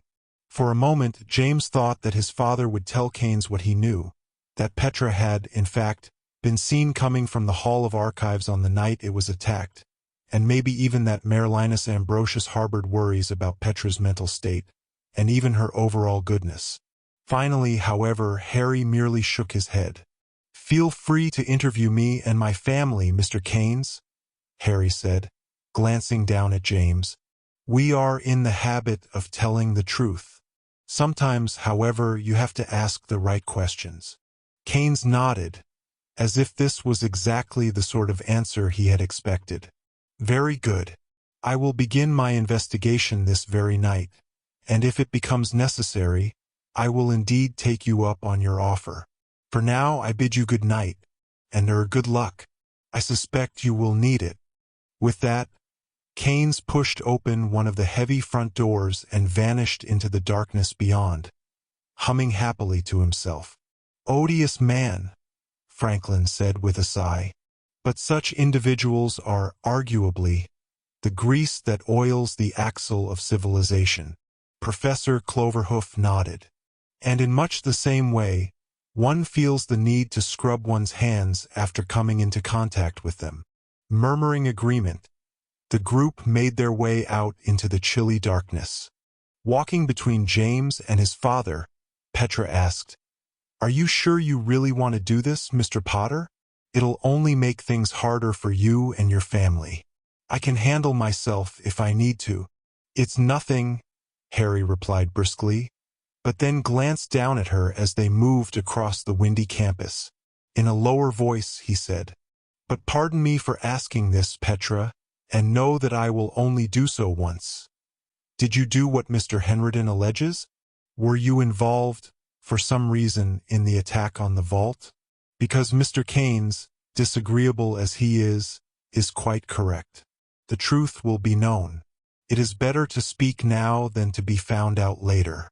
Are you guilty? Petra looked at Harry and then at James. I'm not. I swear it. I know a lot of weird stuff has happened around me, but I'm as baffled by it as everyone else. I want to know the truth just as much as Mr. Keynes does. Please believe me. James spoke up. I believe you, Petra, he said, meeting her eyes. She smiled aside at him a little sadly. Harry Potter, however, didn't say anything at all. Chapter 14. The Magnuson Riddles. I thought you told me, Zane said the next day, that if there was any connection between this old Professor Magnuson story and the attack on the vault, your dad and Merlin and everybody else were already all over it. James shook his head. Come on, he urged. It's already 10 till 2. Franklin's office hours are nearly over. Yeah, Ralph said, warming to the subject. Whatever happened to all that stuff about us just being a bunch of school students with too much to do to get all wrapped up in any big adventures? James grabbed Ralph's sleeve and pulled the bigger boy around the corner into a high corridor lined with partially open doors. That was then, this is now, all right? Dad's got his hands full with his own problems, especially now that he's got Petra and Izzy staying with them while that Keynes idiot does his investigating. We're not taking over for him, we're just helping. If there is anything to this whole thing about Professor Magnuson and the Nexus Curtain, we'll send it his way. I see how it is, Zane said with a smile. Now that Petra Morgenstern's fate is in the balance, you're willing to break the old Prime Directive, eh? I don't even know what that means, James sighed impatiently. Hurry. Franklin's office door is still open. All three boys piled to a stop just outside of the tall wooden door and peered inside. The office was surprisingly small, dominated by a very large oak desk, a set of visitors' chairs, and a bookshelf crammed with enormous books and the occasional clockwork gizmo. Franklin sat at the desk facing the door, a large volume in his hands. He glanced up as the three students clambered to a halt. Boys, he said welcomingly. What can I do for you? High Chancellor, James said, entering the small room and looking around. This is your office? One of them at least, Franklin smiled. This is the one that serves me for meeting with students and faculty. Why do you ask? James shrugged as he moved to stand behind one of the visitors' chairs. No reason. I just expected something a bit bigger. We thought we'd get to see your daylight savings device again, Ralph added. Ah, yes, that, Franklin answered, closing his book with a thump. I keep that in my personal study. It is far too large and complex to leave in the faculty offices. After all, we are still victim to the occasional school prank, although such things are somewhat rarer nowadays, thanks to Madame Lausa. You mean Crone Lausa? Zane asked, his eyes widening. So she's really for real? Some of the zombies were saying that she was just made up to scare us all out of exploring the basements. How may I help you boys? Franklin asked, smiling a little crookedly, obviously avoiding Zane's question. James began, clutching the back of the chair in front of him. We just have a quick question. It's about the history of the school. We thought you'd be the best person to ask. Franklin nodded approvingly. Always a pleasure to see students taking an interest in the university. And I do suppose I am uniquely qualified to discuss its history since I have been alive throughout much of it. What's your question? James glanced back at Ralph and Zane, suddenly reluctant. It's about one of the professors.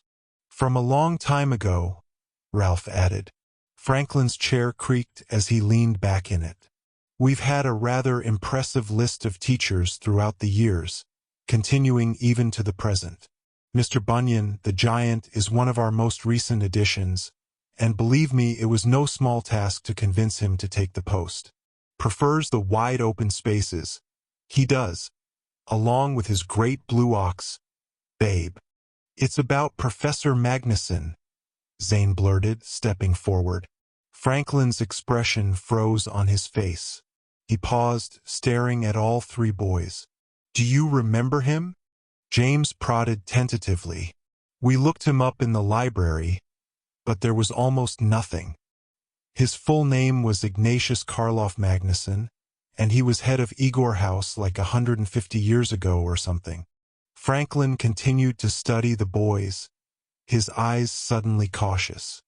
He leaned forward slowly again, producing another long creak from his chair.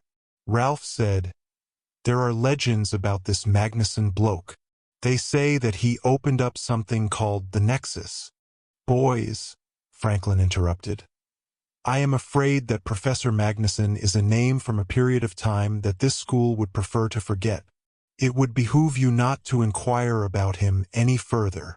"Well," Zane replied slowly, glancing aside at his friends, "as much as I'd like to agree to that, I suspect that we're just about 10 times more curious now." Franklin sighed hugely. "I suppose you learned of this in Professor Jackson's technomancy class, yes?" He nodded to himself, not awaiting an answer. "The professor and I have had words on the subject. We have rather differing views regarding the merits of security versus disclosure. Perhaps I simply wish to make my job as chancellor a bit easier." Surely the good professor would agree. James risked pressing the matter a bit further. "What can you tell us, Chancellor? Is it true that Magnuson opened the Nexus curtain and made his way into the world between the worlds?" Franklin stood up and straightened his waistcoat. He turned toward the window and leaned to peer out over the campus. "He used to live in the most prominent faculty home of Alma Aleron, the one that originally belonged to John Roberts, one of the school's founders. He was a brilliant man, Magnuson, and yes, I knew him. He was, in fact, that most rare of men. He was a scientist and he was a lover of stories. His calculating mind was equal to the best technomancers who've ever lived, but his love of the tale allowed him to think in creative, ingenious ways that none of his colleagues could ever dream. The characteristics that made him great, however, also led him to obsessions. It was these, unfortunately, that drove him to commit acts that were both heinous and ultimately senseless." Franklin paused, apparently determining how much he should say. Finally, he went on, still peering out the window. "It was a time of great interest in magical exploration and experimentation. Schools such as Alma Aleron allowed a virtually unlimited amount of autonomy and resources to their teachers, all in the name of progress. Too late did we learn that sometimes progress means decay. Professor Ignatius Magnuson was allowed to conduct his experiments and pursue his goals, even though the costs were far higher than we knew at the time, and the dangers were, well, incalculable. By the time he was found out, it was too late to stop him. In the end, he fell victim to his own designs, and that, unfortunately, is the end of his story." "What did he do, sir?" James persisted. Franklin was thoughtful. After a moment, he glanced back at the boys, his eyes narrowed. "Why, pray tell, are you three so interested in this?" James began, but Zane overrode him. "We're just curious, sir. It's in our natures. You know how we young people are." Franklin studied Zane for a long moment. "Indeed I do. Curiosity is a good thing, my young friends. It is the fuel for the engine of invention. But like any fuel, it can be dangerous. It can burn you if you are not careful with it." James asked, "Is that what happened to Professor Magnuson?" Franklin's face remained calm as he shifted his gaze to James. After a long moment, he said, "Magnuson lived in the home that once belonged to one of this school's 3 founders, as I said. It is the home that now stands in ruins at the opposite end of the mall." He nodded toward the window. "Professor Magnuson is the reason that that building was reduced to rubble. His laboratory was there, and it was the scene of terrible things. When these things became known, a riot erupted on the campus. Hundreds rushed to the mansion, intent on dragging Magnusson out and bringing him to justice. Of course, an arbiter had already been assigned to Magnusson. Justice had already been set into motion, but because of Magnusson's status, he was granted the privilege of maintaining his post and his home during the investigation. This infuriated the population of the school, including, I regret to say, much of the faculty. During the fracas that followed, Magnusson escaped from the mansion. In the aftermath, the mansion was burned nearly to the ground. To this day, no one knows if the fire was an accident or deliberate. Some say that Magnusson himself set it, meaning to distract everyone from his escape. Either way, it not only destroyed the mansion, it wiped out all the evidence of what Magnusson had done. And, frankly, perhaps that was for the best. Zane was impressed. So what happened to him after that? Did he live out the rest of his days on some South American island somewhere? Ignatius Magnusson was never seen or heard from again, Franklin answered brusquely, seating himself once more at his desk. The most likely explanation is that he escaped via the rift that he created into some reality that none of us can even imagine. So he did succeed in opening the Nexus curtain, Ralph exclaimed. Franklin pinned Ralph with a steely gaze. He succeeded in opening something, Mr. Deedle. Unfortunately, we had virtually no time to question him before his escape, and the fire ruined what clues we might have gained in his absence. Therefore, no one knows for sure what he did or where he might have gone. All we know is that his success came at great cost and ruined many lives. I suggest you leave it at that. James wanted to ask more, but Franklin's expression made it clear that he was done discussing the topic. The three boys thanked the Chancellor and excused themselves as quickly as possible. Well, Ralph said once they had exited Administration Hall, that was pretty much a bust. James pulled his cloak around him as the wind picked up. At least we found out that Magnusson really did open up the Nexus curtain, he replied. That means that there might be something to Zane's theory. Maybe whoever really did steal the Crimson Thread used it to open the curtain again, and is still hiding out there in the world between the worlds. If we can figure out how Magnusson got through, then maybe we can do it as well. Zane feigned surprise as he said, I thought we were just going to turn this all over to the great Harry Potter and his squad of Auror super dudes? Shut up. Already, why don't you? James grumbled crossly. Dad's got enough on his hands. There's no harm in us following a few leads, is there? It'll save him some time. Besides, we're already right here on campus. We can do all the footwork more easily than he can. I just wish Franklin hadn't been so tight-lipped about everything. He gave us almost nothing to go on. Zane sighed expansively and stopped walking. A moment later, Ralph and James stopped as well and turned to look back at him. Maybe, the blond boy said with a crooked smile, we can try it my way now? James was quite curious as to what Zane's way actually was, but as it turned out, the next few days were too busy for the boys to attempt anything at all. On Friday evening, James joined Zane, Albus, Lucy, and Ralph at Pepperpock Down for the Vampires vs. Werewolves clutch cudgel match.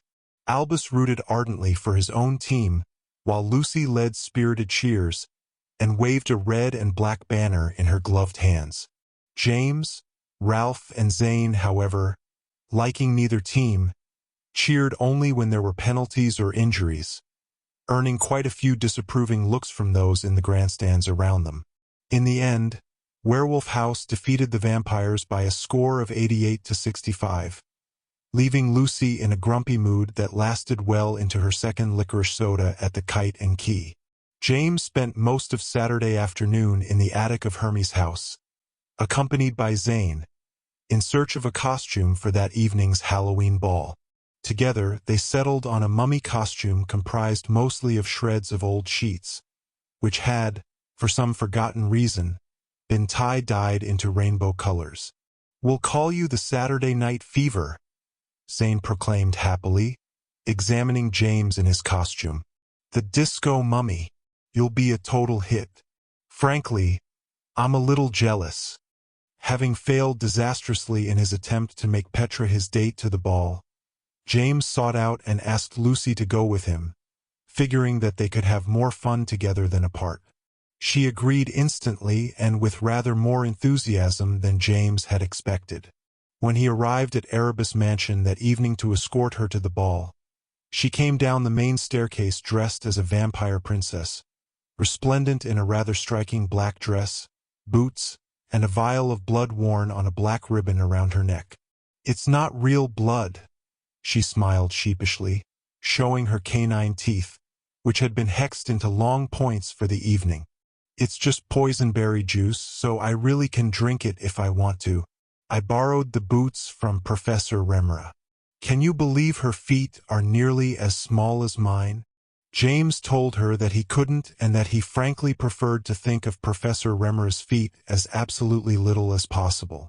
Along the way to Administration Hall, they met Ralph, who was dressed as a ghost with a rather sadly moth-eaten sheet over his head. Together, the three made their way down to the cafeteria for drinks and then up to the main ballroom, where the band, Rig Mortis and the Stifftones, was already well into their first set. It turned out to be a delightfully raucous evening.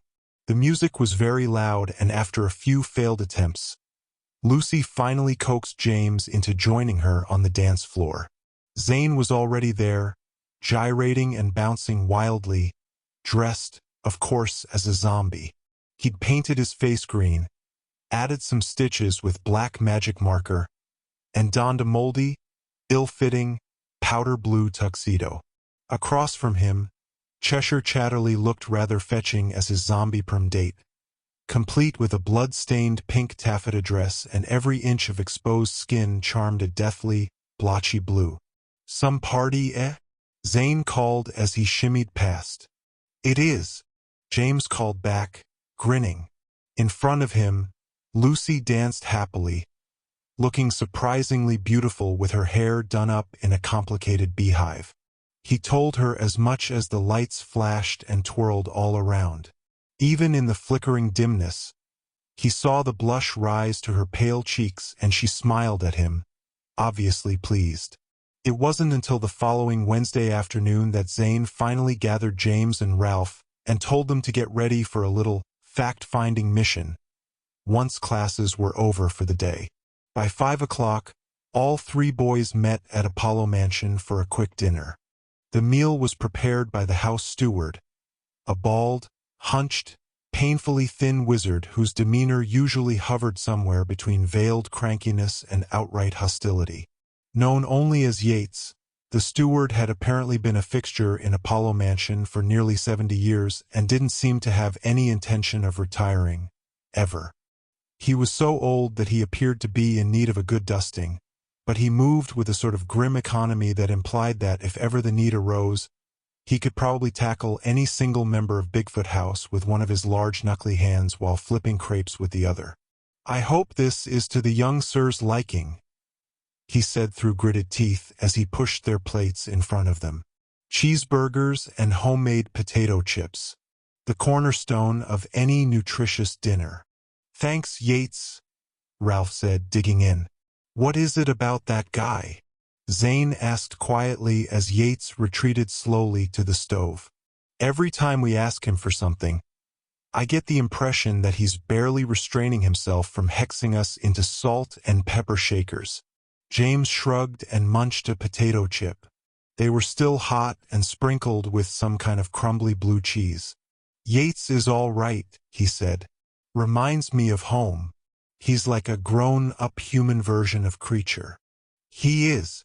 Ralph nodded, his mouth full. "I knew he seemed familiar. You're right. He does remind me of good old number 12 Grimald Place." 20 minutes later, the three boys made their way out into the darkening evening, Zane in the lead. James noticed that they were heading toward the Hall of Archives. "Just doing a little research, fellas," Zane said to the werewolf students who were still serving as guards around the archive steps. "Or do we need a permission slip signed in triplicate from the Chancellor himself?" "Just make it quick, Walker," One of the werewolf boys sneered. The hall gets locked up at 8 on the dot, whether you're out of there or not. Hey! Zane grinned as he trotted up the steps toward the huge doors. That rhymed. You've been practicing that one, haven't you? You werewolves are so stinkin' clever. Smile while you can, Walker. Another of the boys called. We'll see if you're still grinning this Friday night after your team meets ours on the clutch course. Well, that didn't rhyme at all, Zane admonished. Back to the doghouse with you. The werewolf boys bristled, but they were apparently too committed to their guard duties to abandon their posts. James and Ralph sidled up the steps behind Zane, avoiding eye contact with the older boys on either side. So what are we going to do here? James asked as they entered the round, darkened room of the disc recorder. Even if there are any relics from Magnuson's time, they'd be in the restricted section of the archive. We can't get in there, no matter how many werewolves you insult. Au contraire, Zane announced, producing a slim golden key from his pocket. James recognized it.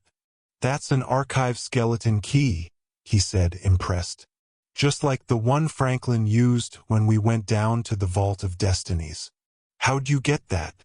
Zane shrugged. I've been planning things out for some time now. I figured that you'd eventually warm up to having a little extracurricular adventure.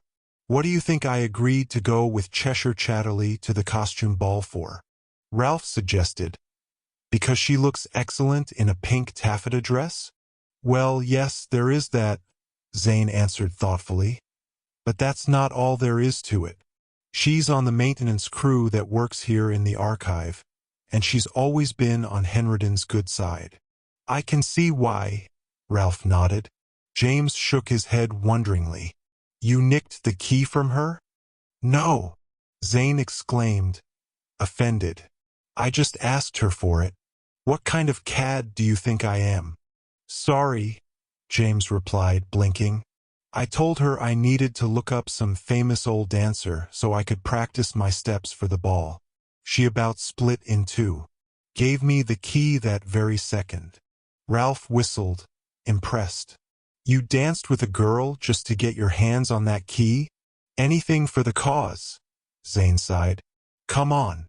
Using the key, the boys opened the door to the inner archive. After some nervous slinking around, they finally found a gated section locked off with a large chain and padlock. A quick wave of the skeleton key and a tap of Zane's wand opened the padlock, however, and the three crept slowly into the dark chamber beyond. It's so dark and dusty, Ralph commented, keeping his voice unconsciously hushed. How are we going to find what we're looking for in all this? Cheshire told me how they catalog things in here, Zane answered, holding his lit wand overhead. Date first, and then the name of the event or person. Look at the top of the aisles. Magnuson taught between 1830 and 1859.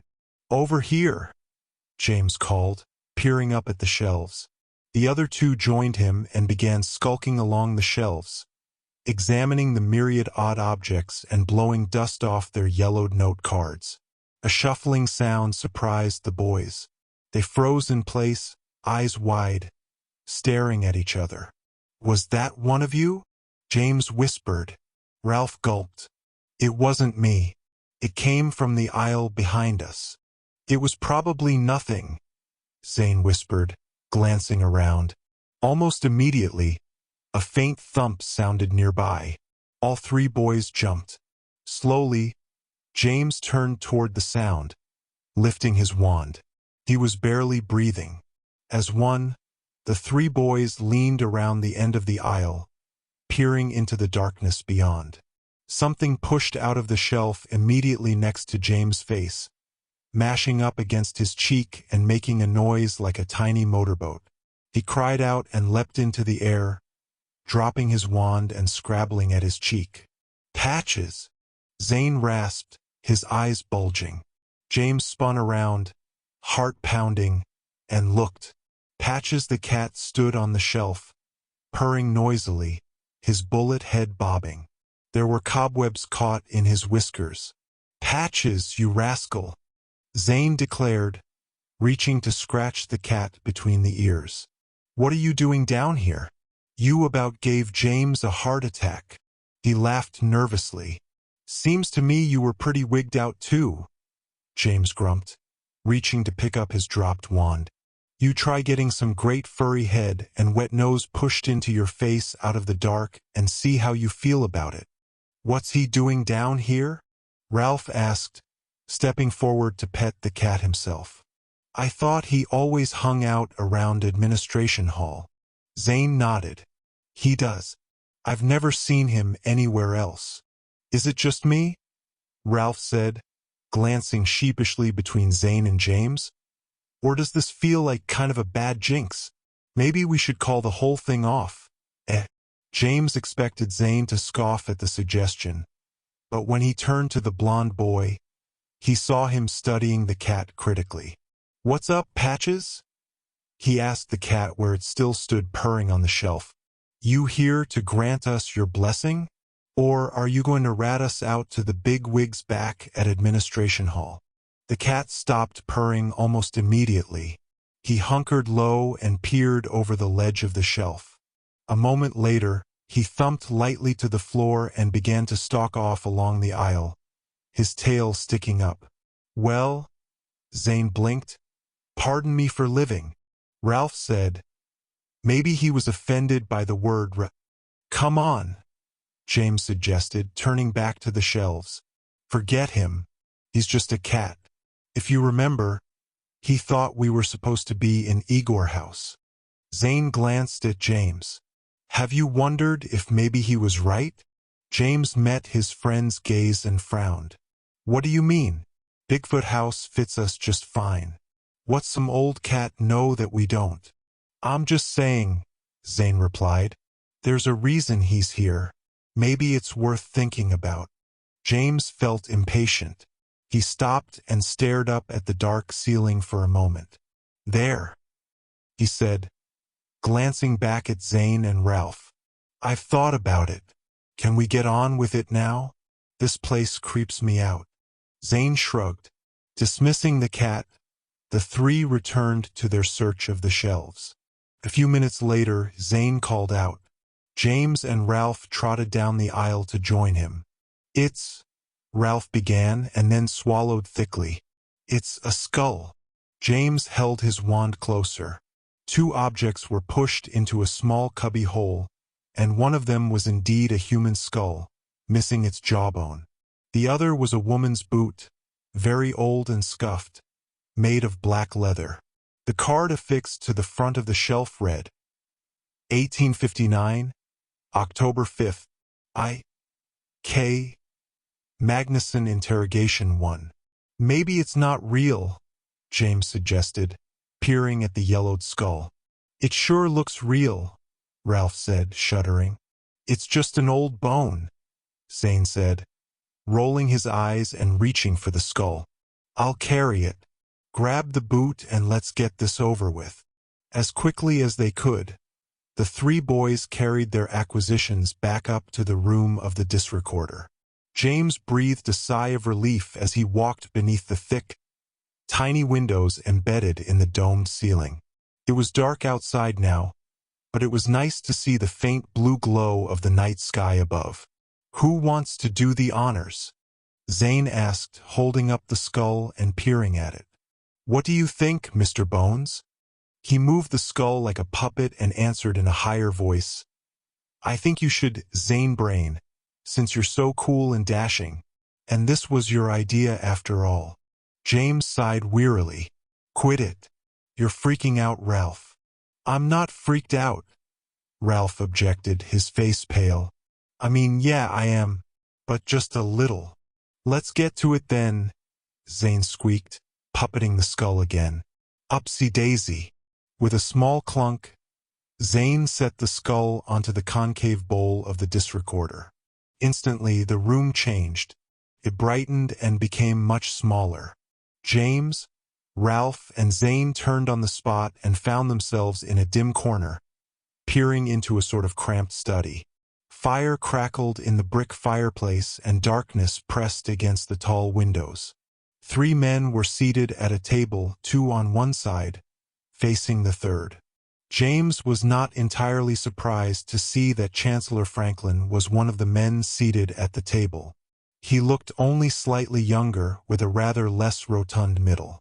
The man next to him wore the black robes and hat of an arbiter, although his skin was dark and he had a thin beard. In the center of the table, looking like a Halloween decoration, was the yellowed, jawless skull. The dark man had just finished tapping it with his wand. Douglas Treat, General Arbiter of the Wizarding Court of the United States of America, Philadelphia Station, he said blandly, overseeing the preliminary interrogation of one Ignatius Karloff Magnuson, detained for various charges, including theft and misuse of corpses, torture, and suspicion of murder. I have chosen to use this skull as the relic for this interrogation since it serves as Exhibit A for the case in question. I am accompanied by Benjamin Amadeus Franklin, head of the Alma Aleron Technomancy Department, and immediate superior of the defendant. Professor Magnuson, if you would state your full name for the record. James turned his attention to the man seated across from Franklin and the arbiter. Magnuson was large with a barrel chest and a square head crowned with a fringe of short gray hair. His expression was grim, his dark brow lowered over a sharp, finely sculpted nose. I am Professor Ignatius Karloff Magnuson III, he said, and James was surprised by the man's cultured, pleasant voice. Unlike most Americans, Magnuson spoke with a distinct British accent. Zane leaned toward James and Ralph and whispered, I heard that he never approved of America's break from England. In protest, he always spoke in what he called the King's English. James frowned and listened as Treat, the arbiter, spoke again. You are aware of the allegations against you, Professor Magnuson? Magnuson didn't respond. He simply stared across the table, his eyes like steel marbles. Treat cleared his throat. For the record, Professor, you are accused, at the very least, of dabbling in forbidden practices that threaten the stability of the dimensional hierarchy. Is it true that you have sought to control the future by exploitation of the wizarding grand unification theory? Magnuson remained utterly impassive. James could tell that the man was listening, for he stared at the men across from him as if he intended to pin them to a corkboard like butterflies. He simply did not seem to feel the need to respond to their questions. Franklin, for his own part, appeared completely miserable. His face was pale behind his square spectacles. So be it, then, Treat said, adjusting his own glasses and peering down at a parchment in front of him. You are further accused of opening a rift between dimensions, something legendarily referred to as the Nexus Curtain, with no regard to the consequences. How do you respond to this allegation? Magnuson did not stir. He might as well have been an extremely lifelike statue. Treat had apparently resigned himself to Magnuson's silence. Additionally, sir, you are accused of stealing bodies from the campus graveyard and conducting unlawful dissections of them. This skull, as I have mentioned, is Exhibit A in regard to that allegation. It was found in the basement of this very house, along with the sort of tools one might expect to use for such purposes. Furthermore, you are suspected in the abduction and torture of as many as 8 Muggle citizens of the city of Philadelphia. Evidence of hasty obliviation has only succeeded in destroying these victims' ability to identify their tormentor, but has left traces of memories of this school and the magical world at large. Treat took off his glasses and stared hard at Magnuson. Such acts, if they are proven to be true, break any number of very serious laws, Professor, not to mention the law of common human decency to which we all profess to ascribe. None of these, however, are as serious as the final accusation. As you are certainly aware, the corpse of a young Muggle woman, an impoverished local seamstress by the name of Frederica Staples, was recently found in an alley near the entrance to this school. Her body was mutilated nearly beyond recognition, and she was missing a single boot. That missing boot, sir, was discovered 2 nights past in the basement of this home. I must ask you again, how do you respond to these allegations? Magnuson stirred for the first time, but when he spoke, he addressed Franklin. Was it you who summoned the authorities? He asked, his voice merely conversational. You gave me little choice, Franklin replied quietly. Research is one thing, Ignatius. This, he shook his head. Magnuson smiled tightly. You always were too weak to appreciate the risks associated with any great endeavor. You, Benjamin, are an academician. You are not like me. You are not an explorer. Yours is not a dream of exploration, Franklin replied, his face darkening. It is an obsession with power. This is not one of your fanciful stories of the heroic outcast struggling against ignorant foes. Your actions have affected real people. I should have intervened months ago when I discovered that you were experimenting with the wizarding grand unification theory. The octosphere was bad enough, but at least it turned out to be harmless. Attempting to observe and measure all things at once, in the name of domination, is a madman's fantasy. I was mistaken, I agree, Magnuson replied, as if he and Franklin were merely discussing the matter as friends. I was preoccupied with the microscopic. I fell into the conviction that observing all things meant breaking the world down into smaller and smaller bits, recording the actions of even the most infinitesimal details, the motion of blood corpuscles through the pathways of arteries, the firing of neurons in individual human brains. I studied these things in great detail, learning what I could from the dead, gaining even more knowledge from my systematic studies of the living. You choose to call it torture, of course, and yes, even murder, because you fail to grasp the monumental nature of the end goal. What is mere infliction of pain in the face of perfect understanding? What is one paltry life in the name of the total unification of the cosmos? Ignatius, Franklin interrupted. Stop. You are only making matters worse for yourself. Eventually, Magnuson went on, now leaning slightly over the table, his eyes bright. I determined that I was thinking too much like my fellows, failing where all those before me had failed. With that realization, I remembered my heraldium. He who fails to see the mountain stumbles headlong over the pebbles. Don't you see? The secret was not in the microscopic at all, Benjamin. The secret, of course, was in the macroscopic. Not the tiny, but the monumental. Totality of measurement could only be accomplished when one could view the totality of realities. I knew then what I had to do. I had to break out of the confines of this dimension and find a place where I could observe all dimensions at once. What you call a mere legend, I have walked upon with my own 2 feet. I have been through the nexus curtain. I have trod the world between the worlds and witnessed the pathways into every other dimension. Treat shook his head, his eyes narrowed. Am I to understand then, Professor, that you are admitting to all of the allegations leveled against you? Please, Ignatius, Franklin said, nearly pleading with the big man across from him. Your obsessions have driven you to madness. Whatever you have done, whatever you have seen, it has obviously affected you in some dreadful way. There is help for you here if you choose to seek it. Beware what you say, lest you forfeit that option. Magnuson chuckled drily. You think that I should care what this little man can do to me? Let him attempt to stop me. I am beyond the rim now, Benjamin. I am past the event horizon of destiny, incapable of returning even if I wish to, and I do not wish to. I embrace my mission. I will go to it with great relish. Treat pushed back his chair and stood up. I am afraid that I have no choice then, sirs. Out of respect for your position, Professor Magnuson, and at your personal request, Professor Franklin, I leave you now to formulate my verdict.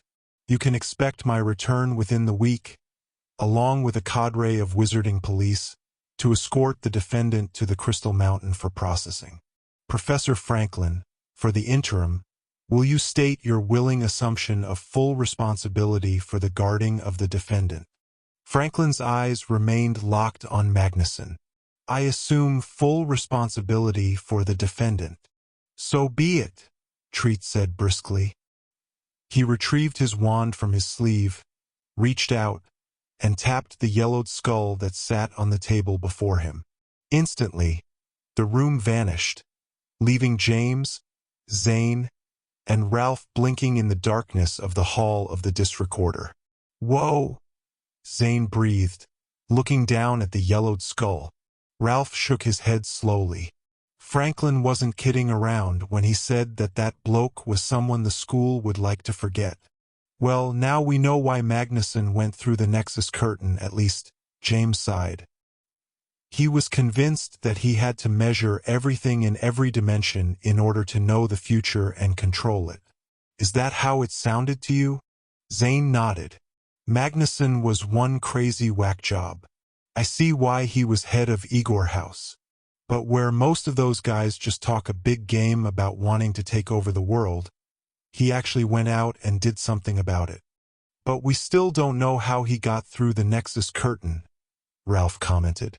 And that's the bit we really need to know, right? How else are we going to get through to the world between the worlds and see if the real bad guys are hiding out there? Zane took the skull gingerly from the bowl of the disc recorder.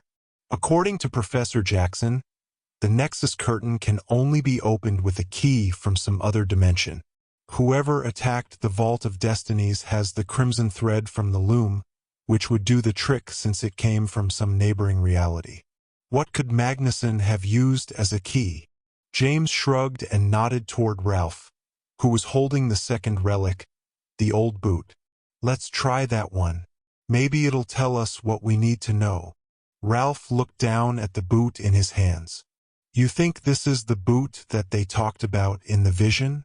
The one that belonged to that muggle woman that Magnuson, Just put it on the thing, Ralph, Zane said, shaking his head slowly. Ralph stepped forward and placed the small boot onto the stone pedestal before him.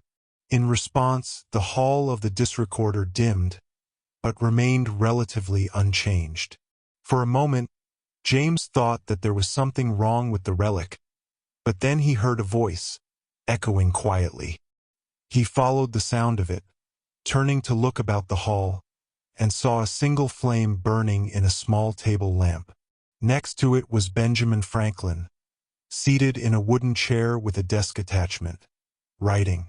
Unlike the previous vision, which had been bright and solid, the image of Franklin looked almost like a projection on smoke.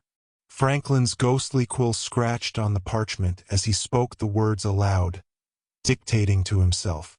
His voice seemed to come from very far away. These are the notes of Professor Benjamin Amadeus Franklin, he said slowly, bent over the parchment, detailing the final records of the events of this night, October the 8th, 1859, the last night of Professor Ignatius Magnuson, formerly a valued teacher at this institution and a friend. Franklin stopped and looked up, almost as if he'd heard the boy's scuffling footsteps. James froze in place, but then he realized that the vision of Franklin was merely pausing to think. His eyes were bright behind his square spectacles. After a long moment, he drew a breath and leaned over the parchment again. The flames still burn in the foundation of the house Ignatius Magnuson once called home. How the fire began, no one knows for sure. I myself suspect a deliberate causation, perhaps even set by the professor himself. The mob that preceded the fire was maddened beyond reason and did nothing to extinguish the flames once they appeared. I am dismayed to announce that there were many in tonight's assembly who wished to see Magnuson's corpse pulled from the dying flames, killed as surely as the fire destroyed his home. Preliminary observation of the ruins, however, has revealed no trace of the professor's body. I have no doubt that further searches over the coming days will prove equally unsuccessful. Magnuson is not here. He has escaped, probably during the very height of the fire, while the vengeance-seeking riot was in full fever. Franklin stopped writing again. He put down the quill and pushed his hand up under his spectacles, rubbing his eyes wearily. He didn't seem to want to go on, but after a moment, he retrieved the quill and began again, speaking the words aloud as he wrote them. Where Ignatius Magnusson has gone, I cannot begin to guess.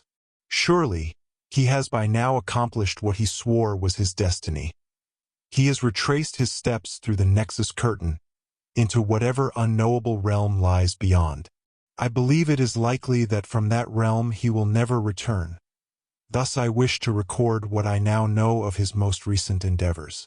Unfortunately, my interviews with the professor over the previous 2 days revealed very little useful information. There are only 2 details worth remembering. The first was his riddle regarding how he learned to open the Nexus Curtain.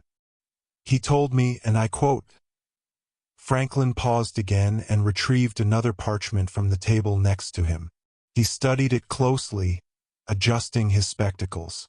James noticed that the woman's boot was sitting in the darkness beneath the table, leaning against one of the chair's thin, spindly legs. And I quote, Franklin went on, putting his quill to the parchment before him. The truth walked the halls of Erebus Castle. It was there all along, for anyone to see. I myself have walked those halls for well over a century, and have not met anyone or anything that spoke of the paths of the Nexus Curtain. If there is any truth in Magnusson's claim, then it is carefully hidden and will require further study. James turned to Zane, his eyes widening. Erebus Castle is the home of Vampire House, right? He whispered. Zane nodded. We can get in and explore around a bit, if Lucy lets us. Shoo! Ralph hissed, leaning closer to the ghostly vision of Benjamin Franklin. The second detail is, I fear, an even more obscure riddle. When asked where the Nexus Curtain was, Magnusson only smiled and said nothing. This, of course, is the detail which concerns me most, since if what the professor claims is true, then he has succeeded in breaching the divide into the world between the worlds. I fear lest the dimensional instabilities that might be created by such a rift. More, I fear what may come through into our own dimension from those beyond. My entreaties to Magnusson, that the boundaries between the worlds are there for good reason, to establish barriers between incompatible realities, fell entirely upon deaf ears. Finally, however, late last night, Professor Magnusson gave me an answer to my question, although I suspect that it is as useless as anything that might be provided by his damned octosphere. When pressed about the location of the Nexus Curtain, he finally smiled and told me.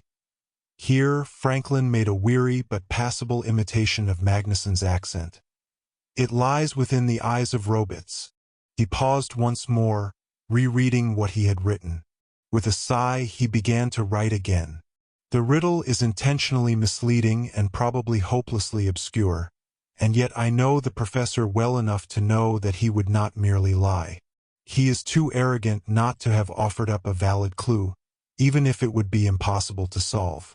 In time, I will study both of these quotes, in the hopes of finding the Nexus Curtain and closing it forever. For now, however, I find that my duties must revolve around the more immediate concerns of calming the school and explaining myself to Arbiter Douglas Treat. I have failed in my duties, in more ways than one. Franklin sighed deeply, put down his quill, and carefully folded the parchment he had written upon. When he was done, he retrieved the small boot from the floor next to him, slipped the folded parchment into it, and then tapped the boot with his wand. The vision evaporated in a puff of dry smoke, returning the hall of the disc recorder to its normal dimness. Immediately, Zane tucked the skull under his arm, turned around, and reached for the old boot that sat atop the stone pedestal. He peered inside it. It's still there, he said, smiling. Franklin's old note. Parchment feels like it'll crumble to bits if I pull it out, though. Cheshire and the catalog crew probably would have preserved it somehow if they'd known it was there. The Nexus curtain lies within the eyes of Robits, Ralph said thoughtfully. Any ideas who Robits is? Zane scrunched his face up with concentration. It rings a bell, actually. I'll see what I can find out. And we can ask Lucy about letting us look around the halls of Erebus Castle, James added. We have 2 clues to go on. Not bad. Wait a minute, Ralph said, shaking his head. If these clues were solvable, don't you think that Chancellor Franklin would have figured them out by now? Zane glanced at Ralph, thinking, how do we know he didn't? What do you mean? James asked. Well, it wouldn't be the first time somebody had discovered some terrible secret and then just sat on it. You heard him in the vision. Even if he did find out the secrets of the Nexus curtain, it wasn't like he wanted to go out and share it with the world. He just wanted to shut it down or guard it, so nothing could get through from either side. Including us, maybe? Ralph said, raising his eyebrows. James shook his head. Maybe, but I doubt it. If Franklin had figured out the truth of the Nexus curtain, I think he'd have told us when we asked him about it. I mean, he obviously doesn't want anyone snooping around about it, right? If he'd found it and shut it down, he'd just say so. Ralph frowned. Why? Because, Zane answered, we're just a bunch of curious kids, right? If he could have killed the mystery for us by telling us that he'd already found the Nexus curtain and closed it for good, then there'd be nothing left for us to be curious about. Set and Spike. Good one, James. Ralph picked up the boot again. Let's take the relics back down to the restricted section and get out of here. I've had enough creepy mystery for now.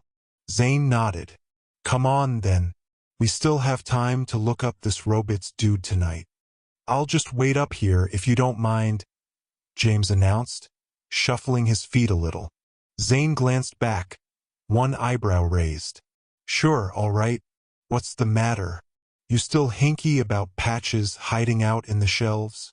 James shook his head. No, there's only the 2 relics. You guys don't really need me. Hurry back. All right? Ralph nodded. The sooner the better. Come on. A moment later, the door to the archive's lower levels eased shut, leaving James alone in the hall of the disc recorder. He waited for a moment, listening intently, and then, when he was sure that Ralph and Zane had begun their descent to the restricted area, he reached into the back pocket of his jeans. He'd been carrying Petra's dream story around in his pocket for days, folded into its seamless packet and encased in a plastic bag that he'd found in the kitchen of Apollo Mansion. He didn't know for sure why he had started keeping it with him, except that it seemed safer, somehow. He held the plastic bag gingerly between his thumb and forefinger and turned toward the disc recorder. The idea had come to him while they'd been watching the vision of Franklin. The disc recorder was only supposed to work on objects that had been especially enchanted, of course, but James couldn't help wondering. Ever since he had saved Petra's life on the back the Gwindamere, the dream story had become too magical for him to touch directly. Perhaps, however, it was just magical enough to trigger something in the disc recorder, something James could make sense of. James couldn't guess why Petra and her dream story seemed to possess such strange magical intensity, but he meant to find out, even if it meant that he was, essentially, spying on her dreams. Gingerly, he tipped the plastic bag upside down over the stone bowl. The parchment packet tumbled out and fell into the bowl with a tiny thump. A gust of dry wind pushed past James suddenly, whipping his hair and forcing him to squint. He turned around on the spot, and dull brightness filled his vision. He was in daylight, standing atop a grassy plateau. The hall of the archive had completely vanished. Even the stone pedestal of the disc recorder itself was gone. This, James realized, was no hazy vision.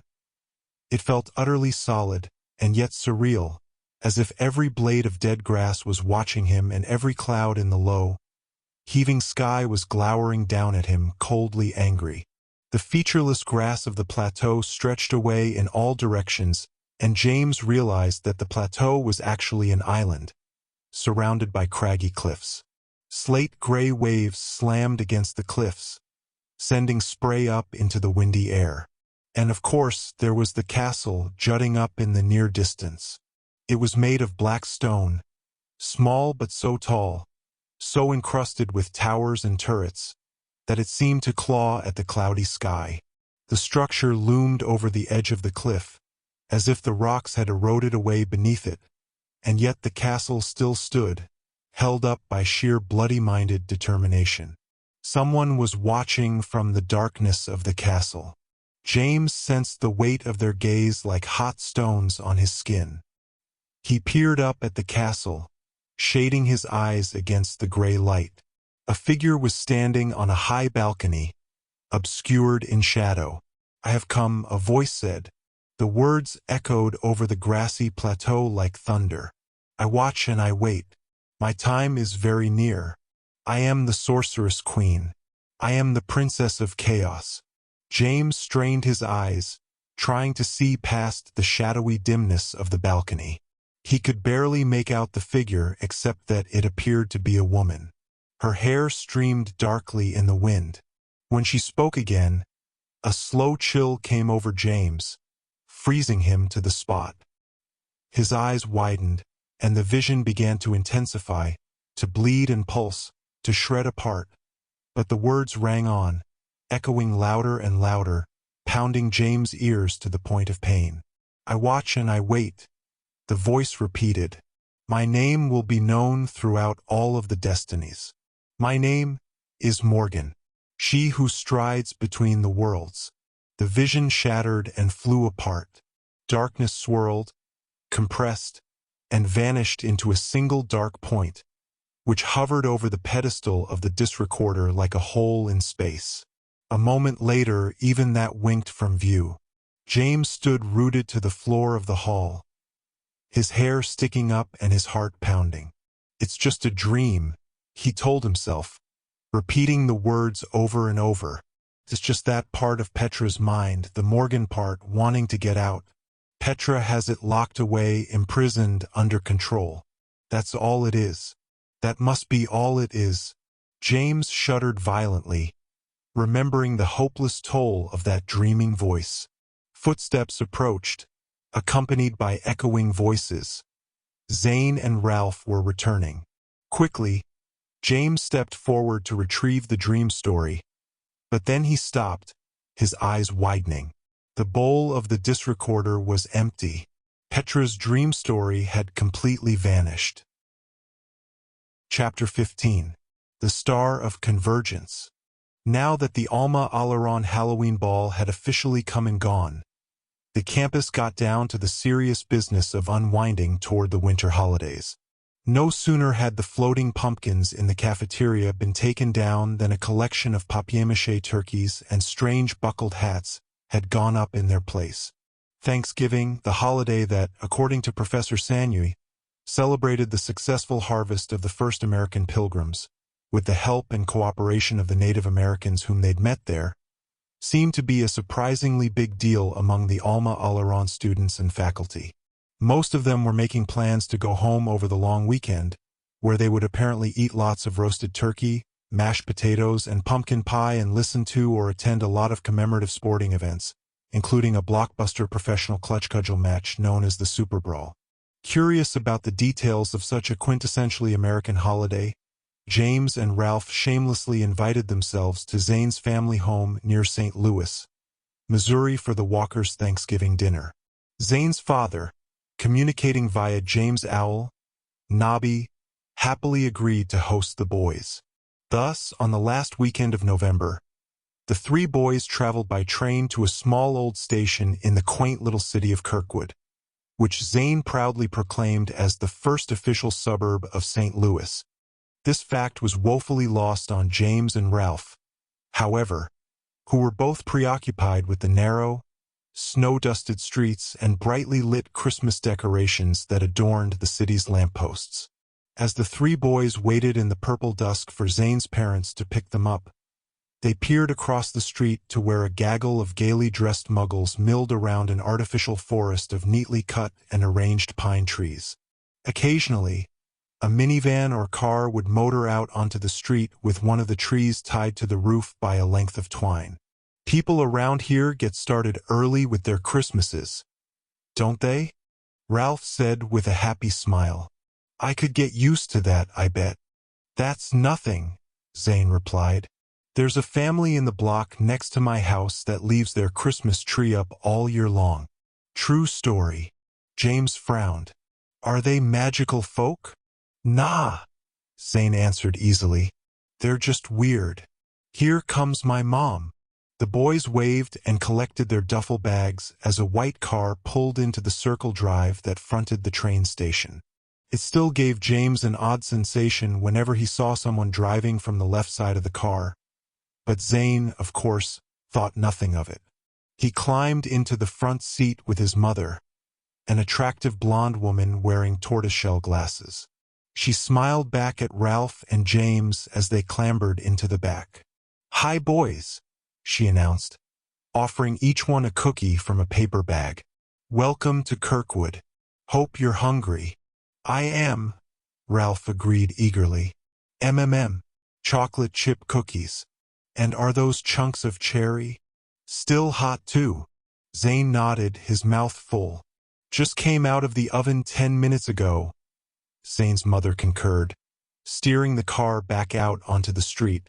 Greer stayed home with her father, watching the last batch, but she's just as excited as we are to have you all over for the holiday. James watched the small town unroll past the windows of the car until they reached a neighborhood of little houses and neat yards, not unlike the area surrounding the Alma Aleron gate. Zane's mother slowed and angled up a short drive toward a simple stone house perched on a hill. Home sweet home, Zane announced eagerly, already opening his door. Dad's got the fire going, I bet. That's not very hard, his mother commented. It's a gas fireplace, but I'm sure you're right. As the four climbed out of the car, the back door of the house swept open and a head of curly, blonde hair poked out, lit brightly by the overhead light. Dad's carving the turkey, the girl called, but I can't get him to stop eating it as he goes. You better get in here right away. Zane's mother sighed with weary affection. Hi, Greer, Zane called to his younger sister, waving, and then turned to James and Ralph, shaking his head happily. Some things never change. Come on inside. I'll show you my room. Thanksgiving at the Walker family home turned out to be not unlike any family gathering that James had known back at Marble Arch. The dining room was rather small, and by the time Zane's aunt and uncle had arrived with their two younger children, the house rang with a cacophony of overlapping sounds. Laughter and conversation, the clank of dishes, the burble of Christmas carols from the kitchen radio, the staccato of clambering footsteps as Zane's cousins and sister ran about the small house. Zane and Ralph spent a goodly amount of time playing video games on the family television, although James could never quite get the hang of them. The food was excellent and apparently never-ending, so that by Thanksgiving evening, James felt utterly stuffed. The family gathered around the table to play board games and James joined in, even though he had never heard of any of the games, and had no idea how to play them. Sorry, James, Zane announced happily as James marched his marker around the board. You owe me $200. Enjoy your commute, and thank you for patronizing Reading Railroad. He's ruthless about those railroads, Ralph commented as James counted out the last of his brightly colored play money. If I had known how much money those could make, I wouldn't have wasted all mine on these stupid utilities. James had no idea what any of it meant, but he didn't mind. It was an excellent time, no matter what. He grinned as he handed the play money to Zane, and reached for one of the last cookies on a nearby plate. One more bite couldn't hurt. He decided he'd take chocolate cherry cookies over fake money any day. Over the course of the holiday weekend, James and Ralph shared the Walkers' guest bedroom, sleeping on a pair of narrow old beds. On Sunday afternoon, while Ralph, Zane, and Greer played video games, James explored the small house alone. In the small corner office, he found Mr. Walker hunched over his desk, tapping furiously away at a laptop computer. His face was tense and scowling, as if he was wrestling with the tiny keys. "What are you working on?" James asked, leaning in the doorway. Walker looked up, his eyes wide and surprised, and James realized that the man hadn't noticed his approach. "Ah," he said and smiled. "Sorry, I get pretty wrapped up in this sometimes." "Hi, James. I didn't mean to interrupt you or anything," James said quickly. "I was just curious." Walker sighed and leaned back in his chair, stretching. "It's fine. I need people to remind me to take a break sometimes. Zane's mother says that when I'm writing, it's like I'm 100 feet underwater. It takes a long time to get down there, and a long time to swim back to the surface, so when I am there, it's easy to forget everything else." "I thought you made movies?" James asked, frowning. Walker shrugged and bobbed his head. "I make stuff," he said. "Sometimes I make things for movies, sometimes I draw pictures, sometimes I write stories." James was curious. "Do people read what you write? Like, are your stories in bookstores and stuff?" Walker laughed and shook his head. "No, my books don't end up on any store shelves. Fortunately, though, I do get paid for the other things I make. Well enough, in fact, that I have the freedom to do some things just for the fun of it. That's what the writing is for." James frowned quizzically. "You write for fun?" "No better reason," Walker sighed, flexing his fingers. "So what are you writing now?" Walker pursed his lips and shook his head. "Just a little story." James narrowed his eyes at the man. For some reason, he suspected that Mr. Walker was purposely avoiding any further explanation. James peered toward the screen of the laptop. Without his glasses, the image was merely a blur of lines, but he thought he could make out a group of words in boldface. The title, perhaps? For a moment he thought he saw his own name there. He shook his head and blinked. That was ridiculous, of course. Mr. Walker turned the computer slightly and clicked a button. The text on the screen disappeared. James noticed a small volume perched on the end of the desk. He gestured toward it. "Is that one of your books?" Walker scooped the book up. "This? No, this is a classic. I was using it for research. It's called Dr. Jekyll and Mr. Hyde. Ever hear of it?" James shook his head. "It's an old story," Walker said, letting the book fall open on his palm. "A horror story, but a psychological one. That's what makes it so scary." "Really? What do you mean?" James asked, peering at the book. Walker flipped the pages until he came to an illustration. In it, a man in coattails and a top hat was standing before a floor-length mirror. He was staring with wide-eyed terror at his own reflection, and it was no wonder. The reflection in the mirror was a different man entirely. The figure in the mirror was leering, grinning, with hands hooked into claws and boggling, mad eyes. "Because," Walker replied thoughtfully, "this isn't just a story about a madman wreaking havoc on the innocent. This is a story where the villain and the hero cannot physically fight one another, where there is no clear-cut moment of confrontation between them, where one can win out over the other." James stared at the image on the page and felt a pall of uneasiness settle over him. "Why not?" he asked in a low voice. "Well, it's very simple," Walker said, glancing up at James seriously. "It's because the villain and the hero are the same person." James nodded slowly, unable to take his eyes away from the illustration on the page. In it, two different personalities stared at each other from within the same body, divided only by the mirror glass. In the warmth of the small office room, James shivered. A moment later he dismissed himself and went to find Zane and Ralph. All of a sudden, he wanted nothing more than to be around his friends, to hear their raucous laughter, and to forget that strange old illustration. The return trip to Alma Aleron, like all post-holiday journeys, was melancholy and quiet. Zane spent the train ride with his nose buried in a thick book called The Varney Guide to Who's Who in the Wizarding World. James tried to read over his shoulder at one point, but almost immediately found the book unforgivably boring. Instead, he challenged Ralph to a game of wizard chess, using a miniature box set of chess pieces that Ralph had taken to carrying with him wherever he went. James hated playing chess with Ralph since he nearly always lost to the bigger boy, but even losing was better than simply staring out the windows at the passing, dreary cities and rainy sky. The next day, Zane cornered Ralph and James in the hall outside of Magiography. "I know who Robitz is," he said, his eyes bulging in his face. "What?" Ralph frowned. "I thought you said he wasn't anywhere in that book?" "He wasn't," Zane agreed.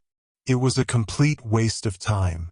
Now my head's all stuffed full of useless names and trivia, and all for nothing. Like, did you know that the wizard who invented the scrim was some crazy dude named Vimrich who was just looking for a way to nap while he was riding his broom? He never got it to work. The flattened broom just kept flipping over and dropping him on the floor, but after he died, some of his nephews found the homemade brooms in his workshop and tried standing up on them. The rest is history." "Fascinating," James said impatiently. "Get to the Robitz part." "Hey, if I had to learn it, you have to put up with hearing about it," Zane proclaimed, poking James in the chest. "But anyway, when I took the book back to the library this morning, I noticed something hanging on the wall. You know how the vampire girls are always making those charcoal etchings of the gravestones in the school cemetery? Well, a bunch of them are hanging up by the librarian's desk. Must have been some kind of class art project or something. The point is, guess whose name showed up on the one right by the return cart? Robitz. Ralph blinked, surprised. Zane nodded eagerly. Right there, plain as day. It was spelled a little different than I expected, ROE bits, but close enough to play clutch, as we zombies say. He was just some old guy from way back in the day, lived and worked here on campus, apparently. Probably he was like Magnuson's servant or gardener or something. "The Nexus curtain lies within the eyes of Robitz," James quoted, nodding. "Maybe the key to the curtain is buried with the guy." No. Ralph raised his hands, palms out. "I'm not going and digging up any old graves." Zane put an arm around Ralph's shoulders, standing on tiptoes to reach. "Don't worry, Ralph," he said soothingly. "We won't need to dig anybody up, all right?" "We won't," the bigger boy replied skeptically. Zane shook his head. "Nah, I could tell by the etching that it was from a mausoleum. We don't need to dig at all. We just need to pry the door open with a crowbar." "Oh," Ralph sighed sarcastically. "Well, that's loads better." Over the following days, James, Ralph, and Zane explored the campus cemetery, which was surprisingly large, huddled in the northwest corner of the campus and surrounded by a tall wrought iron fence. Fortunately, the main gate was almost always left open, even at night, which meant that they wouldn't have to climb the fence if they had to sneak in by moonlight.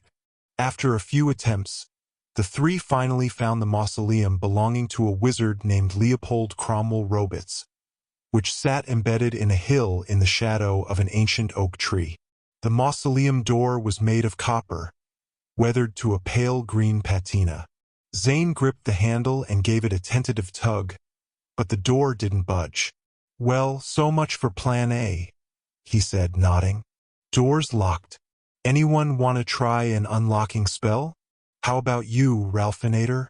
You're the spellmeister of the group." Ralph grimaced, but produced his wand. He leveled its lime green tip at the door. "Alohomora," he said tentatively. There was a golden flash, but the door remained firmly closed. Zane yanked the handle once more to no avail. "I guess that means plan C, eh?" James said. Ralph asked hopefully, "Can't we just try it now? And risk getting hauled into the office as vandals?" Zane replied, batting Ralph on the shoulder. "Trust me, it's one thing to get caught hexing your name onto a statue. Messing around with the dead means a whole different kind of trouble. You saw how serious they took it when Magnuson was stealing bodies to dissect them." Ralph sighed. "Fine, but if we have to do this at night, I'm not going inside. I'll be waiting right here next to this old tree while you two go bumping around with the skeletons." "Got it," James agreed. "Wouldn't have it any other way, Ralph." It was the following weekend before the three boys could summon the courage to make the nighttime trek to the cemetery. Even Zane, whose audacity normally seemed to be limitless, appeared jumpy about the endeavor. On Saturday night, James and Ralph stayed up late in the game room of Apollo Mansion, playing ping-pong and enduring the constant critiques of Heckle and Jekyll. Finally, when the grandfather clock in the corner struck midnight, the boys crept up the stairs and eased open the front door. They looked at each other, standing between the coldness of the night and the warmth of the hall behind them. "You up for this, Ralph?" James asked in a whisper. "No," Ralph admitted. "But we're going to do it anyway, right?" James nodded and gulped. "Remember why we're doing it. It's for a good cause. We can't let Petra take the blame for something she didn't do. We have to find the people who really broke into the Hall of Archives and attacked the Vault of Destinies." Ralph shook his head. "But we saw her, James. What makes you so sure that it wasn't really her?" In the past, James would have felt angry about such a question, but he knew Ralph better now. He knew that Ralph was a pragmatist. Besides, Ralph didn't feel the same way about Petra that James did. He didn't know what James knew. "Because she told me," James said simply, meeting his friend's gaze. After a moment, he added, "When we were on the ship, Dad told me that the best thing I could do for Petra was to be her friend. Friends trust one another, and that's what I am doing for her." "Do you trust me?" Ralph shrugged. "Sometimes," he answered seriously. "But mostly I just back your plays. That's the best way I know how to be a friend. That's what tonight's about. I hope that's good enough."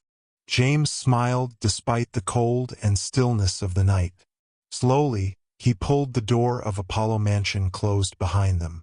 "That's more than good enough, Ralph. Come on."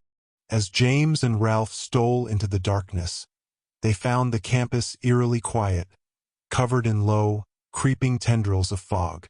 The air was so cold that James immediately began to shiver.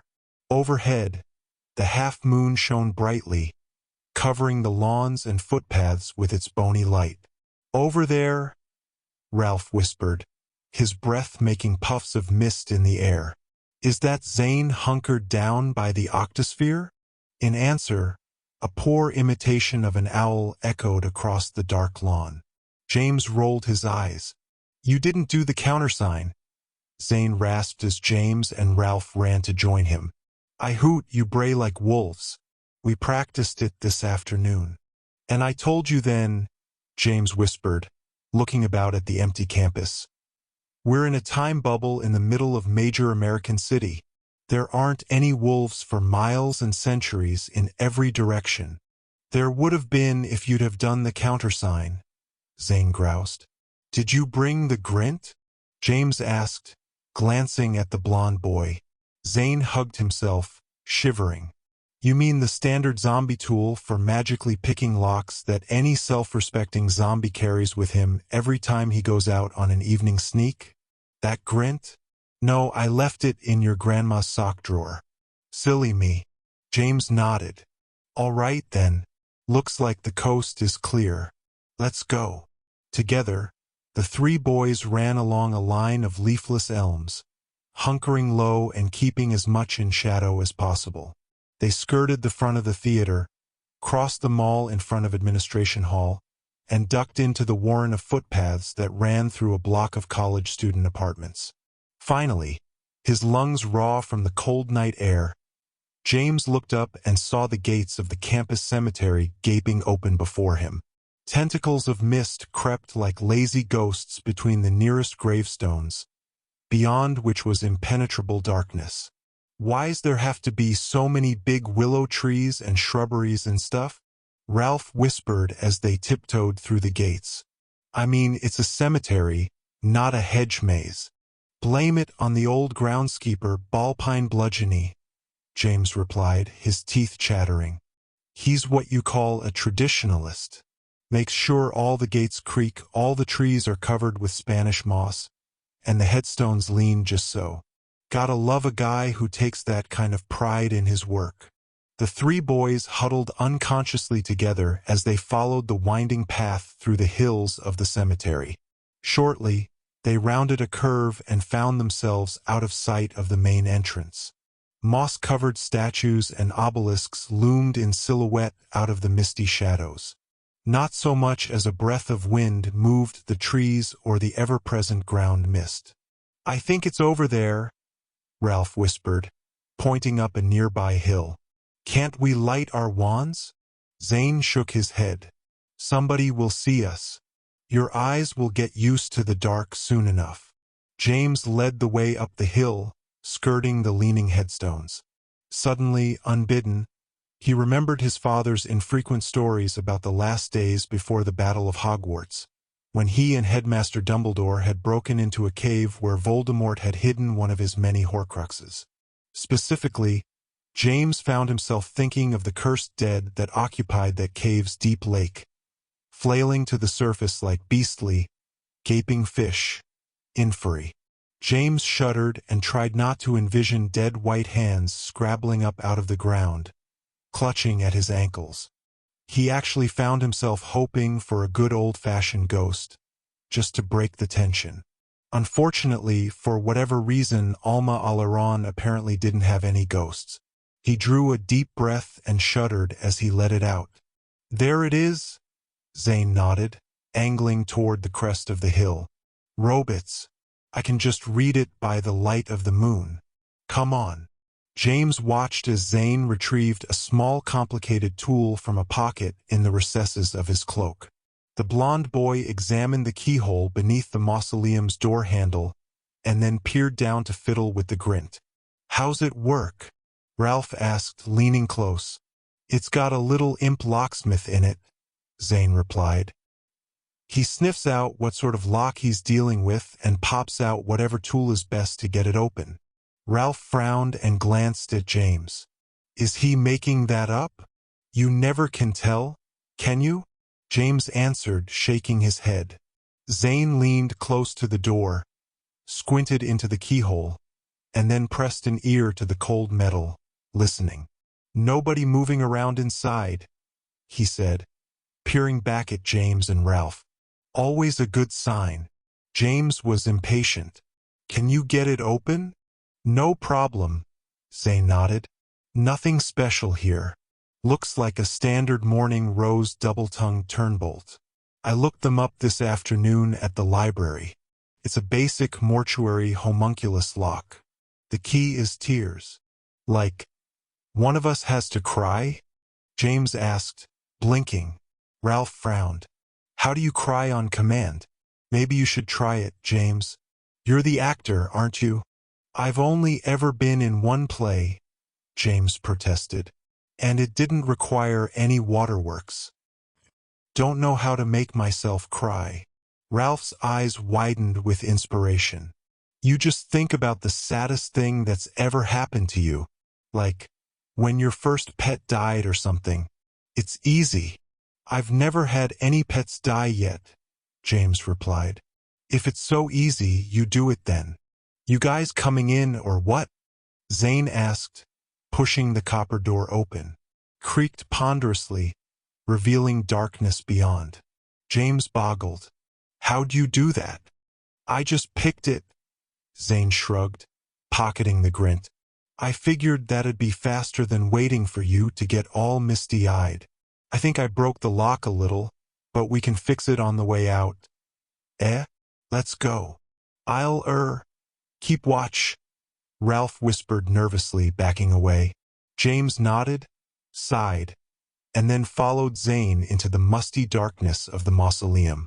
It was very cold inside, with a low ceiling and a gritty floor that scraped loudly under the boy's feet. Zane raised his wand slowly. "Lumos," he whispered harshly. The wand sprang alight, filling the tiny space with its harsh glow. The interior of the mausoleum was completely unmarked.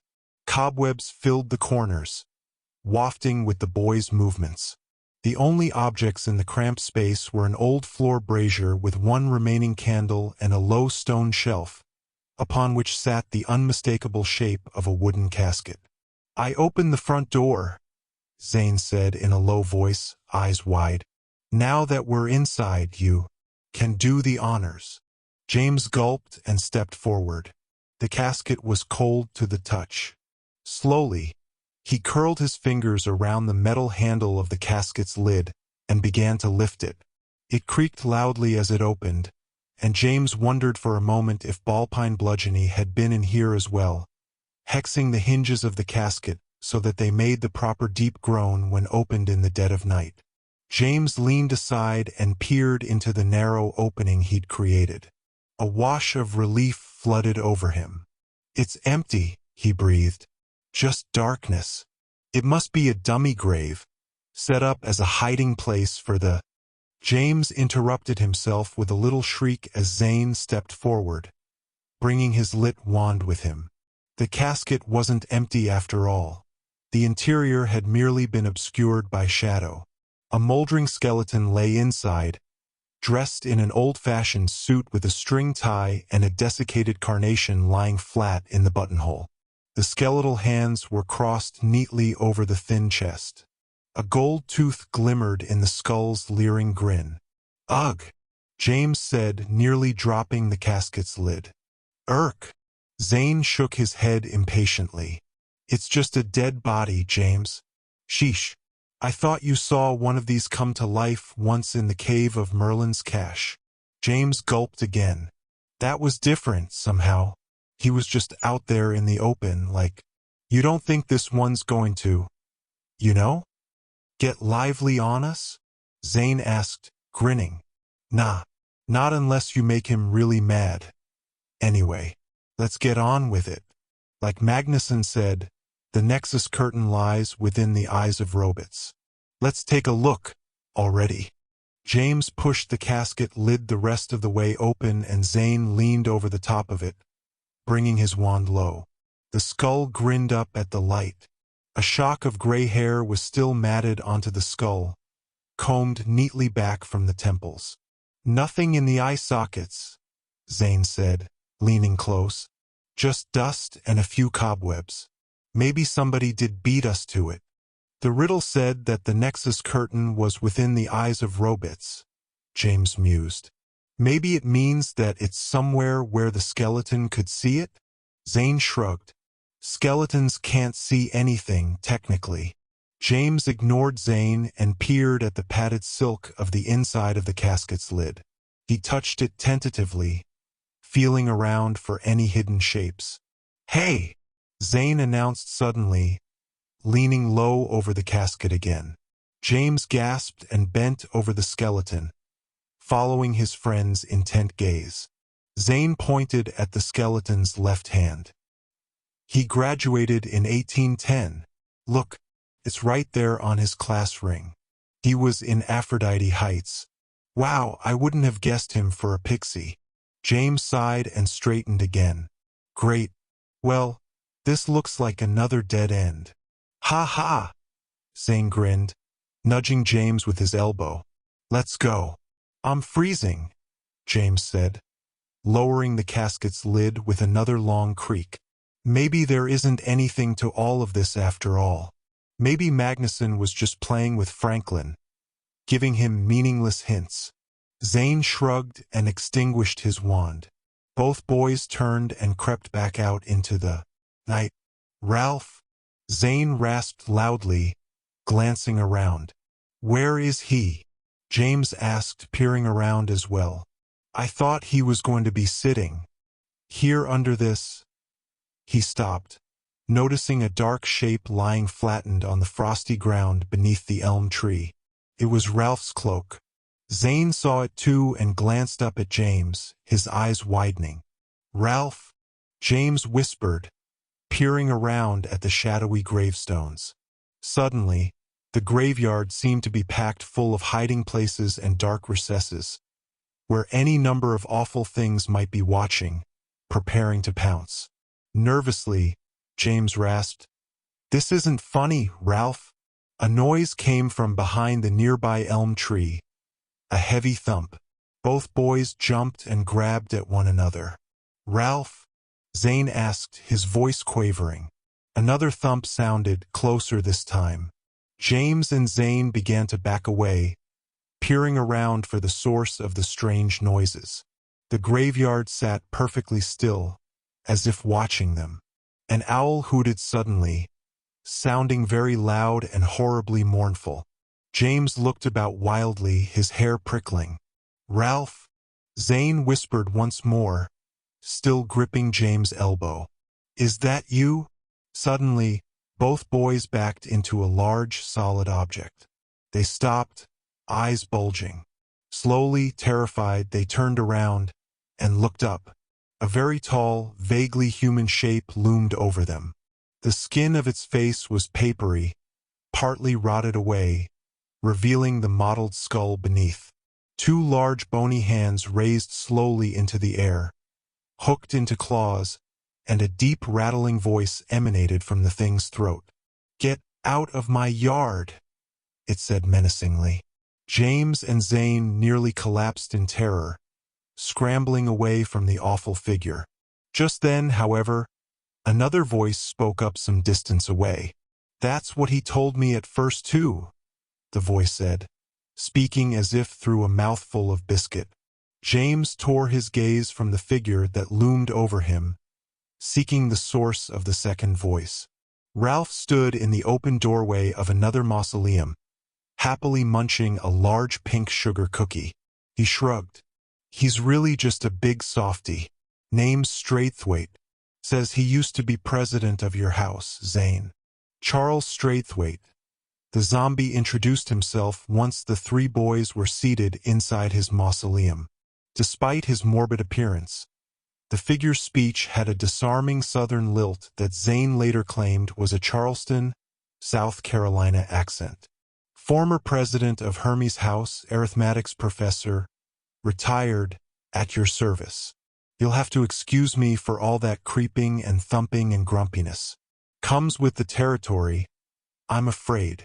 "He's the one I told you guys about," Zane enthused happily, accepting a cup of hot coffee from the shambling figure. "He's the zombie house president that traveled to the darkest jungles and got himself turned into the real thing. A word of advice?" Straithwaite nodded, easing himself into a chair. "Never accept any smoking peace potions from a witch doctor whose hut you've accidentally burned to the ground. Long story. Suffice it to say, here I am, dead and loving it." "I've seen your mausoleum loads of times," Zane said, grinning. "But the door was always closed and everything was quiet. We all just assumed that you spent all your time sort of sleeping or something. Like being a real-life zombie was just a big long Rip Van Winkle nap. Like, if only that were so," the undead teacher lamented. "I've had trouble sleeping for the last decade or so. I don't have any trouble getting to sleep, mind, but I wake up early, usually after only 3 or 4 months. Age takes its toll." I do apologize," Straithwaite said, leaning forward and plucking something from the edge of Zane's saucer. "Pinky finger," he said apologetically, holding the digit up. "Keeps coming off lately. Maybe you boys would be kind enough to bring me some plumber's putty and tape if you decided to come by again." Ralph nodded. "Nice place you have here, I gotta say. I'm surprised." "No reason you should be," Straithwaite replied, looking around at the cramped space. It was, indeed, rather nicely laid out, with 4 upholstered, if slightly moldy, chairs, a small ornate coffee table, and 2 kerosene lamps, all arranged upon a threadbare oriental rug. Straithwaite's coffin lay open on its shelf, neatly made like a bed. In the corner nearest the door sat a tiny potbelly stove, supporting a kettle and a small tin percolator. It was almost unbearably hot inside the stone mausoleum, but none of the boys minded. I dictated exactly how I wished to be interred, Straithwaite went on proudly, including an after-lifetime supply of iced cookies, coffee, tea, and condensed milk. Stuff goes straight through me these days, but I don't mind. Hard to experience indigestion if one no longer sports a stomach. Good riddance, I say. So who, may I ask, are the 3 of you, and what brings you out to my neck of the woods at such an hour? Over the next few minutes, the boys introduced themselves and explained their mission to the patiently decrepit corpse of Professor Straithwaite, describing the attack on the Hall of Archives, Petra's alleged involvement, and their attempts to find the real culprits. Once James had finished relating the disrecorded visions of Professor Magnuson and his 2 riddles, Straithwaite nodded to himself meaningfully. "I remember it well, actually," he said, peering up at the ceiling with his one remaining eye. "I was still a student when the Magnuson ruckus occurred. My friends and I, as well as most of the school, were completely maddened by it. It was one thing to break the code of secrecy and torture people, but to kill a defenseless Muggle woman, and one as young as Frederica Staples." Straithwaite shook his head slowly. "Abominable. Unforgivable." James asked, "Did you know her?" No, Straithwaite admitted. "Not until after it was over, when her name appeared in all of the newspapers of both the magical and Muggle varieties. After Magnuson's escape, there was a lengthy investigation by the Magical Integration Bureau, months and months of very ticklish interactions between the Muggle and wizarding powers that be. By the end of it, none of us would ever forget the poor woman's name or that of her murderer, that horrible psychopath, Ignatius Magnuson." Zane sat forward in his chair. "So what about this whole Robots riddle business? Do you think there's anything to it?" Straithwaite let out a rattly sigh and tapped his coffee cup with one bony index finger. "I barely knew Professor Magnuson as anything more than a rather feared professor, and then as a famous escaped murderer, but I don't think he'd leave meaningless clues. He was too arrogant for that. Still, I'd have a difficult time believing that poor old Leo Robots had anything to do with it. He hadn't even died yet when Magnuson disappeared. No, I'm afraid you boys are chasing the proverbial feral waterfowl." James released a disappointed sigh. "Now we'll never find out where the Nexus curtain is," he muttered. Straithwaite perked up a little at that. "Did you actually think," he said, peering at James, "that the Nexus curtain would be found inside the casket of a dead wizard literature teacher?" James bristled a little. "Well, it's magic, isn't it? Could be anywhere. We were just following the clues." "Yes," Straithwaite chuckled drily. "I suppose that is one way to go about it. Following clues. Of course, if it were me, I'd follow Magnuson himself instead." "How are we going to do that?" Zane asked, tilting his head. "He's only been vanished for 150 years or so." "Yeah," Ralph added. "And nobody saw where he went anyway. They were all too busy watching his house burn down." "It wasn't his house," Straithwaite replied pedantically, raising a skeletal finger. "It was the house of John Danforth Roberts, one of the 3 founders of this school, God rest his soul. And I wouldn't be quite so hasty about who saw what on that particular night." James narrowed his eyes at the moldering professor. "What do you mean?" "I'd imagine it was quite obvious at this point," Straithwaite said, making a rather ghastly smile. "I witnessed Magnuson's escape. But," Ralph began, squinting thoughtfully, But Franklin said in the disrecorder vision that nobody saw Magnuson escape. He said they were all too distracted by the fire. Alas, I had my own reasons for keeping my observations a secret, Straithwaite admitted, leaning back in his chair. Not that they'd have done anyone any good, I suspect. Zane asked, Is there a story that goes with that? Not much of a one, I'm afraid, Straithwaite sighed. You see, I had recently become enamored with a fetching young lady by the name of Charlotte. She lived in Erebus Mansion and had a delightfully wicked mind. She occupied me for many hours during that autumn, hours that would have been far more responsibly spent on my studies. As a result, I was failing magiography quite disastrously. My teacher, Professor Howard Sternweather, had confronted me about my failing grades, demanding that I not throw my future away for some made-up strumpet, as he called her. He was right, of course, but I was livid. In fury, I abandoned the magiography essay I had barely begun and instead wrote an entirely new essay consisting of precisely 5 words, which glowed green on the parchment and read as follows: Dearest Professor Sternweather, get stuffed. Zane hooted with laughter. That's excellent. I see why you were president of Zombie House. Straithwaite nodded, smiling despite himself. Yes, well, I might never have achieved such a position if it had not been for the events that followed. You see, I handed the essay in after a night of affronted anger, emboldened by Charlotte herself and not a few Dragonmeads in the Kite and Key. Almost instantly, however, I regretted the act. If Sternweather failed me in magiography, the chances were that I would never get accepted to the graduate school, and if I didn't get accepted to the graduate school, I'd never receive my doctorate in advanced arithmetics, which meant I could never become a teacher and grow to be the distinguished and revered undead professor you see before you now. Thus, I pined for a means to retrieve the essay before it was too late. Unfortunately, Professor Sternweather had already begun grading the essays. I hovered near his office door, peeking in, looking for any opportunity to sneak in and steal back the insulting essay. Sternweather, unfortunately, did not pause for so much as a bathroom break, and I began to fear the worst.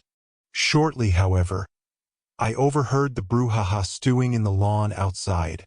I looked out a nearby window and saw the crowd gathering, saw the flames beginning to lick from the lower windows of Magnuson's residence.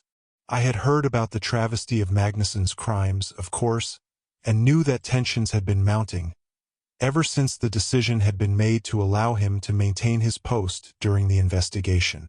I immediately ran out to join the mob, as much out of curiosity as malice, although, I admit, there was some malice in my own thoughts as well. As the night drew in and the flames grew brighter and hotter, enveloping the unfortunate home of the former John Roberts, I spied, in the milling crowd, the humorless features of Professor Sternweather. He was watching from a distance, his arms folded disapprovingly.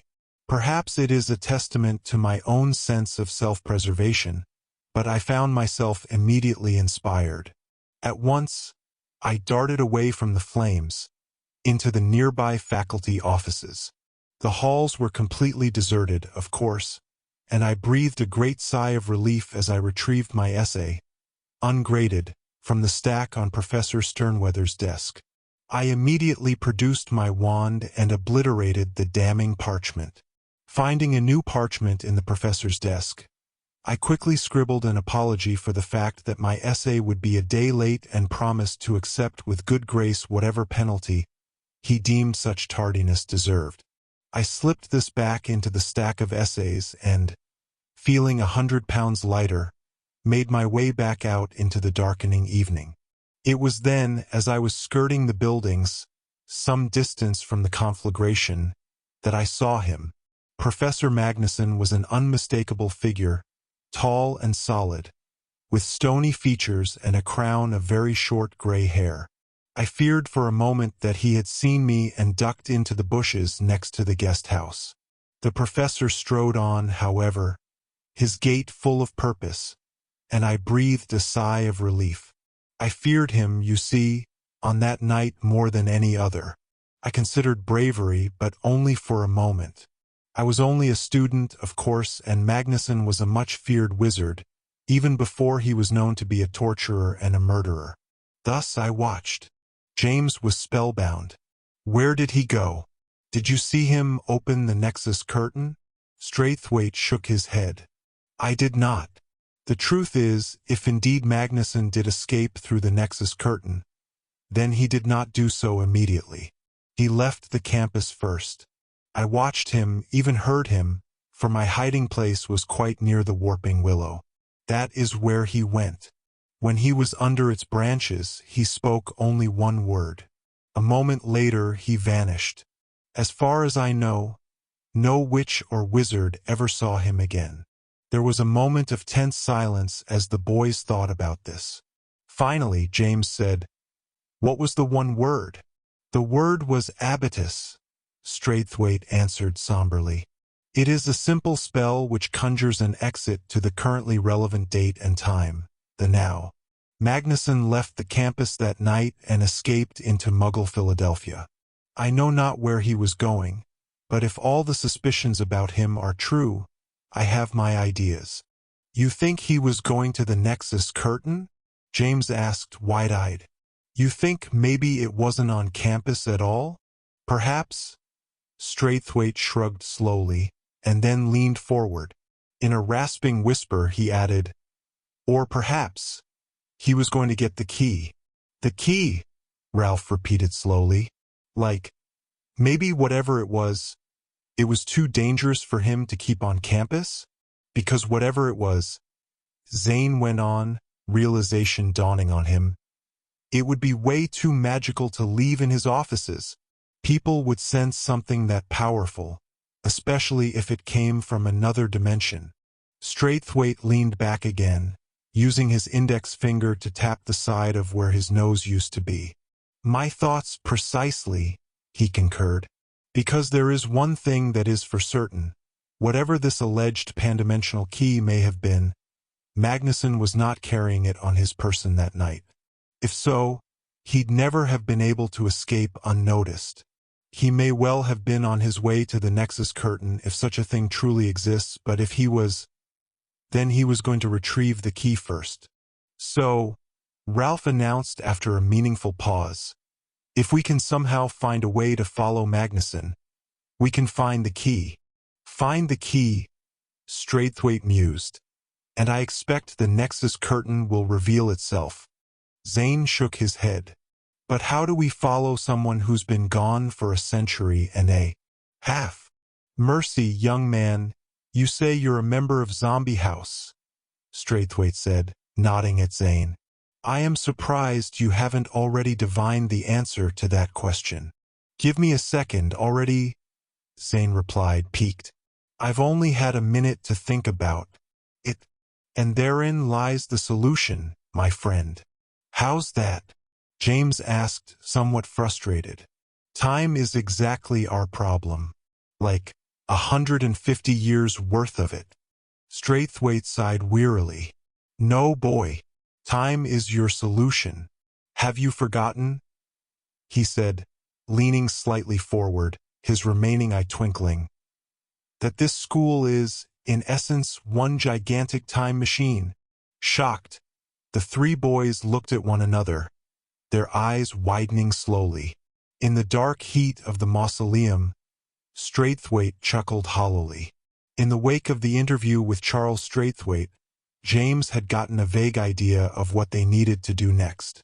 Unfortunately, with the Christmas holiday approaching, bringing with it a wave of midterm examinations, there was very little freedom to plan any time-traveling adventures in pursuit of the long-lost Ignatius Magnusson. "Tell me again why, exactly, you were planning to do this?" Rose asked disapprovingly from the shard as James and Ralph practiced shield charms for the next day's cursology exam. "Pardon me for saying that it all seems a tad complicated and ridiculous." "It's simple," Ralph said, his tone of voice implying that he didn't quite understand the plan himself. Whoever broke into the Vault of Destinies stole a crimson thread from some other dimension's version of the loom. Normally, something that massively magical would be easy to track down since it'd be sending out waves of power like some kind of siren. For some reason, though, nobody's picked up the slightest trace of it. Not even James' dad and the local police. Zane thinks that that's because the people that stole the thread used it as a key to open the Nexus curtain and hide it in the world between the worlds, which is sort of like a hub that connects all the dimensions. Right? James agreed. That's the only way the thieves could escape without being traced. We need to follow Magnuson into the past to nick his key to the Nexus curtain. If we can figure out how to get through to the world between the worlds, then we can try to see who really did steal the thread and prove that Petra isn't really involved. And what will you do if this is all bilge and Morgenstern really is the culprit? Scorpius scowled from his side of the shard.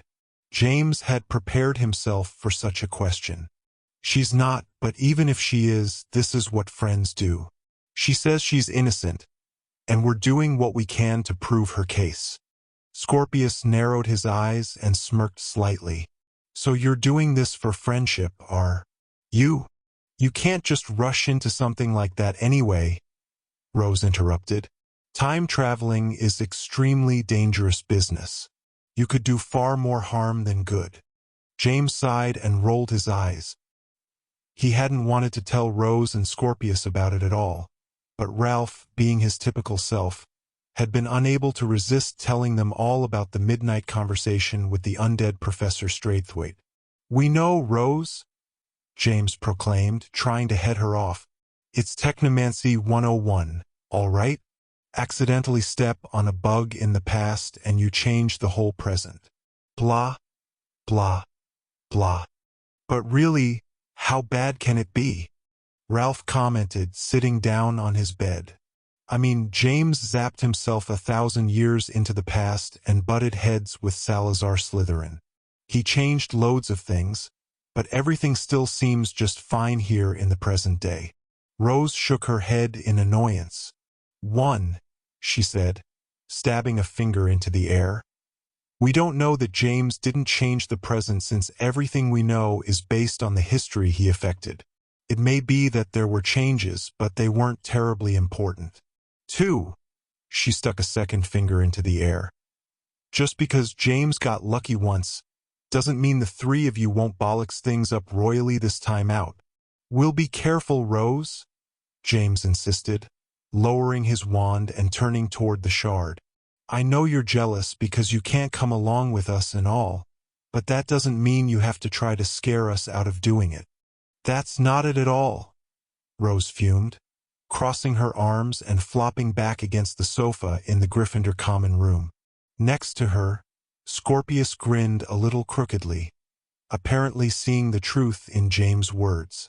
"I'm smarter than you," Rose went on sulkily.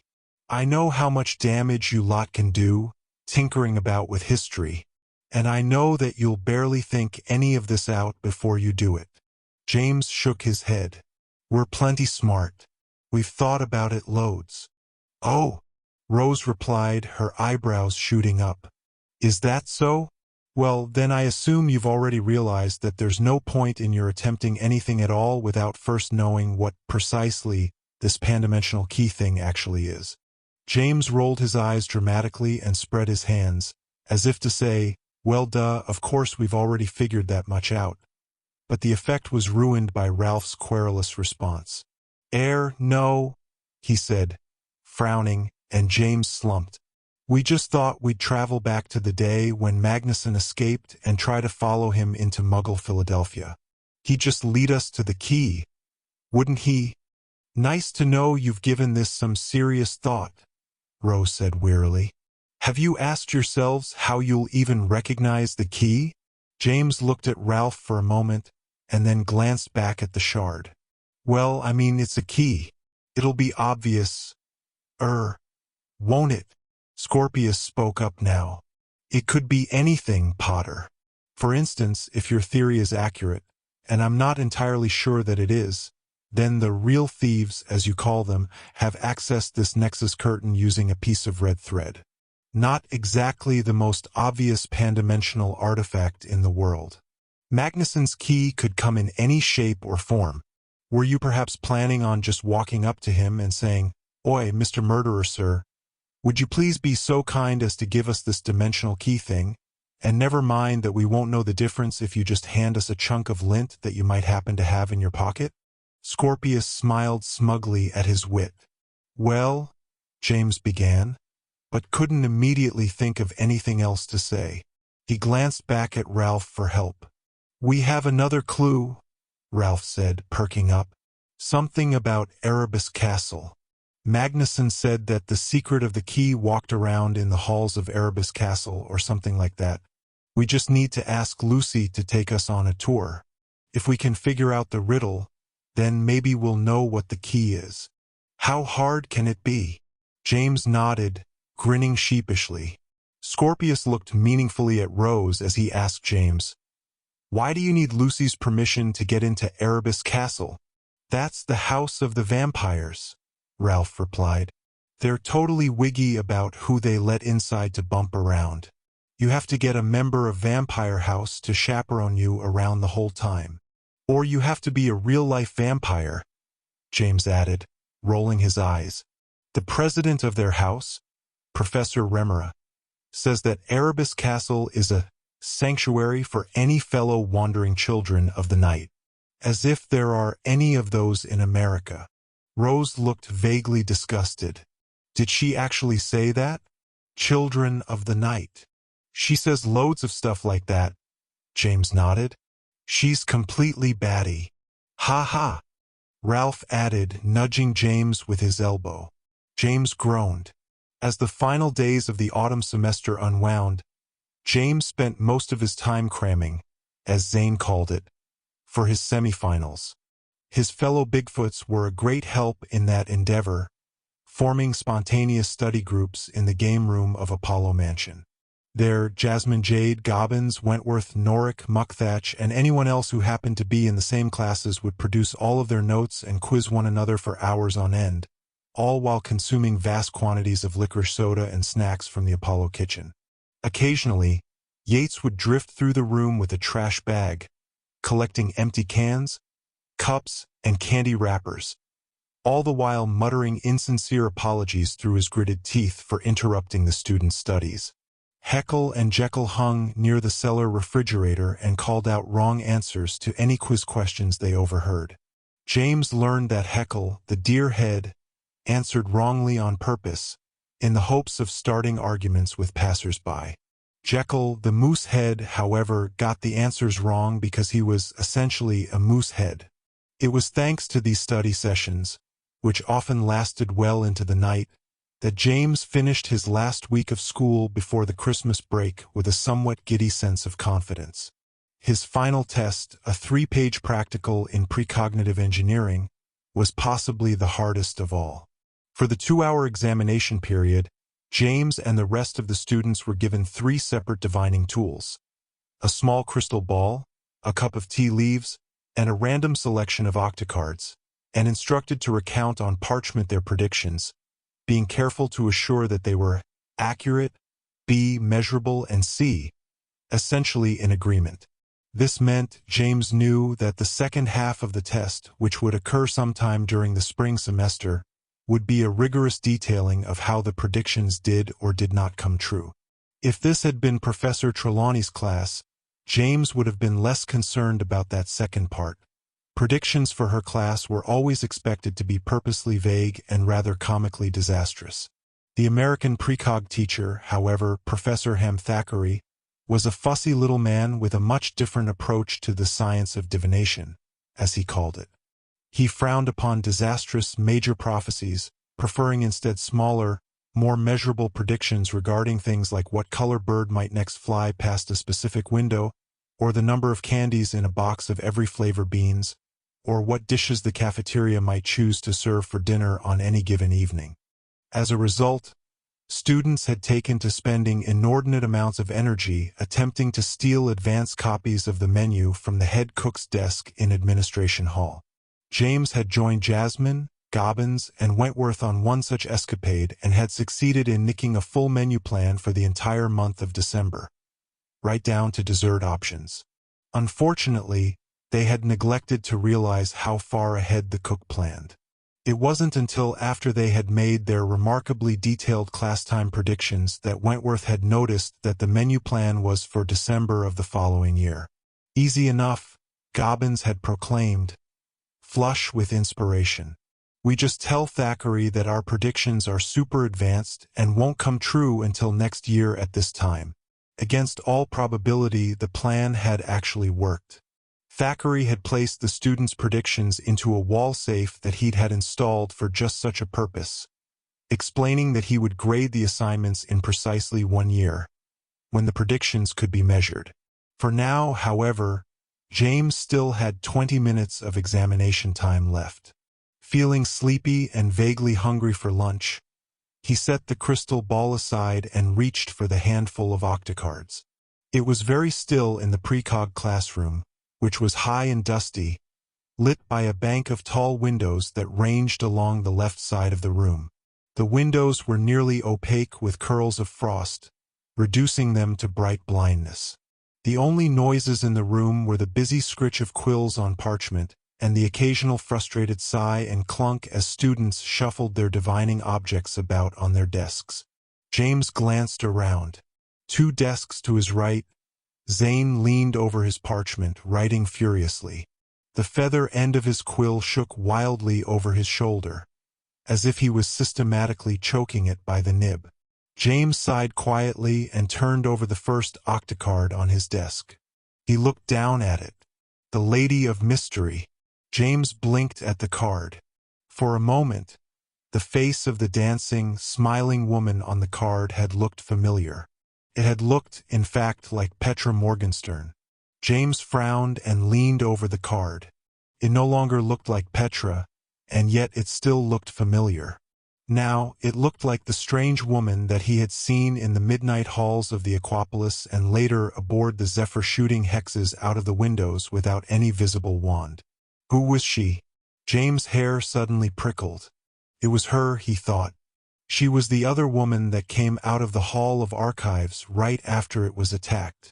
How could I have forgotten? But who is she? He peered down at the card, concentrating furiously. The woman on the card didn't move, and yet she almost seemed to be smirking up at him. For the first time, James felt a deep sense of dismay about what he had seen that night. Was it possible that this woman and Petra had really done it? Was the woman somehow controlling Petra? Where had she come from? And what was the source of her power? Was it the same as the mysterious power that Petra herself seemed to demonstrate? In the warmth of the classroom, James shuddered. Slowly, he turned over another card. The Man of Mixed Destinies. James' eyes widened as he stared down at this card. He'd never seen it before, would have sworn, in fact, that there was no such card in a deck of octacards. Worse, however, he thought he recognized the face on this card as well. It was his own. The figure on the card was skinny, dressed in a quaint black suit with tails and an orange tie. Rather unsettlingly, however, the head had 2 faces, one looking right and smiling, the other looking left and frowning uncertainly. As James watched, the faces seemed to change places, to shift without moving. It made his eyes water and he blinked. With a shiver, he turned over another card, covering the first 2. The Star of Convergence. James had seen this one before, of course, the 4-point golden star. He had drawn it once last year in Professor Trelawney's class. Back then, it hadn't seemed particularly meaningful. Now the sight of it atop the other 2 cards made his stomach drop slowly, as if he were standing on a high ledge, swaying perilously. The points of the star were like paths, merging together, forming something new and unknowable. He had a strange premonition that he was one of the 4 points. The strange lady, with her enigmatic smile and sourceless magic, was another. But who were the other 2? Petra, he thought. Of course, she's one of them. But that didn't feel exactly right. James leaned low over the star, squinting at it, concentrating. The star almost seemed to pulse, and a dull ringing came with it, blocking out the other faint noises in the room. Petra isn't one of the other 2 points, he now realized, and the sinking sensation in his stomach grew worse, chilling him. Petra isn't one of them. She's both of them. Petra and Morgan. He frowned to himself. That didn't make any sense at all, did it? Petra and Morgan were the same person, like 2 parts of the same mind, like the Jekyll and Hyde character in Mr. Walker's book. The Morgan side was the part that was influenced by the cursed shred of soul that once belonged to Lord Voldemort. The other part was the Petra that they had always known. Smart, honest, inquisitive, and quirky. The good Petra had subdued the Morgan part of her personality, once in the Chamber of Secrets, and again at Morgenstern Farm, when she had almost, but not quite, sacrificed her own sister to the lake. But what about Petra's mysterious dreams? What did it mean that Petra had been plagued by visions of her sister dying in that very lake? Was the Morgan side of Petra's mind growing more powerful? Was the balance of power tipping? "I watch and I wait," the voice of Morgan had said, echoing from the dark tower in Petra's new dream of the strange, ocean-locked plateau. "My time is very near. I am the sorceress queen. I am the princess of chaos." James looked at the last octocard again, the star. For points merging toward the center, like paths meeting, forging a new destiny. The 4 of us are converging somehow, he thought, and even though it seemed vaguely mad, he knew that it was true. Petra and Morgan, the mysterious lady, and me, all leading to something. But is it something good or bad? Is it something that should be stopped? Is it a destiny or a choice?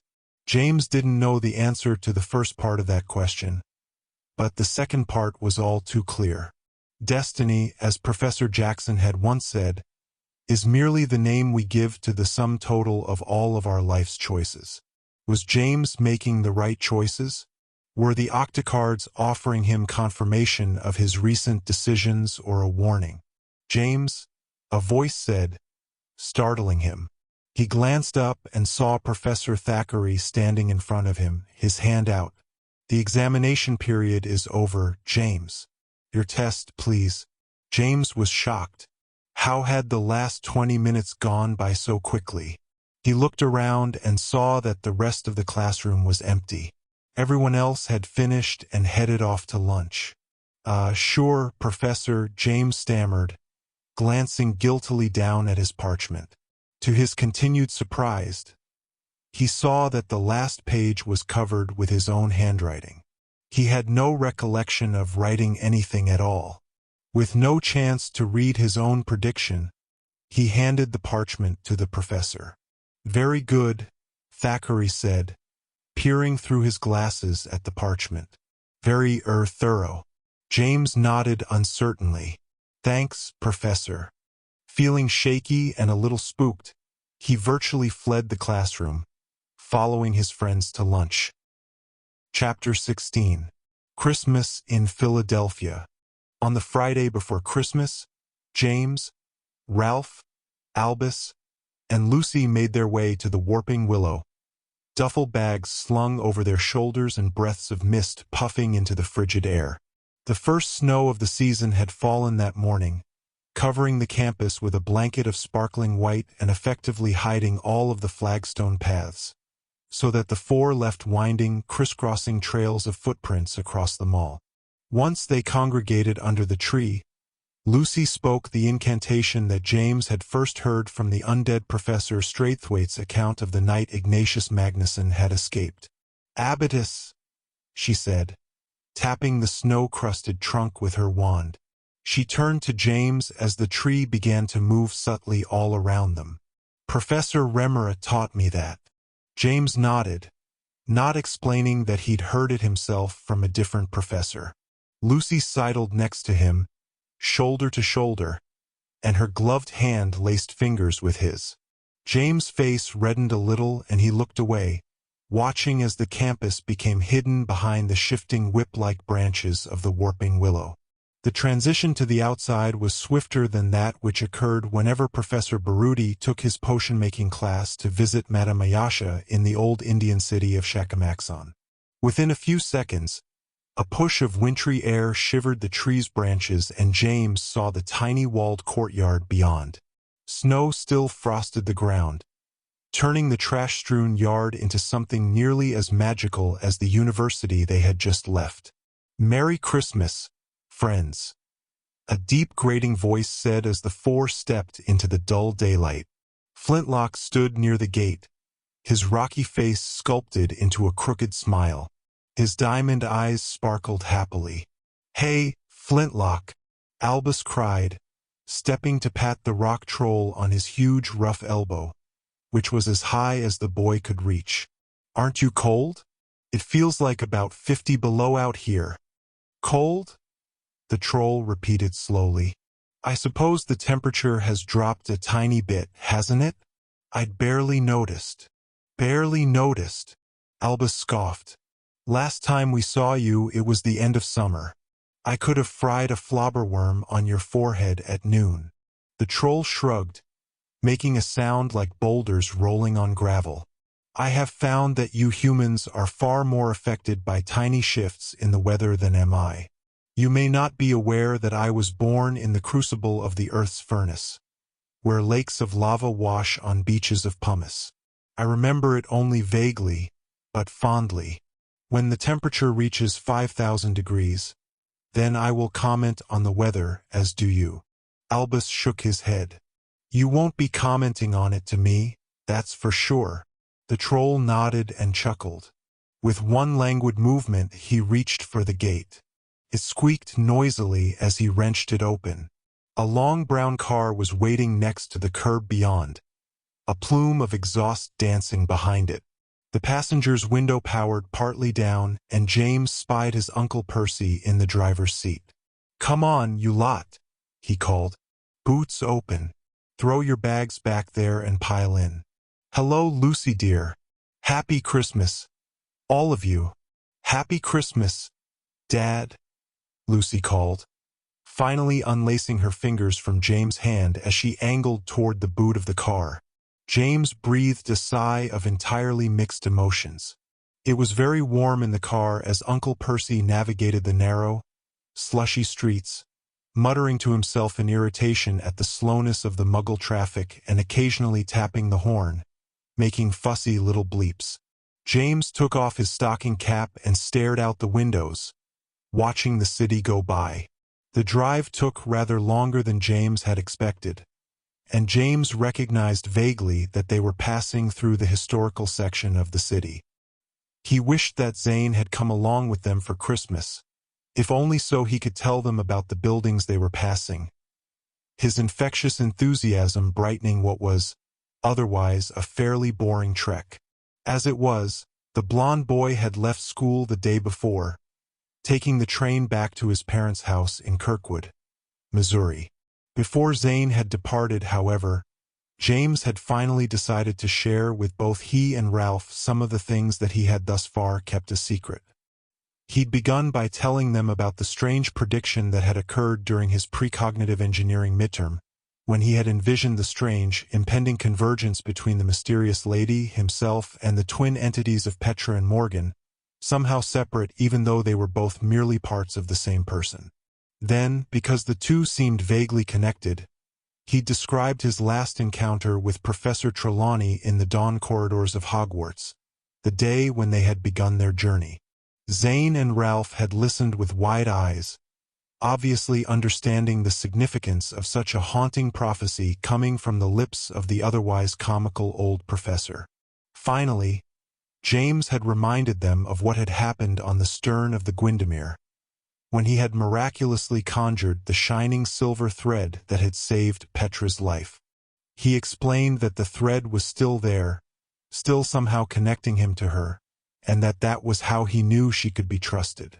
"I can see her dreams and feel her thoughts, sometimes," he'd said, although he hadn't told them about the written dream, the one that had conjured the frightening vision of the Nightmare Island and the Black Castle, before vanishing entirely.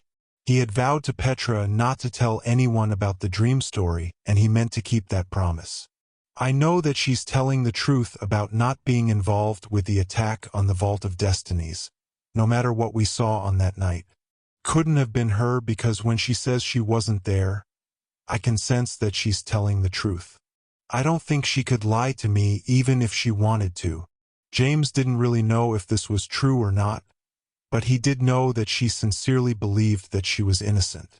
This was what he had most wanted to impress upon Zane and Ralph, since their belief in that fact was going to be essential to the success of their attempts to clear her name.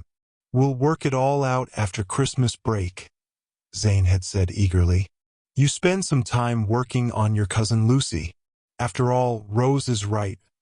If we don't know what the dimensional key is, we won't recognize it when we follow Magnuson into the past. Lucy's all googly-eyed for you, so it should be no problem to convince her to let us scour Erebus Castle for clues." James' cheeks had heated a bit at that. "She's not googly-eyed for me. She's my cousin, if you remember. Have you taken a good look at her lately?" Zane had asked, cocking his head and pointing at his face. "Not much of a family resemblance. I'd guess the only blood you share is the blood pudding you all put away last Weasley family picnic." "Shut up," James had protested. "You're daft." Ralph had shrugged with one shoulder. "I think he's right, James. Even Rose and Scorpius say so. Rose says Lucy's been sweet on you ever since last year." James hadn't been able to argue it any further. He knew that it was true, as uncomfortable as it made him.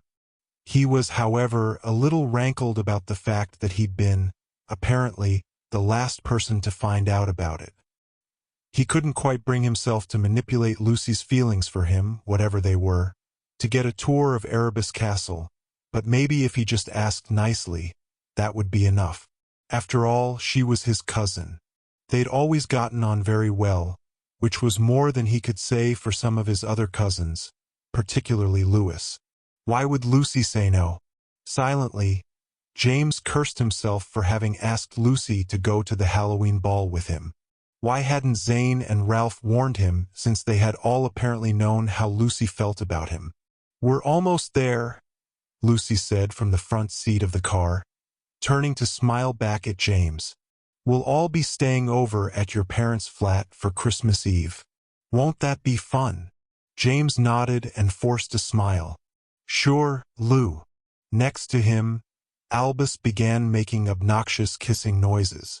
James shoved him hard enough to knock his hat off. Uncle Percy parked the car in an underground parking structure and led the troop to the silvery doors of a large elevator. "Muggle condominiums," he said disdainfully, pressing the up button. "Refitted for magical occupancy, thankfully, at least on the 13th floor." The doors swooped open and the group clambered inside. There was no 13 on the bank of lit buttons, but Percy didn't seem to mind. Producing his wand, he tapped the buttons for floor number 1 and floor number 3. Immediately, the doors shuttled closed again, and the elevator lurched, rocketing upwards much faster than any elevator James had ever ridden before. His feet left the floor for a split second as the lift shuddered to a sudden stop. "Here we are," Percy said briskly, watching as the doors socked open once more. James had expected a hallway, but the lift apparently opened directly onto his parents' flat. It was quite large and open, with high ceilings, heavy decorative woodwork, and a rather baroque chandelier hanging over the entryway. From the perspective of the open elevator, the living spaces all seemed to run together, forming an airy blend of kitchen, dining room, and parlor. James' sister Lily was seated at the dining room table across from Izzy, a collection of half-decorated sugar cookies and colored icings spread between them. "They're here," Lily called, looking up and grinning. Behind James, Percy sighed.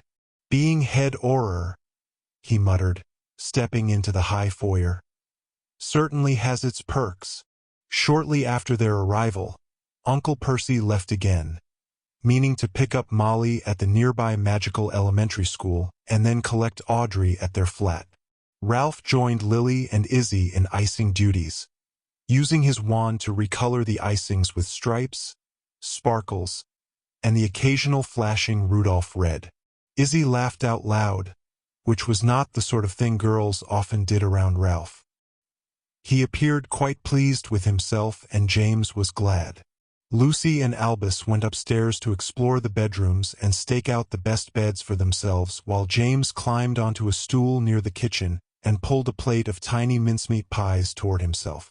"Your father's still at work, Ginny," James' mum said with a hint of worry in her voice. She was in the kitchen, cooking madly, as she was wont to do whenever she was fretting. Back at Marble Arch, Albus had had a pet name for their mum whenever she got like this.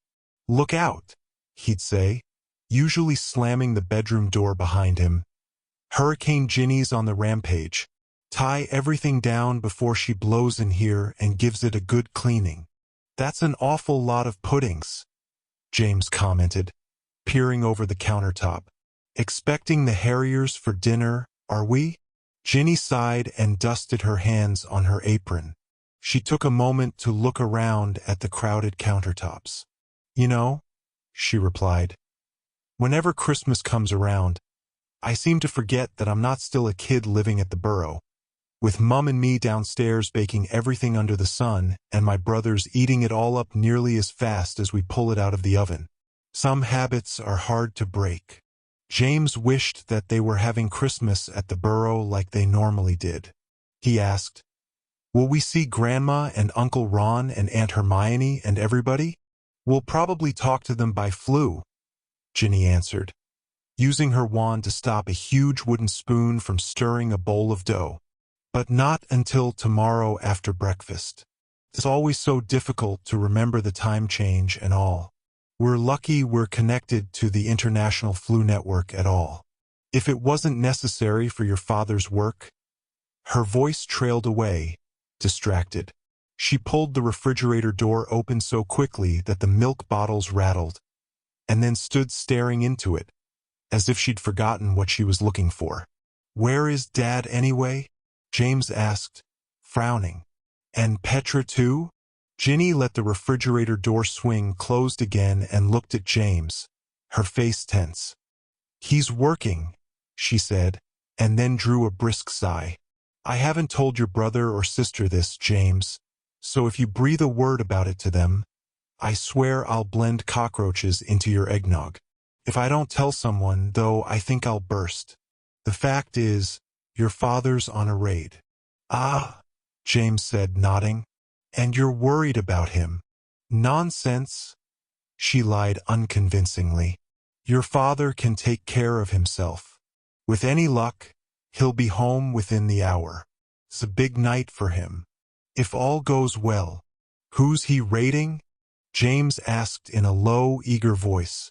"Did he track down those WULF nutters?" "Shoo!" Ginny rasped sharply, and then visibly calmed herself. "Sorry. Yes." She came over to meet James at the little breakfast bar. "I'm so nervous lately. Those Magical Integration Bureau men were bad enough, lurking in their black cars on the corner, watching our windows, following your father around when he so much as goes to the store for milk and bread. Now, there are people from the American Legal Administration as well, hovering about like bats in their black cloaks and hats. They're worse, since you never know where they are. If tonight goes well for your father, though." "What did he find?" James prodded, eyes wide. "Did he track down the people who attacked us on the train?" Ginny shook her head, more in wonderment than negation. "It's huge," she whispered. "This Wizards United Liberation Movement. It wasn't just the attack on the Zephyr. They were the ones who hired those pirates to waylay us during our voyage. They've been dead set against us being here at all, and for good reason. Titus Hardcastle and your father have been tracking them for months, even calling in some favors with Draco Malfoy at Gringotts. I'm amazed that Draco helped at all, considering how much trouble he could get into if his goblin bosses found out. There's financial support going into the WLF from all over the world, but the base is right here in the United States. Titus and your father followed the money and finally found the organization's underground headquarters. A group of American wizarding police are helping your father right now. With any luck, they've already descended on the place and rounded up the ringleaders. Wow! James breathed, impressed. I wish I could see it. Ginny shuddered. Ugh, not me. I can barely stand to think of it. All of those awful people, and your father right in the middle of them.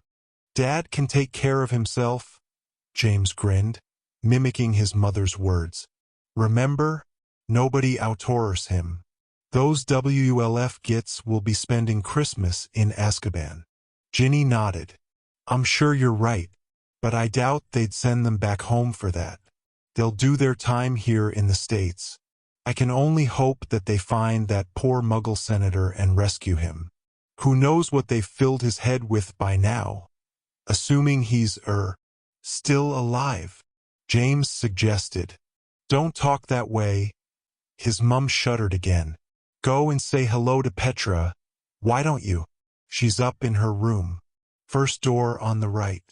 James nodded and dropped lightly from his stool. Tramping up the stairs, he heard Albus and Lucy talking nearby, their voices echoing into the hall. The second door on the right was cracked open, but the room beyond was dark. James knocked lightly on the door. Hey Petra, he called softly, not wishing to wake her if she was napping. Happy Christmas. Come downstairs and help me eat some of these desserts. The door creaked open a little at James' knock. He peered inside with one eye. In the dimness, he could see two narrow beds and a dresser. One of the beds was rumpled, the pillows humped together haphazardly. Petra, James called again, pushing the door further open. The room was empty, although the bed certainly appeared to have been recently occupied. He frowned into the room, and then turned and retreated back into the hall. He followed Albus and Lucy's voices until he found them in a bedroom near the end, kneeling on the floor next to a pile of wrapped presents. Oh, Albus said, glancing up at James and lowering his brow. It's just you. We thought Mum was on to us. James frowned, watching as his brother trained his wand on one of the larger presents. What are you doing? What's it look like? Albus replied. Getting a peek-see. Hang back if you don't want to know whether you're getting a new scrim or a box of underpants. James shook his head. Have either of you seen Petra yet? Lucy glanced up. No, she said, tilting her head. Why? Just wondering. I thought I'd say hello. That's all. Lucy shrugged and shook her head, her eyes still on James. All right, he replied. Whatever. Carry on, then. Don't tell Mum, Albus warned as James turned away. I'll hex you good if you do. On the way down the hall, James peered into Petra and Izzy's bedroom again. It was still dark and empty, although the rumpled bed gave the strangest impression that someone had been lying on it only moments before. James shook his head again and tromped back down the stairs. Dinner came and went, and James' dad still had not arrived home. The rest of the adults tried to maintain a festive atmosphere, but James sensed that there was a lot of tension in the air. Audrey and Percy sat near the fireplace and roasted chestnuts while Ginny and Deniston Dolohov cleaned up the kitchen, talking idly in low voices. Petra had not shown up for dinner at all, which James thought was a little odd. She's begun keeping rather strange hours ever since the debacle with that Mr. Henriton, Ginny had admitted to James. I think she's worried and afraid, poor thing. I can't blame her. A new country, and all of a sudden, she's in legal trouble, all over a case of mistaken identity. I mean, I feel bad for the poor man who was attacked, but to accuse a teenaged girl of such a thing. But, James said, furrowing his brow. She wasn't upstairs when I went up to say hi to her. Her room was empty. Ginny shrugged. She was probably in the loo, silly. James frowned. He was almost certain that the bathroom had been empty as well when he'd passed it, but he didn't press the issue. Shortly thereafter, Petra had, in fact, come down the stairs, smiling sleepily and greeting everyone. "Hi, James," she said, coming to join him on the couch. "Sorry, I was napping. I've been doing that a lot lately. I think it's for lack of anything better to do." James blinked at her, perplexed. "You," he began, but stopped himself. He shook his head slightly. "Never mind. How have you been?" "All right," she replied, looking toward the fire. "Reading, mostly. Professor Baruti comes by in the evenings sometimes and helps me with my French. He's very kind and understanding about all of this." James thought for a moment. Finally, in a quiet voice, he said, "I think we've come up with a way to clear your name, Petra." She turned back to him, frowning slightly. "How?" James wobbled his head back and forth, unsure how much to say. "It's complicated, but Zane and Ralph are helping. I think we might be onto something. If it works out, we'll find the people who really did attack the Vault of Destinies and steal the Crimson Thread. Then you'll be in the clear." To James' surprise, Petra was looking at him doubtfully. "Are you sure that's a good idea, James? I mean, it sounds—" She paused, as if choosing her words very carefully. Dangerous." "Maybe," James admitted. "But it's worth it, isn't it? I mean, Petra, you're in really serious trouble here.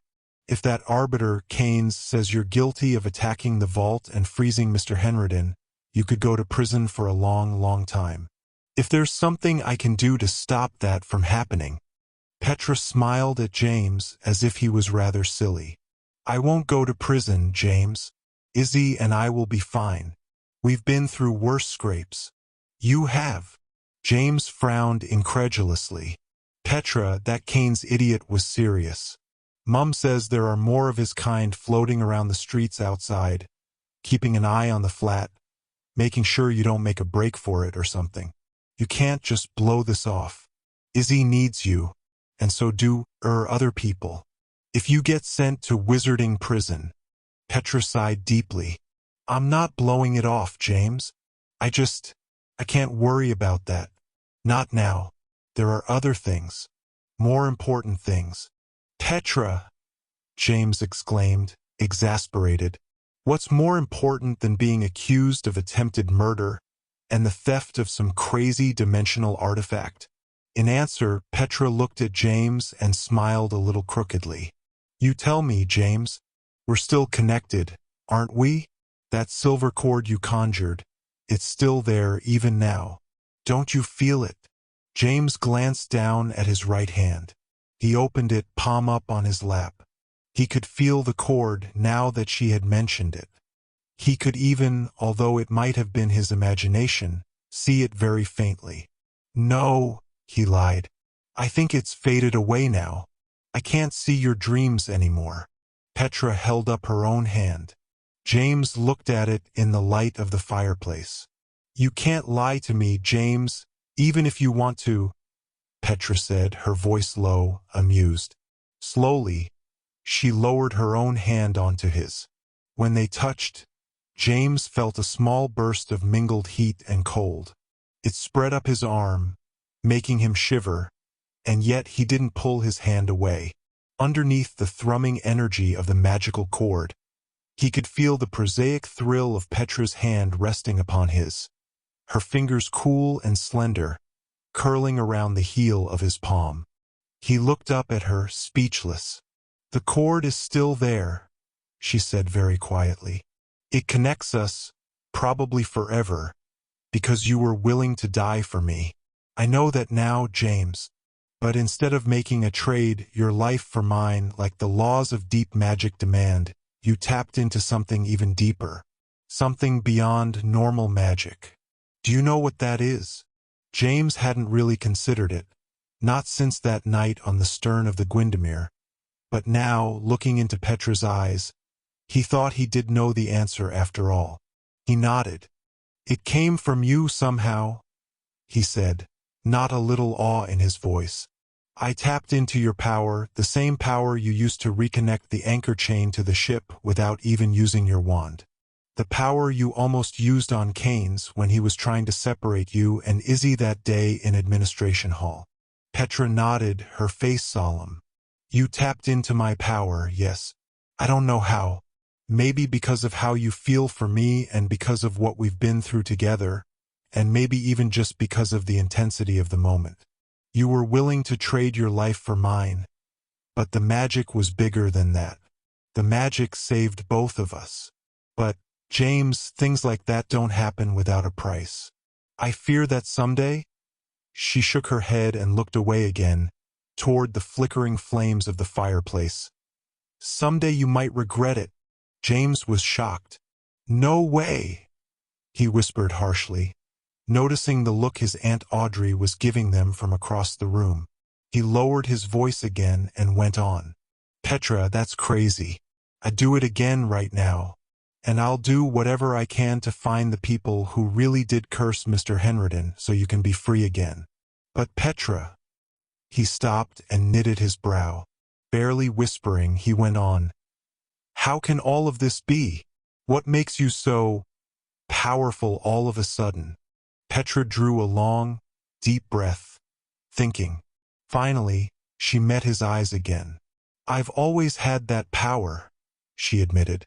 "I didn't understand it, and neither did anyone else, especially my grandparents. They were afraid of me because my magic was so much greater than theirs. They didn't believe I would know how to use it, that I would grow up to be something terrible and cruel. But their fear shamed me. As a result, I trained myself not to use my powers. I taught myself to use a wand instead of just my hands.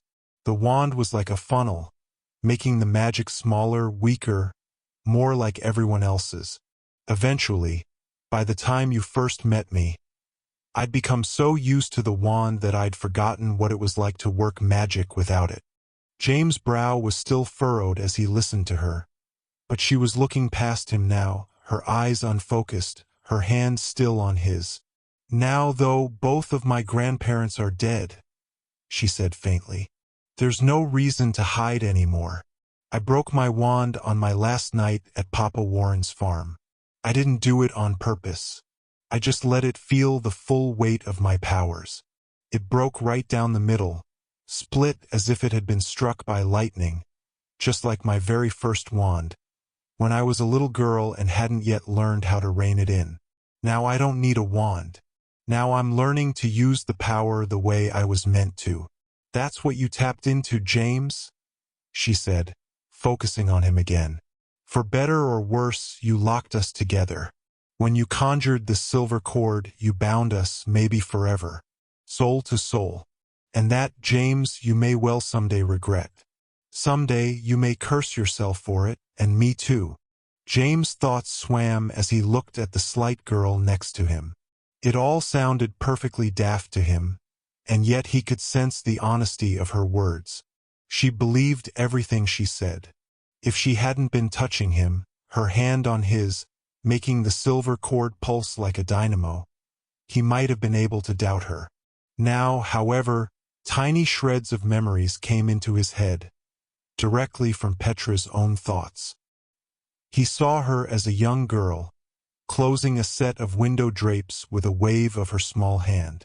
Another memory showed her in a sunlit wood, moving rocks through the air with a pointing finger, forming them into carefully constructed, mysteriously sad towers. Finally, he saw her as a 10-year-old girl standing frightened in the darkness of a cellar, several rats lying dead at her feet. She had thought the rats to death, merely sending her mind into their little beating hearts and squeezing them, bursting the little organs like balloons. She had hated the rats and feared them, but lying there dead at her feet, their feet curled and their black eyes staring like drops of oil, Petra felt terrible about what she had done.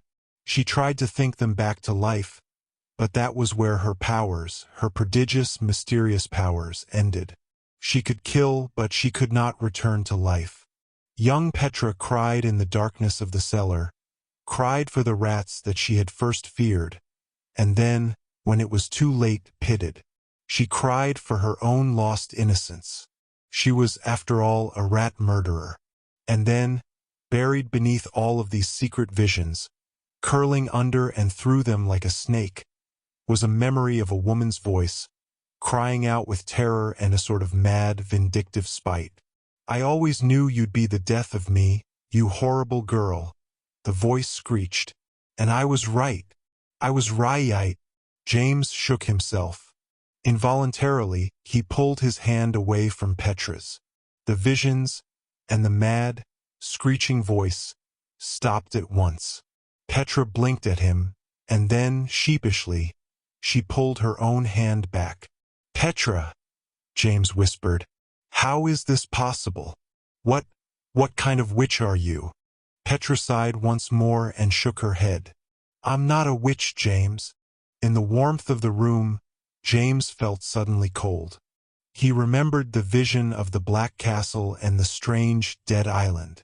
Like the visions he had seen when Petra had touched him only moments before, that had also been a peek into Petra's dreams and thoughts. And in that vision, the Morgan part of Petra's mind, somehow separate and imprisoned, had spoken aloud. "I am the Princess of Chaos," she had said. "I am the Sorceress Queen. The Sorceress Queen." James opened his mouth, not sure what he was about to say, when Lily, Molly, and Izzy suddenly ran past, their feet thumping wildly, their voices giggling like a flock of birds. "Tag," Izzy said, tapping James on the shoulder. "You're it." With a flurry of screams and laughter, the three girls scurried away. James watched them and then turned back to Petra. "You're it?" she smiled, shrugging one shoulder. "You'd better go get them." "Petra," James began, but she shook her head. "No more for now, James," she said, and James could sense that she meant it. "Besides, I think they just ran into your father's study. You'd best herd them back out before they disturb any of his things." James could barely bring himself to interrupt his hushed conversation with Petra, especially when he felt so close to such an important revelation, but he didn't seem to have any choice. Petra had already turned away, standing and moving toward the fire. With a great sigh, James stood as well. "All right, you lot," he began as he entered the study door. "You know you're not supposed to be in here, especially you, Lil." He was drowned out by a cacophony of giggles and shrieks as all three of the girls scrambled from behind chairs and under tables. They rushed past him, obviously hoping that he meant to chase them. James shook his head in weary annoyance, marveling at how his sister seemed to play down to the level of the youngest child in her presence, and then looked around the study to ensure that nothing had been disturbed. The room was rather like a small library, crowded with chairs, end tables, and lamps. The far end was dominated by a large desk and a leather swivel chair with a very high back. The chair was about as un-Harry Potter as anything James had ever seen. Its high, pointed shoulders were adorned with silver rivets, making it look, on the whole, like something that belonged in the basement of Erebus Mansion. Obviously, the flat had come already furnished. James knew that his father would never pick out such a thing for himself. Moving toward the desk, James reached over it and gave the chair a tentative push. It turned silently, revolving somewhat malevolently on its oiled base. Behind the chair, propped on a low shelf below the window, was the small shard of the Ams era Cirth that Merlin had given his dad. Its face was silvery with rushing smoke, unfocused. James knew that it connected, when magically empowered, to the ore offices back at the Ministry of Magic. Using the shard, his father kept in close contact with Titus Hardcastle and the other ores. Below the shard, in the shadow of the shelf, was a gleaming iron lockbox. James' eyes widened. This, he knew, was the lockbox that his father had taken to keeping his invisibility cloak and Marauder's map in ever since last year, when they had been stolen out of his trunk by Scorpius Malfoy. James moved quickly around the desk, his curiosity getting the better of him. Stopping the huge leather chair from turning, he sat down on it, facing the window. He tapped the lockbox with his wand. "Alohomora," he whispered quickly. There was a flash of golden light, and for a moment, James thought that his basic unlocking spell had worked. The flash didn't diminish, however. It spun around the lockbox, as if repelled from the iron shape. Finally, with a crackle of magical energy, the bolt spat back at James, striking him in the chest and shoving both him and the chair backwards. The chair rammed against the desk, producing a rattling thud. James shook himself, alarmed, and quickly rammed his wand back into his pocket, scrambling to get up. He should have known that his father's counterspells would repel anything that he, James, might use to open the lockbox. There were footsteps just outside the study. A shadow moved on the partially open door. Without thinking, James dropped back onto the huge desk chair. The chair began to spin again, and he clumped his feet to the floor, halting its movement. He stared furiously out the darkened window in front of him and held his breath. The door swept open behind him, and James realized, with some bemusement, that he could see the entire room reflected in the high study window. The shape of the batwing chair blocked out a lot of the reflection, of course, but he could see the top of the door and indistinct shadows on the nearby bookshelves as someone entered the room, leaving the door wide open behind them. "What would Dumbledore say?" the figure mumbled quietly, and James realized, with a mixture of relief and trepidation, that it was his father. Harry Potter had finally returned from his raid. He sighed quietly to himself. Think Potter. What would Dumbledore say? Or even Snape? And then, in a louder voice, "In here, gentlemen. Close the door behind you, if you would." Slowly, James hunkered lower in the black chair, keeping his feet planted firmly on the floor to prevent it from swiveling around and revealing him. More footsteps approached, and in the window's reflection, James saw two more men enter the room. They wore the black suits and ties of the Magical Integration Bureau. "I thought it best," Harry said, moving toward his desk and leaning on it, facing the men, "that we debrief immediately. Thank you for coming inside. We wouldn't have it any other way," one of the men said stiffly. The image in the window's reflection was somewhat distorted, but James recognized the man. He was the one they had first met outside the Zephyr after the crashing attack along the streets of Muggle, New York. His name, James recalled, was Price. "Well then," Harry began briskly, "it seems that our information was accurate enough. That is one good thing we can take from this evening's exercise. The WULF is on the run. We can expect that they will be much clumsier now, having been routed from their headquarters." "And this seems like a good thing to you?" Price said evenly. "I don't know about you, but I'd rather stamp out the whole nest of spiders at once than try to chase them one by one into the shadows. Wouldn't you, Espinoza?" "I sure wouldn't call tonight a win for the good guys," Espinoza replied coolly. "They know we're onto them now. They'll be watching for us. No more element of surprise." "We have eyes all over the city," Harry said. "Now that Tarantus agents are on the run, we will surely sense their movements. If we have to track them down one by one, then that's how we will do it. It wouldn't be the first time the Department of Horrors disassembled a network of dark wizards one brick at a time." Espinoza commented. "Would have been a lot easier if we'd have been able to take Tarantus alive." "Sure would," Price nodded, and James could see that he was watching Harry closely. "I don't suppose you magical types have the ability to extract information from the dead, do you?" "No? That's a shame. and here we muggles all thought you were so much more advanced than that. Necromancy is a forbidden art, Harry replied. Not that it was ever particularly accurate, even for those who excelled at it. Pretty convenient, Price countered. Tarantus being found murdered in his recently abandoned headquarters, and us not being able to interview the deceased to find out where his people might have escaped to or what their plans were. No sign of the missing senator, either, Espinosa added reasonably. Very convenient. Convenient for whom, exactly?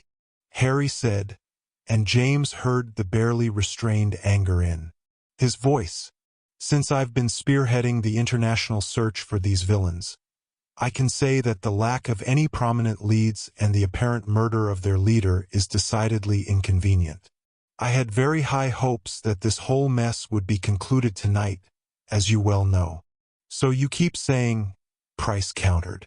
And yet there is no question that somebody alerted the WLF to our raid only minutes before our arrival, giving them just enough time to escape.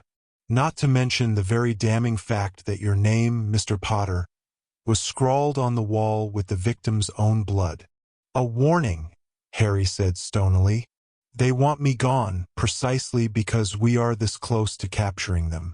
They've been attempting to thwart our attempts ever since they hired a fleet of pirates to sink us on the journey here. Tarantus himself led the attack on the train and personally delivered the warning, telling us to leave immediately or face the consequences. And now, Tarantus is lying cold in a wizarding morgue in downtown New Amsterdam. Espinosa nodded. I mean, it could be that the name written in blood on the wall was a warning that you should give up and run home, Mr. Potter. But we cannot rule out that it might, in fact, have been the victim's way of identifying his killer. That's ridiculous, Mr. Espinosa, if you'll pardon me for being blunt, Harry said coldly. Even apart from the fact that I was with you at the time the man was killed, I've seen killing curses in action in my time. The curse that ended Tarantus' life was not only brutal, it was instantaneous. He wasn't just killed, he was destroyed. I promise you, there were no final moments during which the man could have scrawled the name of his murderer on the wall in his own blood. Tarantus was dead before he hit the floor, and someone else wrote my name on the wall with his blood. Espinosa asked. And why would the WLF have murdered their own leader only moments before their escape from our raid? Perhaps for being sloppy, Harry suggested curtly. After all, it was his own paper trail that led us to him. Organizations like the WLF do not easily forgive such ineptitude. Could be, Price agreed reluctantly. Then again, it could be that Tarantus was getting ready to talk. Maybe he was getting cold feet about the organization's tactics and was planning on telling us everything he knew. Maybe someone else decided he was a threat and planned to overthrow him as leader. They'd have no choice but to kill him, of course. Whoever tipped them off about the impending raid. Seems likely to me that that's the same person who's probably in charge now. What do you think, Espinosa? Just makes sense, Espinosa agreed. Find the snitch, find the murderer. Find the murderer. Find the new head of the WULF. And you think that person is me, Harry said with a sigh. Price shook his head. We're paid to be suspicious, Mr. Potter. Don't take offense. If we had any actual evidence of your involvement, then we wouldn't be standing here in your study having this little chat. But I'll be honest with you. There's loads of circumstantial evidence piling up against you. The bloody name on the wall doesn't help. Harry's voice was no longer restrained. That's insane, he proclaimed darkly. Lotta things are insane, Mr. Potter, Price agreed.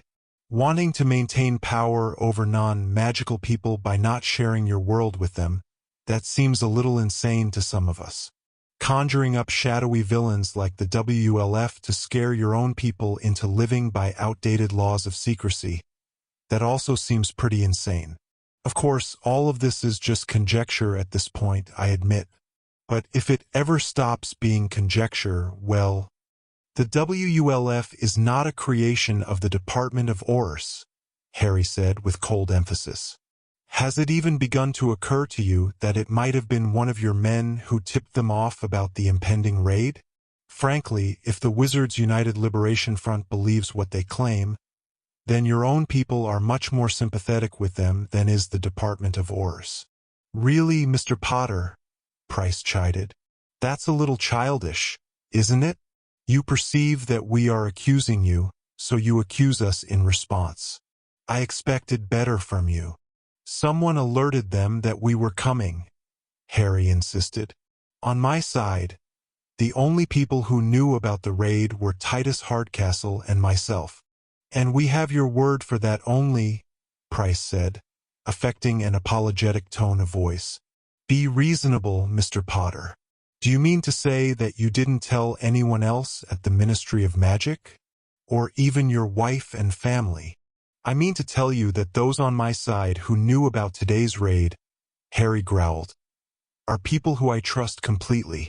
Members of our raiding party, including myself, might have gotten killed today had the WLF chosen to ambush us instead of run. Why would my own people have risked that? If your people and the WLF are one and the same, Espinosa suggested, then it wouldn't be a risk at all, would it? Harry drew a deep breath, composing himself. Gentlemen, if this is where we stand, then I fail to see how we can continue to work together. Either arrest me for conspiracy or let me and my associates work alone. Now let's not get huffy, Harry, Price said, softening his tone and raising his hands in a conciliatory gesture. Espinosa and I are just doing our jobs. The task of the Magical Integration Bureau is to protect the interactions between the magical and the non-magical world, and to see that the two coexist with as much harmony as possible. Your people have chosen to hide yourselves and live among us in secrecy, which has always struck the Bureau as suspicious on the very surface of it. You can't blame us for approaching our duties with a degree of healthy skepticism, can you? Look, if you're innocent, then you have nothing to fear from our involvement. If you're guilty, then of course we can't just allow you to operate without our supervision. Either way, Harry, you're stuck with us. Let's try to make that fact as pleasant as possible. There was a long pause as Harry appeared to consider this. In the window reflection, James could see Price standing to the side, his face stony, waiting. Across from him, Espinosa looked vaguely bored. He stared up at the dark ceiling, eyebrows raised inscrutably. So be it, Harry finally said. But if I suspect that your notions of mistrust are undermining our investigations, or worse, placing us all in danger, then be assured that I will abandon this mission, regardless of the consequences. Is that understood? Duly noted, Price said with a smile. I'm glad that we can all dispense with any pretenses. Everything all out in the open. That's the way I like it. Right, Espinosa? Right you are, Price, the other man agreed soberly. I assume you can find the door on your own, Harry replied. Merry Christmas, gentlemen, and good night. James heard shuffling footsteps and saw the door's reflection as it opened again. A few moments later, the elevator doors dinged from down the hall. Price and Espinosa, apparently, were on their way back down to the parking garage. Without turning the chair around, James asked quietly, You know I'm here, don't you? Harry, still leaning against the front of the desk, chuckled drily. I never leave my chair facing the window. I figured it was either you or Albus. Frankly, I was betting on the latter. Nice counterspell on the lockbox, James said, swiveling the chair to face his father. I wasn't trying to nick the cloak and map, you know. I was just checking on them. Harry nodded, looking back at his son over his shoulder. With a sigh, he turned around and plopped onto one of the visitors' chairs. So, what do you think, James? He asked. Is this whole investigation a lost cause? Why would they think you were involved with the same bad guys that you're trying to catch? James exclaimed incredulously. I mean, it doesn't make any sense. It makes sense from their viewpoint, Harry said sadly. You were at Neville's assembly, so you heard how a lot of people around here think. Many of them truly believe that the Ministry of Magic would indeed stoop to creating shadow villains, from Voldemort to the WLF, just to keep the magical world under their thumb. If that was true, then it would make perfect sense that I'd be in on it, and might even be one of the masterminds of the scheme. That's what Ralph said too, James acknowledged reluctantly. But none of it's true. How can they believe such a bunch of drivel? Harry frowned thoughtfully. Once you abandon the concept of truth, James, everything becomes merely a matter of perspective. For the progressive element, there is no right or wrong. There are only sides. When one of those sides defeats another, they don't see it as a triumph of good over evil or evil over good. They view it merely as one side exerting unfair power over the other. Without truth, without any belief in right and wrong, the best one can hope for in life is a sort of lukewarm concept of fairness, where both sides in any fight simply choose to live and let live. They think that what we call good should just learn to tolerate what we call evil, since good and evil are really just equally valid philosophies of life. But, James began, screwing up his face in an effort to understand. But that's obviously crazy. This isn't like disagreeing over whether flying carpets should be legal or not. Voldemort was a bloodthirsty villain who killed people just for the sake of his own power. Stopping him was the only way to save countless other lives. Wasn't it? Not according to the progressive element, Harry replied, shaking his head. They think that if only we'd stopped fighting him, laid down our weapons, and given him his right to live the way he wanted to, then we'd all have just lived in peace somehow. James considered this for a moment, his eyes narrowed, and then shrugged. But then he'd just have killed every last one of you. Harry nodded. Probably. Voldemort wasn't a live and let live sort of wizard, especially considering the prophecy. One of us had to die for the other to survive. But really, prophecy or not, that's how it is in every corner of the world, in every struggle between evil and good, between power and love. The two cannot compromise because they cancel each other out. There will always be a struggle between them until one prevails over the other. There is no alternative.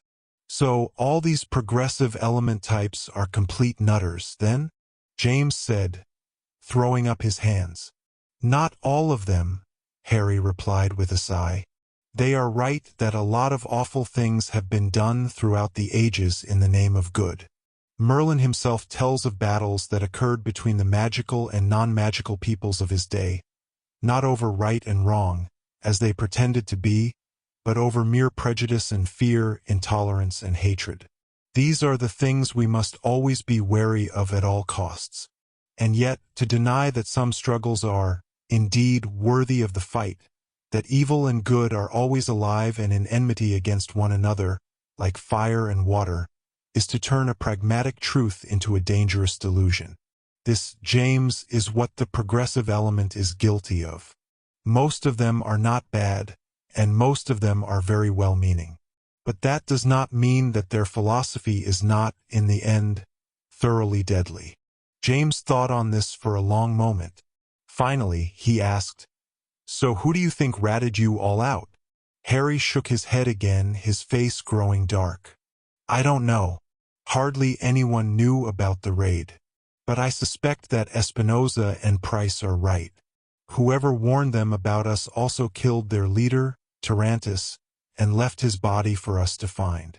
The WLF has a new leader now, someone who may well know a lot more about us and how we plan to stop them than Tarantus ever did. I suspect that the first order of business is to find out who that person is.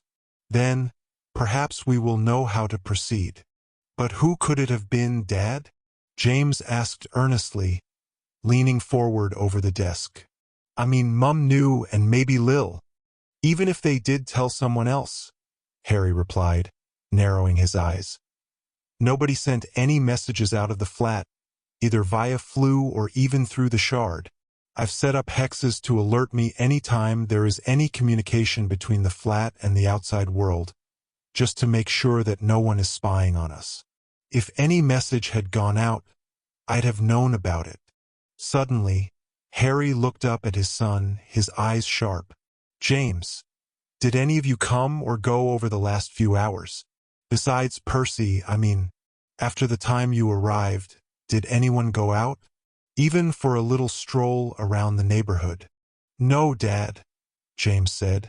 But then he paused. Unbidden, he found himself thinking of Petra's empty bed upstairs when he had gone to look for her. He'd searched through all of the upstairs rooms, but hadn't seen any sign of her. And yet, some time later, she had come downstairs, as if she'd been up in her bedroom all along.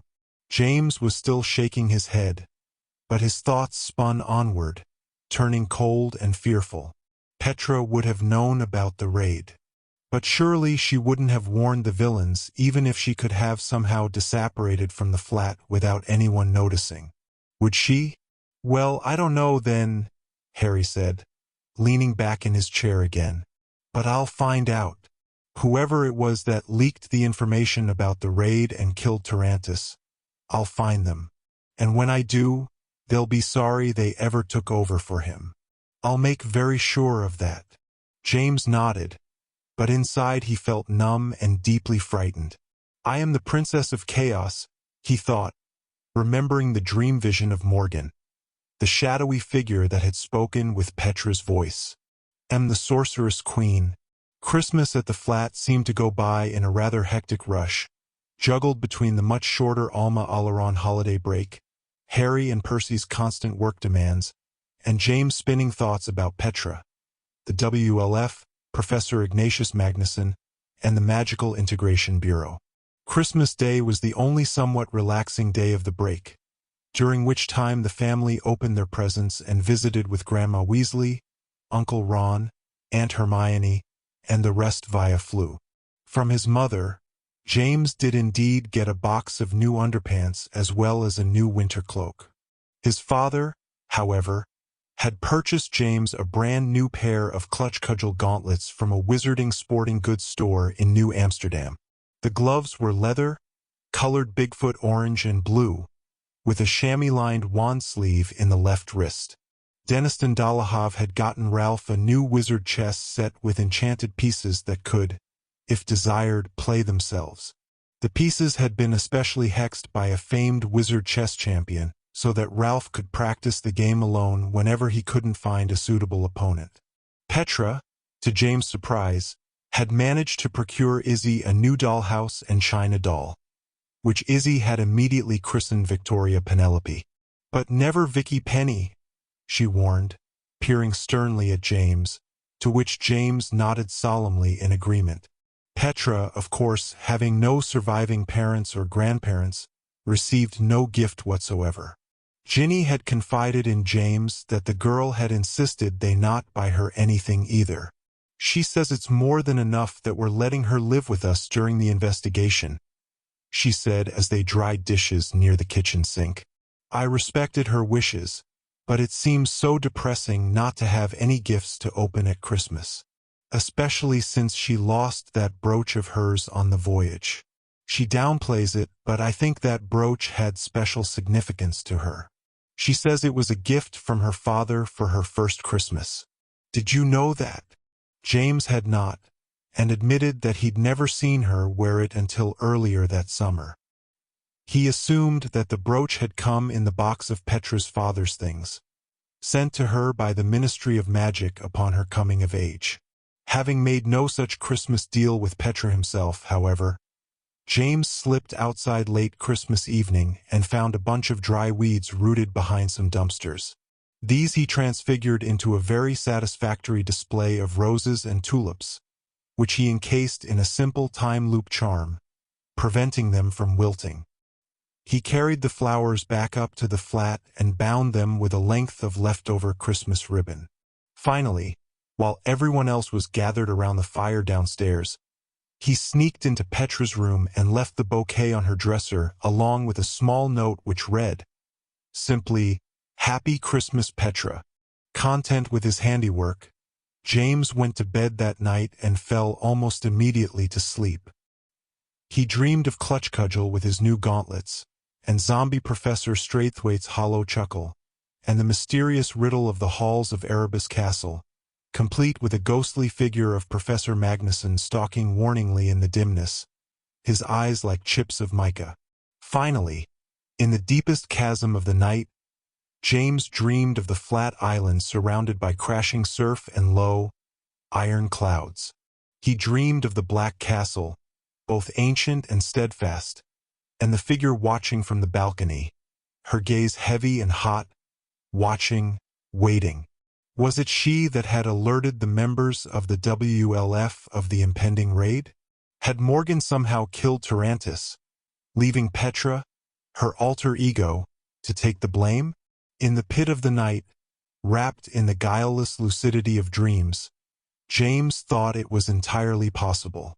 He wouldn't remember any of it the next morning, but his dreaming self tried to send out the message, tried to warn his subconscious of what was to come.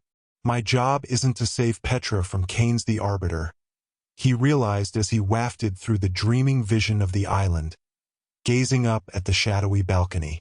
My job is to save Petra from Morgan. My job, he thought from the depths of sleep, is to save Petra from herself. Chapter 17. The Ballad of the Rider.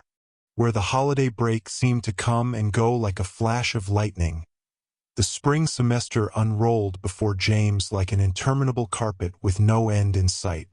Albus, in particular, seemed to return to school with a rather bitter disposition. I thought we were going to be quit of this dump by now, he grumped as they stalked across the campus toward their morning's classes. A frigid wind scoured the mall beneath low, hulking clouds, making the boys' cloaks flap like sails. Hey, Zane said, his own typically cheerful disposition dampened by the Arctic weather. That's the Aleron you're talking about. I get why you might hate all your wolfie pals back at Ares Mansion, but that's just them. Hate the player, don't hate the game.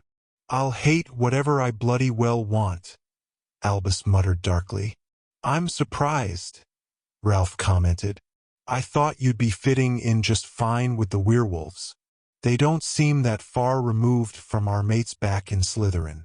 Albus scoffed humorlessly. Ha! I'll take Tabitha Corsica over Olivia Jones any day. Tabitha may have turned out to be a little off her broom in the end, but at least she hated people on principle. These gits just hate anyone whose great-great-great-great-grandparents didn't have the good fortune to have been on some stupid boat that landed at Plymouth Bloody Rock. James was surprised at his brother's sudden openness. He knew it would probably evaporate once he'd had a chance to settle into the routine of school again, but for now he took advantage of it. You mean, he said as evenly as possible, that they give you a hard time just because you aren't an American? Albus pressed his lips together tightly and shook his head. They're fine with the fact that I'm not an American, so long as I don't want to play clutch or take part in the morning calisthenics preparedness corps or join their precious Salem Durgas Free Militia. Not that I want to do any of those things, mind you, but still, it gets a little old being constantly reminded that I'm shut out, whether I want in or not. What's old Stonewall say about it? Zane asked, hefting his backpack against the icy wind. Oh, he talks a big game about how Werewolf House, like America in general, is the great melting pot, welcoming all into the arms of liberty, vigilance, and civil service, but the students are another cauldron of newts entirely. I suppose if I pressed the issue with Jackson, he'd make sure I got into whatever club or team I wanted, but then I just have to live with the werewolves who tried to freeze me out to begin with. It's easier just to lay low and wait to get back home to Slytherin. Blimey, Ralph commented. After your performance on the clock tower during the flag switch escapade, I'd have thought you'd be the werewolf's golden boy. Yeah, Albus agreed sourly. That impressed them all right. They said I showed a lot of promise for a Cornelius. James nodded, reticent to say anything more. Some small, petty part of him was meanly glad that Albus was having difficulties with his house. Serves him right for always siding with whatever group seems the most dodgy and evil, he thought.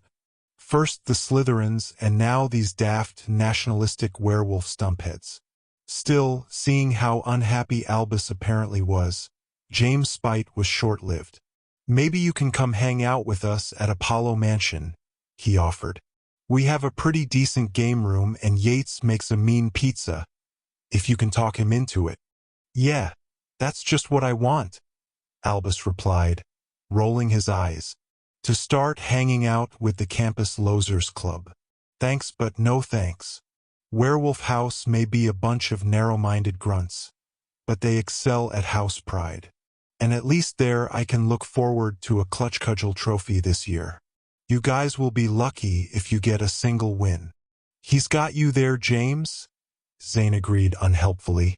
James was too cold to argue the issue, and the boys trudged the rest of the way to class in silence. Within the first week of school, James realized that he had entirely forgotten to ask Lucy about taking him, Ralph, and Zane on a tour of Erebus Castle so that they could try to solve the riddle of Magnuson's dimensional key. Zane rolled his eyes as the three boys huddled around a table in the library near the top of the Tower of Art. It's easy, he whispered. You just ask Lucy to be your date to the Valentine's dance. Then, she'll have to say yes when you tack on that you want her to show us around the vampire's castle. James shook his head. It's Lucy, he said. I don't need to trick her or anything. I'll just ask her. Of course she'll say yes. Zane shrugged and leaned back in his chair. Have it your way. Me, I'd want a little insurance. I hear she was pretty put off by all the touchy-feely that went down between you and Petra over Christmas. James' face heated with mingled embarrassment and surprise. What? That's ridiculous. Nothing happened at all. Ralph grimaced uncomfortably. I saw the two of you holding hands in the parlor, he admitted. So did Lucy. She pretended not to be bothered by it, but she hid in her room for a while afterwards. It wasn't like that, James sighed. We were just talking. In fact, we were talking about how we're going to try to clear her name. Seems to me you should have been talking to Lucy about that, Zane chided. She's the one whose go-ahead we need to get into Erebus Castle. Look, Lucy isn't Cheshire Chatterley and I'm not you, James said, throwing a look at Zane. I can't trick her like that. There weren't any tricks involved with me and Cheshire, Zane replied a bit defensively. I got us the key to the archive and Cheshire got to dance with me at the Halloween ball. It was a win-win for everyone.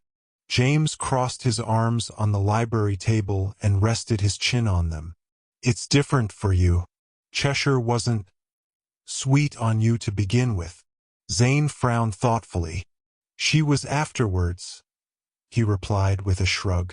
Maybe Ralph can do it, James offered, sitting up again. How could anyone say no to that? Face. Ralph glanced from Zane to James, his brow knitted. Zane shook his head. It's your ball game, James. Unless you know any real-life vampires. Lucy's our only in. Do it however you want, but you'd better do it quick-like. That Keynes guy won't take forever to make his judgment about Petra. James knew that Zane was right. He also knew that they were probably making a much bigger deal out of the task than it deserved. Lucy was his cousin, after all. Still, her apparent infatuation with him tended to complicate matters in ways he couldn't predict. To be safe, he determined he would ask her after the next Clutch Cudgel match. Team Bigfoot was scheduled to face off against Vampire House again, and the odds were that despite James' best efforts, the Vamps would win handily. This would put Lucy in a good mood, rendering her more receptive to James' request. Having decided this, James dismissed the matter for the time being. Friday evening rolled around and James made his way to Pepperpock Down. There, he suited up in his clutch cudgel gear alongside Jasmine, Gobbins, Wentworth, and the rest of Team Bigfoot. "Nice new gauntlets," Jasmine said appreciatively. "Christmas present?" James nodded proudly. "Yeah, from my dad. All I got was a bunch of hair potions and a box set of Remera's awful novels," Jasmine said, frowning. "My mother is just crazy about them. She was hoping that I'd end up in Vampire House or even Pixie. She says Bigfoot isn't very Vila-like." James didn't know how to respond to that. "One of my aunts is part Vila," he ventured. "For what it's worth, I prefer you to her most days." Jasmine smiled at him as she strapped on her shin pads. "Let's go, team," Wood called from partway up the gantry stairs. "I hope you all wore your long underwear. It's right frigid up there tonight." James grabbed his scrim and followed the team as they tramped up the steps into the windy evening. The sky over the gantries was cloudless, darkening toward sunset with a dusting of stars just beginning to twinkle high above. All around, the parapet grandstands were filled with cheering and jeering students, most waving the red and black banners of Vampire House. "We're the goats for tonight's match," Wood called over the noise, hunkering in the center of the huddled players. "If the Vampires win tonight, it knocks us clean out of the playoffs and seals their standings. Most of the people here tonight want to see a werewolf-vampire championship match, so sentiment is stacked pretty heavily against us. You've played excellently this year, team, even though there's been a lot more offensive magic than I am, frankly, comfortable with. No matter what, we can walk away from tonight's match with our heads held high. As always, let's keep it clean out there and do our ruddy best." "All right." The team rumbled their agreement and piled their hands atop Wood's outstretched fist for the traditional rallying cry. "Go Feet!" they shouted in unison, and then broke apart, lining up along the edge of the platform. "I don't know about you," Norik muttered to James, "but I don't plan to let the vampires have this one without a fight." James nodded. "You been practicing up on that solar flak bit that Wentworth came up with?" "Spent half my Christmas break on it," Norik replied with a grim smile.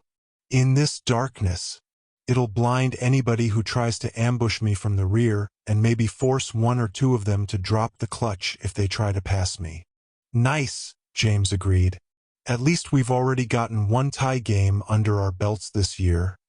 If it hadn't been for that, I bet half of these people would have stayed home tonight. Now they know that we'll be making those vampires work for it." In the air between the gantries, Professor Sanyui drifted like a dandelion seed on his official's broomstick. He blew a sharp blast on his whistle and James saw Jasmine kick off the platform, angling toward the center ring. The rest of the team followed, falling into position. "Here goes nothing," Norik grinned. "Into the breach." A moment later, both boys launched from the platform, leaning into the cold wind and squatting low over their scrims. 60 seconds later, after a single tense warm-up lap, Sanyui blew a long note on his whistle. James lunged forward on his scrim, launching it into a rocket-like acceleration, and immediately past two vampires.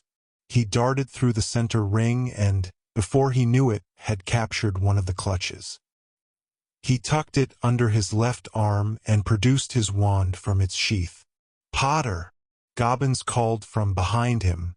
Two bullies at 12 o'clock, dropping fast. James ducked on his scrim and pulled back, decelerating so quickly that the clutch tried to squirt from beneath his arm.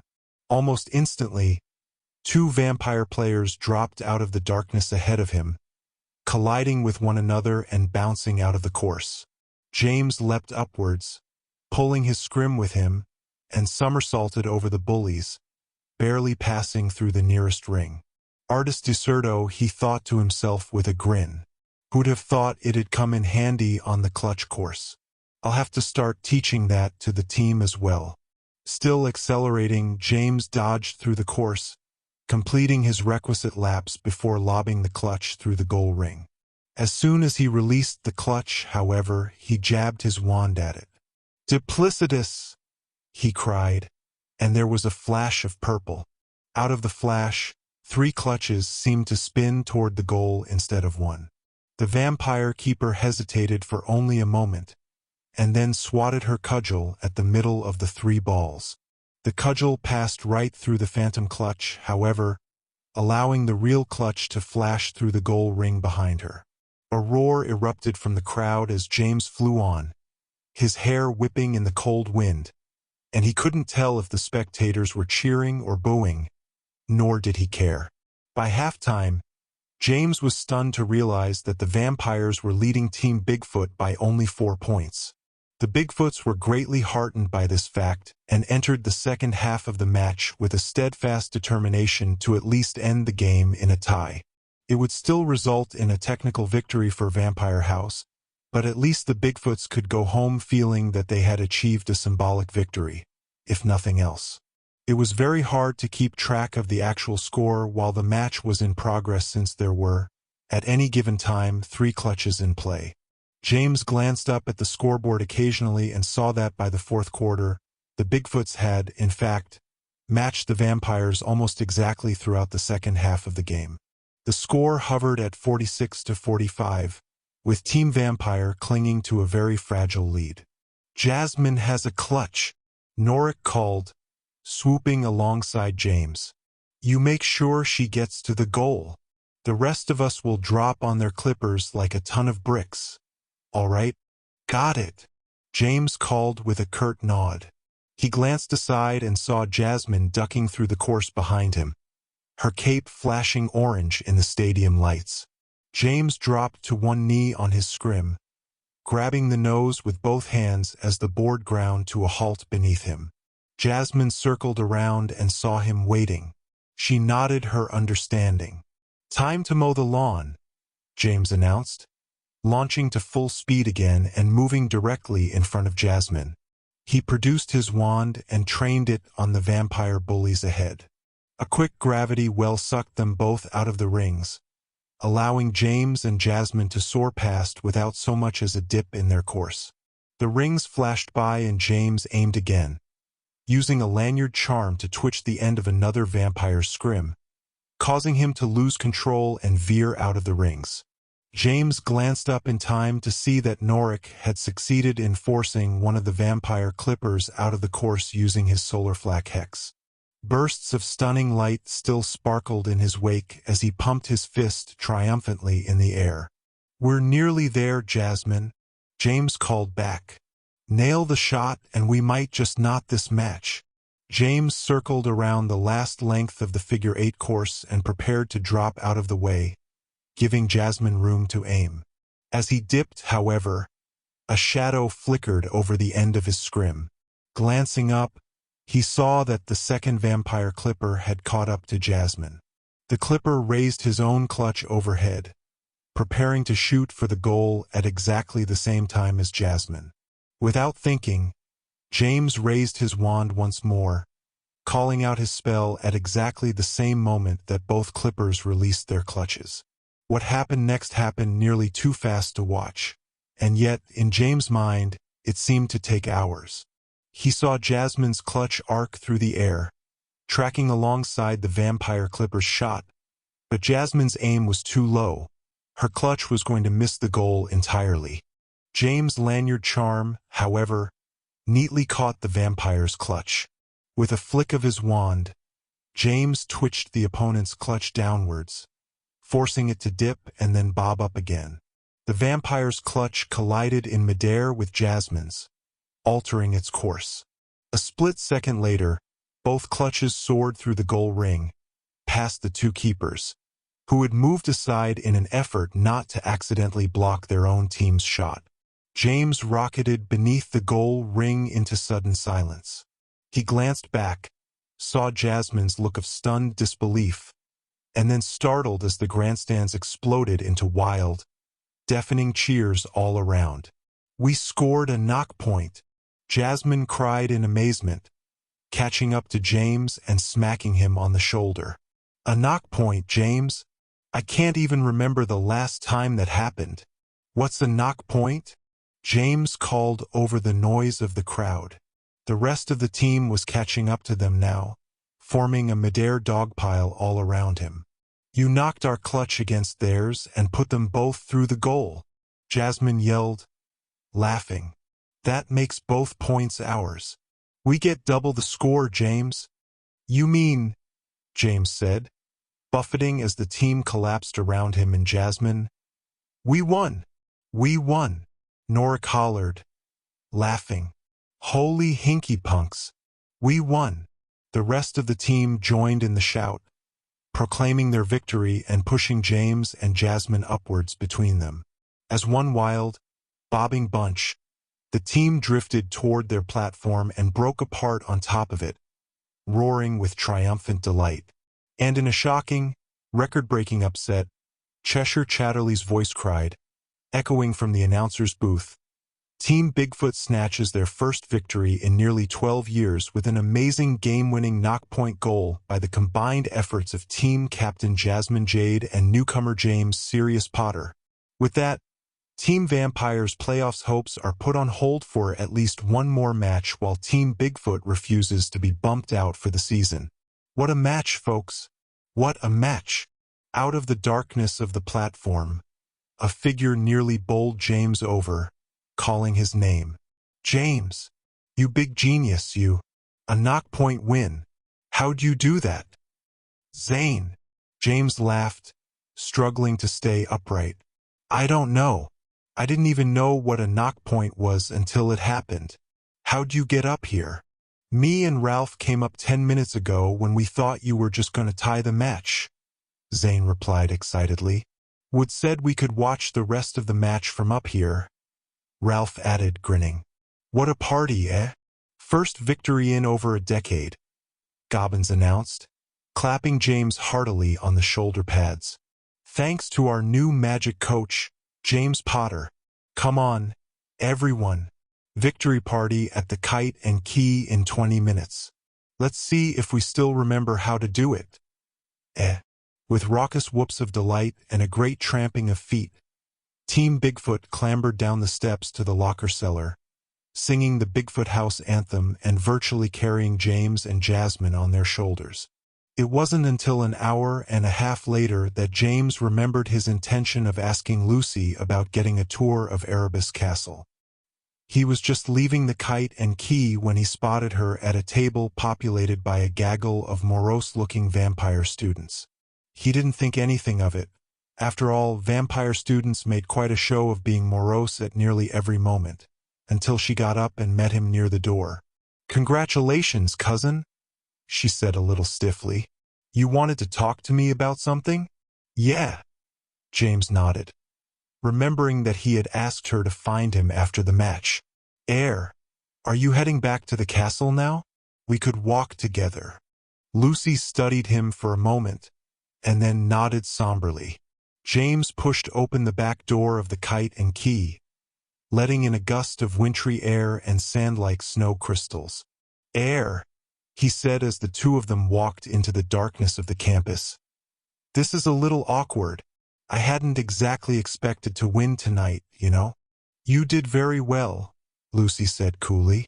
A knock point. The vampires say that hasn't happened in forever. They say you just got lucky. But I stuck up for you. I told them you're very talented in a lot of ways. James was glad that they were walking in the darkness. He felt extremely awkward all of a sudden. Thanks, Lou, he said. I wanted to ask you a favor.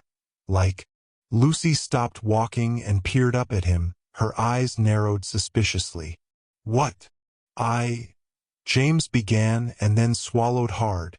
I was just thinking. Ralph and Zane and me were really interested in checking out Erebus Castle. We've heard some stuff about it and we thought it'd be neat to give it a once-over, you know? But according to the house rules, we can't get in unless we're accompanied by a vampire student or a real-life vampire. So, you being in Vampire House and all, why are you so interested in Erebus Castle all of a sudden? Lucy asked, her eyes still narrowed in the darkness. watching James critically. It's nothing, really. I mean, he stopped, gulped again, and then decided on the spur of the moment to change his tactic. I thought you'd like to go to the Valentine's dance with me? Lucy's face looked pained for a very brief moment, but she quickly hid it. This has something to do with Petra Morgenstern, doesn't it? James blinked, stunned. What? He stammered. I mean, how? No, of course not, don't be silly. I saw you two talking over Christmas, James, Lucy said, looking away. I don't know what it is you're planning or what it has to do with the castle, but you could at least have paid me the compliment of being honest. She shook her head slightly, and when she looked up at him again, there were tears standing in her eyes. Really, James? The Valentine's dance? Like I'd want to go with you to that anyway. She glanced away again, swiping a hand angrily across her face. Look, Lou, James said, taking a step closer. Sorry. It was Zane's idea. I'll tell you the truth if you really want to know. It isn't what you think it is. Really. I don't think anything at all, you big git, Lucy said, her voice thick. And I don't want to know either way. Whatever it is you're looking for in Erebus Castle, you can find someone else to be your ticket in. She turned and stalked away before James could respond. After a dozen steps, she turned back again, barely a shadowy shape in the darkness. And just so you know, she called, there are loads of people who want to take me to the Valentine's dance. What? Do you think I've just been waiting for you to come along and ask? You're my cousin, James. Don't be such a creep. Having delivered her final salvo, she spun on her heel again and nearly ran into the trees, making black scrapes on the snow-crusted footpath. James watched her go, feeling utterly foolish and miserably angry at himself. He considered chasing after her, but some deep wise inner voice told him that that would only make matters worse. With a disconsolate sigh, James turned around himself. Much more slowly, he trudged into the darkness, heading for the distant, blocky shape of Apollo Mansion. Over the course of the following week, a sudden warm snap descended over the campus, melting the ice and snow from the footpaths and reducing the campus freight of icicles to steadily dripping crystal nubs. James, Ralph, and Zane spent most of their free time trying to think of another way into Erebus Castle, but encountered no success whatsoever. Their final effort had been to sneak away after Thursday afternoon's cursology class, which was held in the castle's smoked-glass moonroom. This had failed almost immediately, however, when a small portrait of a very stern wizard with a pointed goatee had cornered them on the landing of the main staircase. "Halt right there, gentlemen," the portrait pronounced as they crept past. "Where do you think you're going?" "Shoo," Zane hissed, turning back. "We're just looking around a bit. Don't get your widow's peak out of joint." The portrait smiled a little disconcertingly. "Only residents of Erebus Castle are allowed upstairs, my friends," it said in a suddenly silky voice. "But what can I do about it? Me a mere painting. Do as you wish, but consider yourselves warned." "That's more like it," Zane muttered, turning back toward the stairs. The boys made it halfway up to the second landing when the risers suddenly shuddered beneath their feet. With a loud thunk, the step immediately above James' feet retracted sideways into the wall, leaving a gaping black hole in its place. The next step down followed, nearly pitching James forward into the darkness beneath the steps. He scrambled backwards, bumping into Zane and Ralph, and the stairs began to retract more quickly, chasing them back the way they had come. The three boys clambered wildly back down the stairs, falling over each other, until they reached the main landing once again and crashed, panting, to the wooden floor. "What was that all about?" Zane exclaimed angrily, struggling to his feet. "You were warned," the portrait sniffed mildly. "Warned nothing," James said. "You might have told us that we were about to get tossed to our dooms." The portrait clucked its tongue indignantly. The fall wouldn't have killed you, it said. The rats might have, though. They've become rather an advanced, vicious little tribe down there, after living for so many years in a magical castle. James peered into the darkness beneath the stairs. He fancied he could hear faint scratchings and even the clicking of little teeth. Wow! Ralph shuddered. That is so not right. With a loud catchunk, the stair steps suddenly socked back into place, covering the hole. Perhaps next time you three will consider abiding by the rules, the portrait commented, sternly, and respecting your elders, painted or otherwise. Now be gone with you before I alert the house president.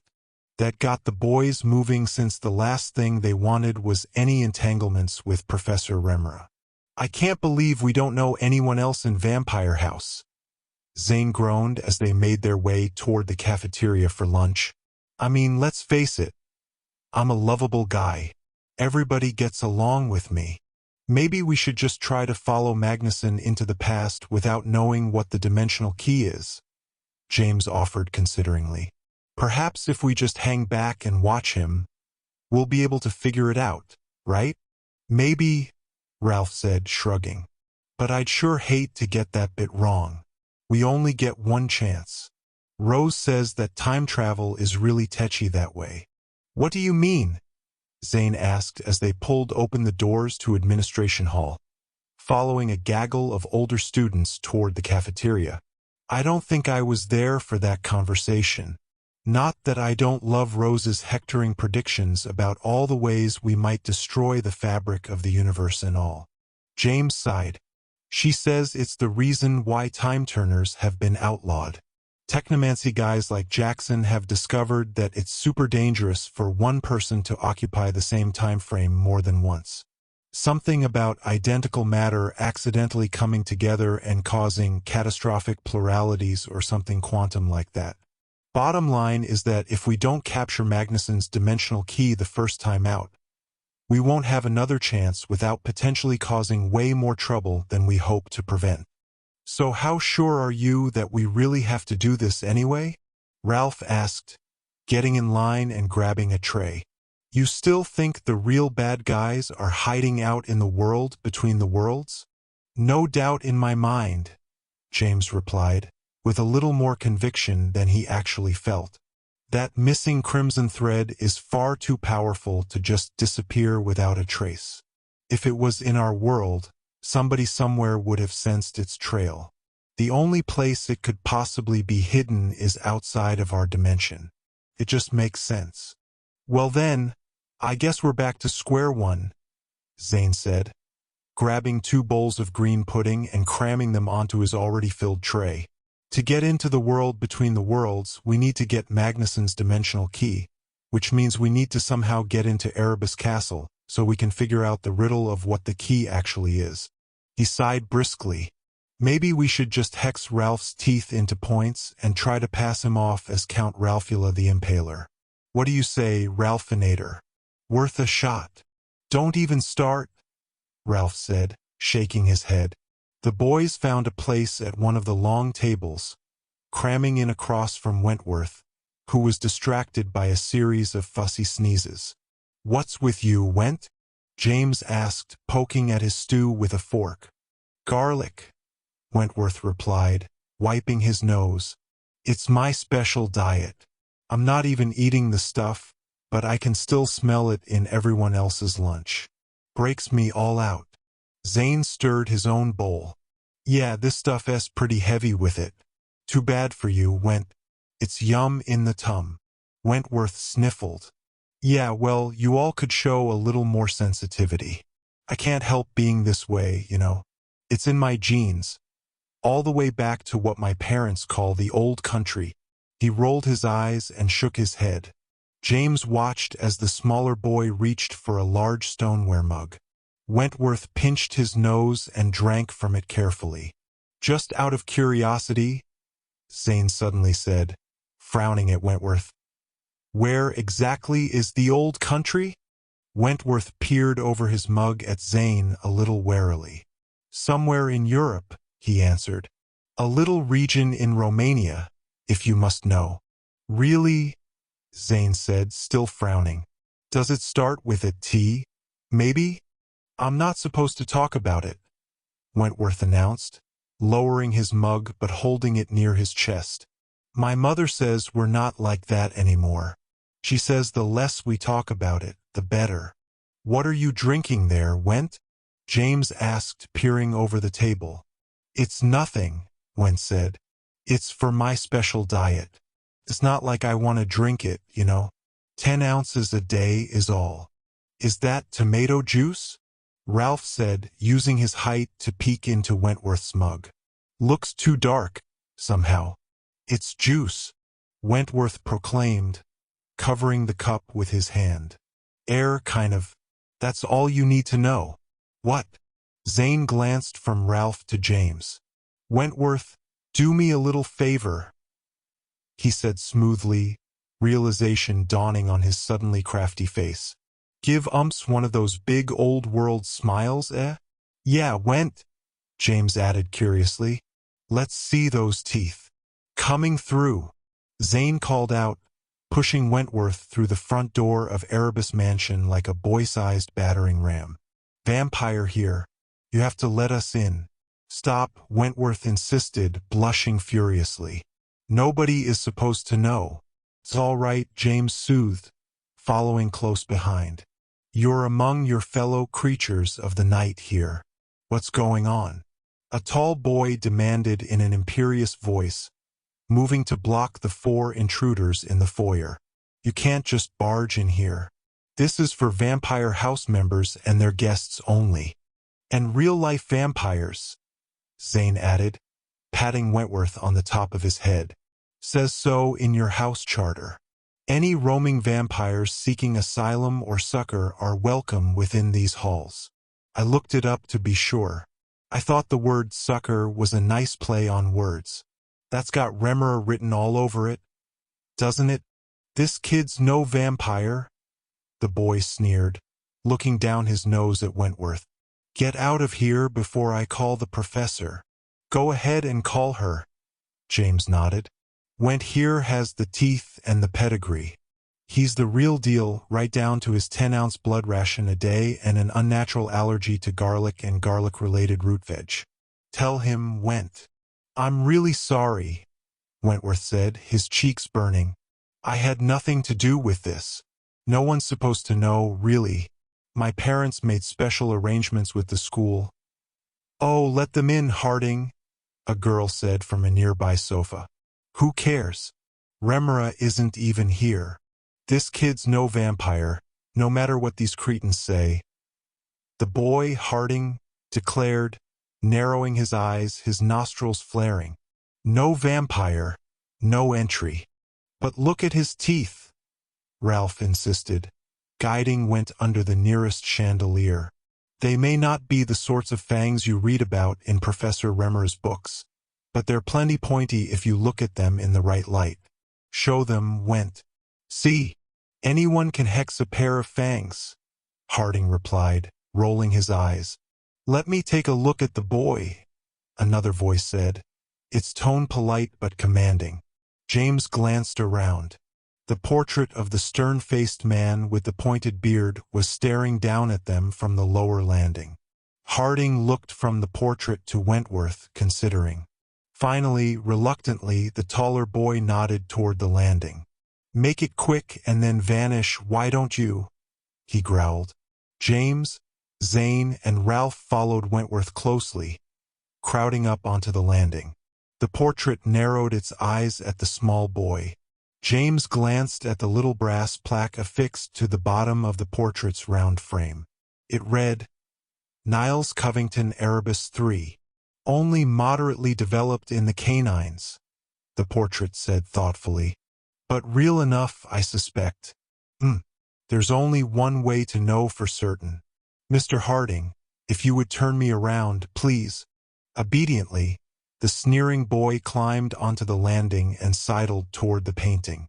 Eyes still narrowed at Wentworth, he lifted the painting of Niles Erebus from the wall.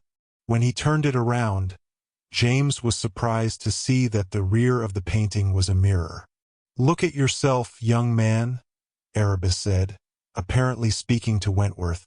Comically, everyone on the landing leaned toward the mirror. "Holinki punks." Zane breathed in amazement. "Went, where are you?" Still peering into the mirror, James reached aside with his right hand. His fingers patted Wentworth on the face, knocking the boy's glasses askew. In the mirror, however, James' fingers moved over empty space. "Hey," Wentworth said, annoyed, straightening his glasses. "Quit it already." "He's not there," Ralph exclaimed. "He's invisible in the mirror." "I don't see what the big deal is," Wentworth announced wearily. "It's not like some kind of superpower or anything. You have any idea how hard it is to comb your hair if you can't see yourself in a mirror?" "Well, Mr. Harding," the portrait of Erebus said from the reverse side of the mirror, "it would appear that this young man is indeed the real article. According to the house rules, he and his guests must be granted entrance." "But," Harding said, disgusted, "look at him. That's not what a vampire is supposed to look like." "And you are an expert on these things, of course," Erebus sighed. "Fear not. I will accompany our guests during their visit and assure that they do not wander where they are unwelcome. After all, being granted entrance does not amount to carte blanche access to anywhere they wish, does it?" "It sure doesn't," Harding nodded dourly. He sneered at Zane again and then, rather stiffly, handed him the small portrait. "Enjoy your stay, gentlemen." "Thanks, Harding," Zane grinned, taking the portrait. "Your vigilance is inspiring. I'll put in a good word for you with all the other vampires I know." He winked at the older boy. "Well then, my friends," Erebus said briskly as Harding skulked back down to the parlor. "Now that you have attained something approaching a legitimate entrance, I believe you were on your way to the upper corridor. Shall we proceed together this time with better luck?" Over the course of the next hour, James, Ralph, Wentworth, and Zane wandered the myriad halls, landings, secret stairways, hidden chambers, dens, bathrooms, and various common spaces of the castle, all the while listening to an informative, if slightly pedantic monologue from Erebus' portrait about the details of each space. Apart from being somewhat amazed at the sheer number of rooms crammed into the castle, the boys found nothing that illuminated the riddle of Ignatius Magnuson's dimensional key. "I don't get it," Zane finally proclaimed, plopping onto a chair on the third-floor landing. "How'd the quote go? The truth walked the halls of Erebus Castle, right? Well, we've walked more halls than I can count, and I didn't encounter any truth." "Did you?" James shook his head. "I didn't realize it would be this hard. I thought once we got inside, it'd just make sense, somehow." "Might I inquire?" the portrait of Niles Erebus said with a somewhat impatient sniff. "What you gentlemen are talking about?" "You got me," Wentworth announced, shaking his head and rolling his eyes. "I'm just the token vampire. I decided these three were totally nuts 3 floors ago." "It's this riddle we heard," Ralph admitted, leaning the portrait on a windowsill so he could look at it. "Some old professor from a long time ago said it. The truth walked the halls of Erebus Castle. You seem to know an awful lot about this place. Any ideas what it might mean?" "I built this castle," Erebus said, bristling. "I should think I would know everything that could possibly be known about it. Your riddle, however, is rather hopelessly obtuse. Without any sort of context, it could mean anything at all." James sighed. "What a complete waste of time. It was probably just something Magnuson made up after all, just to throw everyone off his trail." "Magnuson, you say?" the portrait asked, raising one eyebrow. "Ignatius Magnuson?" "Yeah," Ralph replied, perking up a little. "You know anything about him?" "Virtually nothing," Erebus answered dismissively. He was rather after my time, as you've apparently failed to notice. In my current state, however, I do recall seeing him visit the castle from time to time. The man had a bit of a fascination, it seemed. How'd he get in? James asked. He wasn't a vampire too, was he? Erebus rolled his eyes impatiently. Obviously, the rules of entrance do not apply to faculty and administration, young man. Every house is regularly frequented by professors from different societies, both for social and academic reasons. So where did Magnuson go when he was here? Zane asked impatiently. I did not have to chaperone him during his visits, Erebus answered disdainfully. But I do recall that he took copious notes about some of the tapestries. Zane looked hard at James, his eyebrows raised. Tapestries, he repeated. Can we, maybe, see these tapestries? Erebus sighed dramatically. Second floor, he drawled. North corridor. And do try not to carry my frame like that, young man. There might be less pleasant views in the world than your armpit, but I am hard-pressed to think of any at the moment. Sorry, Ralph muttered, taking the frame from beneath his arm. When they finally arrived at the second-floor corridor, James was surprised to find that they had somehow missed this area during their earlier tour. The corridor was quite high, lined with windows on one side and very old floor-length tapestries on the other. The windows were covered with thick golden curtains, pulled tightly closed. It's so dark, Ralph said, creeping slowly into the hall. I can barely see in here. Luminos, the portrait of Erebus said in a low voice. In response, a series of crystal chandeliers began to glow, flames growing silently from their previously unlit candles. The tapestries are quite ancient, Erebus explained as the boys walked along the corridor, watching as the candlelight flickered over the woven images. Erebus family treasures, in fact, passed down through many generations. Sunlight has faded them over the centuries. Thus they are now kept secluded in darkness, preserved as well as they can be. James took a step closer to the first of the huge tapestries.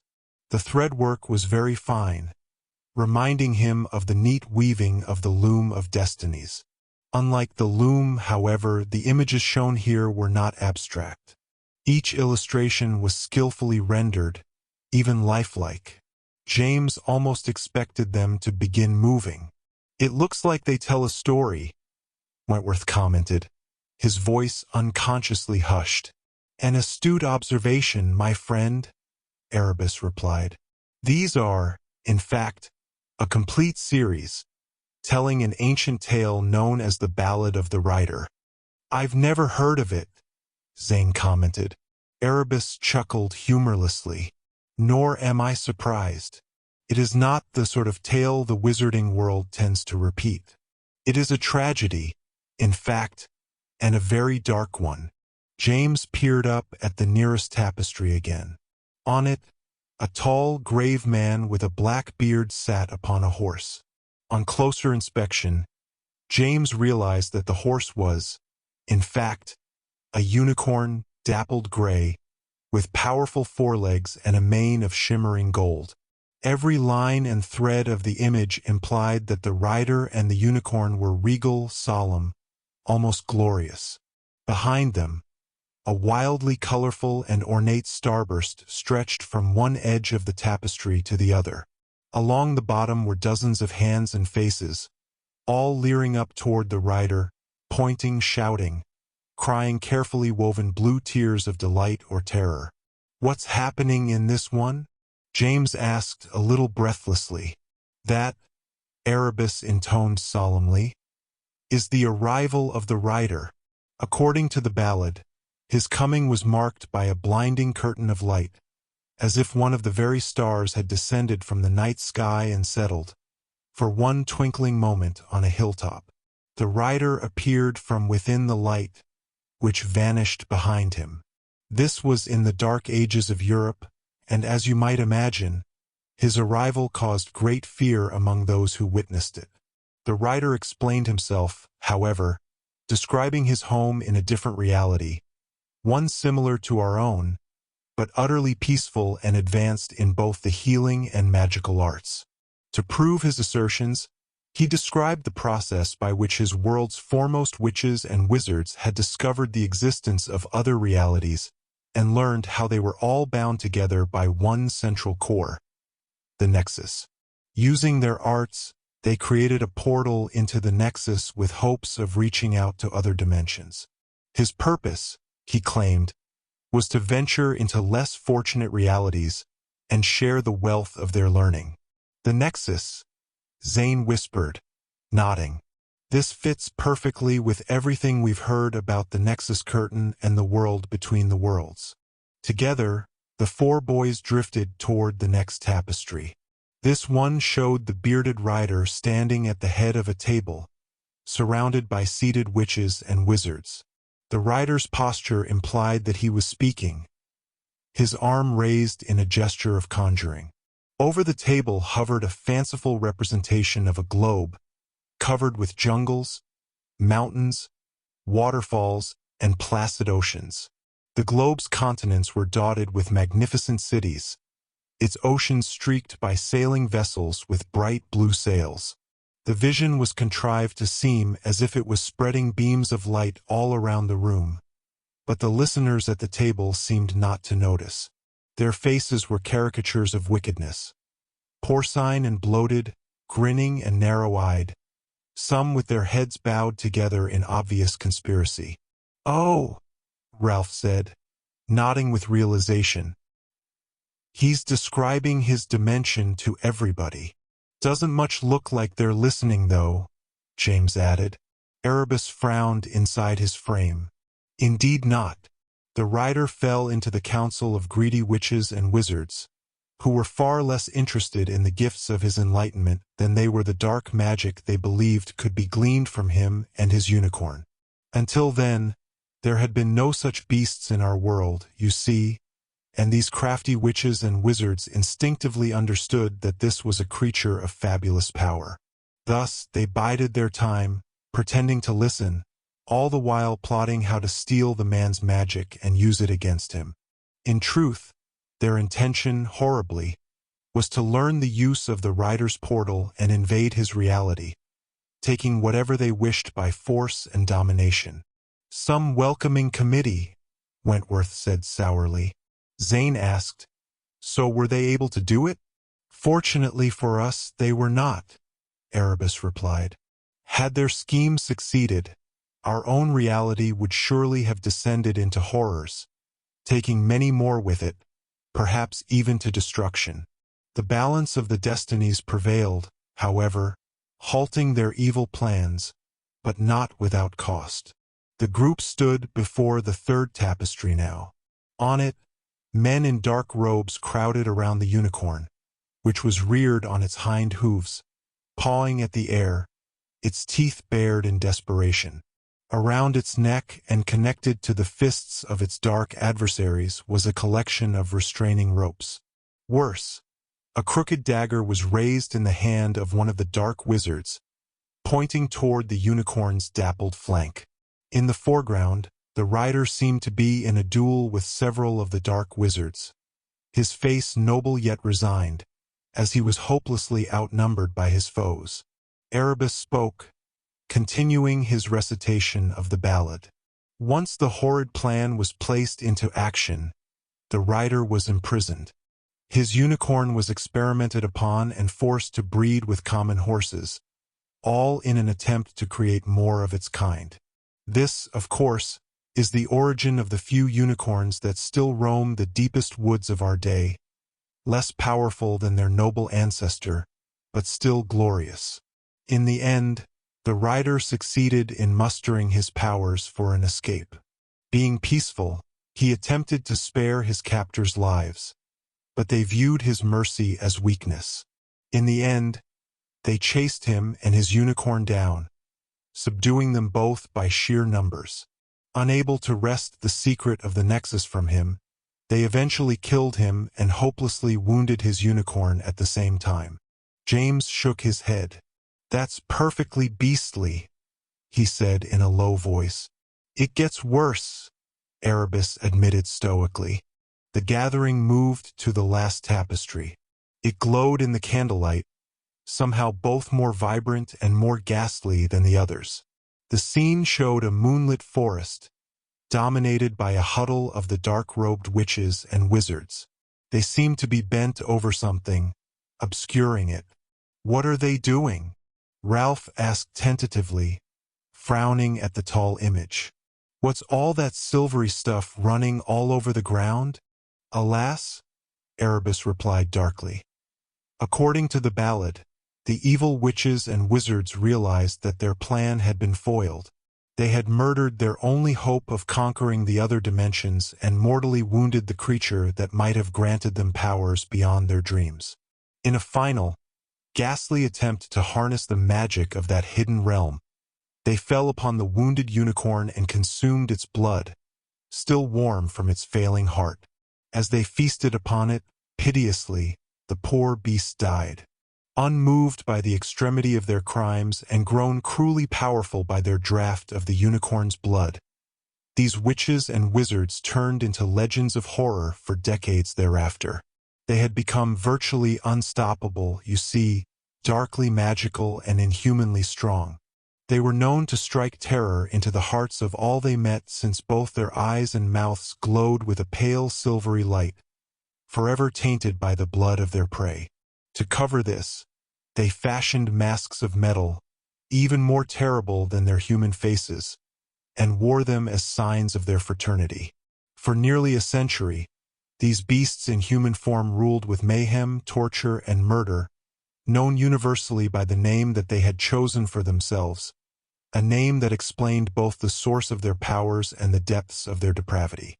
Death Eaters, they called themselves, a word that became synonymous with dark ambition, inhumanity, and power at any cost. "They were the original Death Eaters?" James asked faintly, staring up at the horrible image. "But Voldemort?" "The devil cannot create," Erebus said evenly. "He can only pervert. The villain your age knew as Voldemort adopted the policies of these, his spiritual brethren. He took their name and claimed it for himself, but he did not invent it." Shuddering, Wentworth asked, "So, whatever became of those guys?" "Over the decades, heroes of stout heart and courage hunted them down," Erebus answered, nodding gravely in his frame. "Many knights died in the attempt, but one by one, the Death Eaters were dispatched, their heads cut from their shoulders and buried while their bodies were burned to dust. In the end, only one remained, a woman named Proserpine. She was finally cornered in her secret citadel, deep in a trackless forest. There, rather than facing her pursuers, she took her own life, leaving her own severed head smiling on the doorstep, its eyes still glowing with dead malevolence. Her body, the legends claim, was never found. Ralph shivered. "Halloo, nightmares," he squeaked. "What about the unicorn's body?" Wentworth asked, shaking his head. "Didn't they try to preserve that somehow?" Erebus scoffed lightly. "The Death Eaters cared not for preserving the corpse of their victim. According to legend, however, explorers did eventually find the poor creature's skeleton, complete with its magical horn.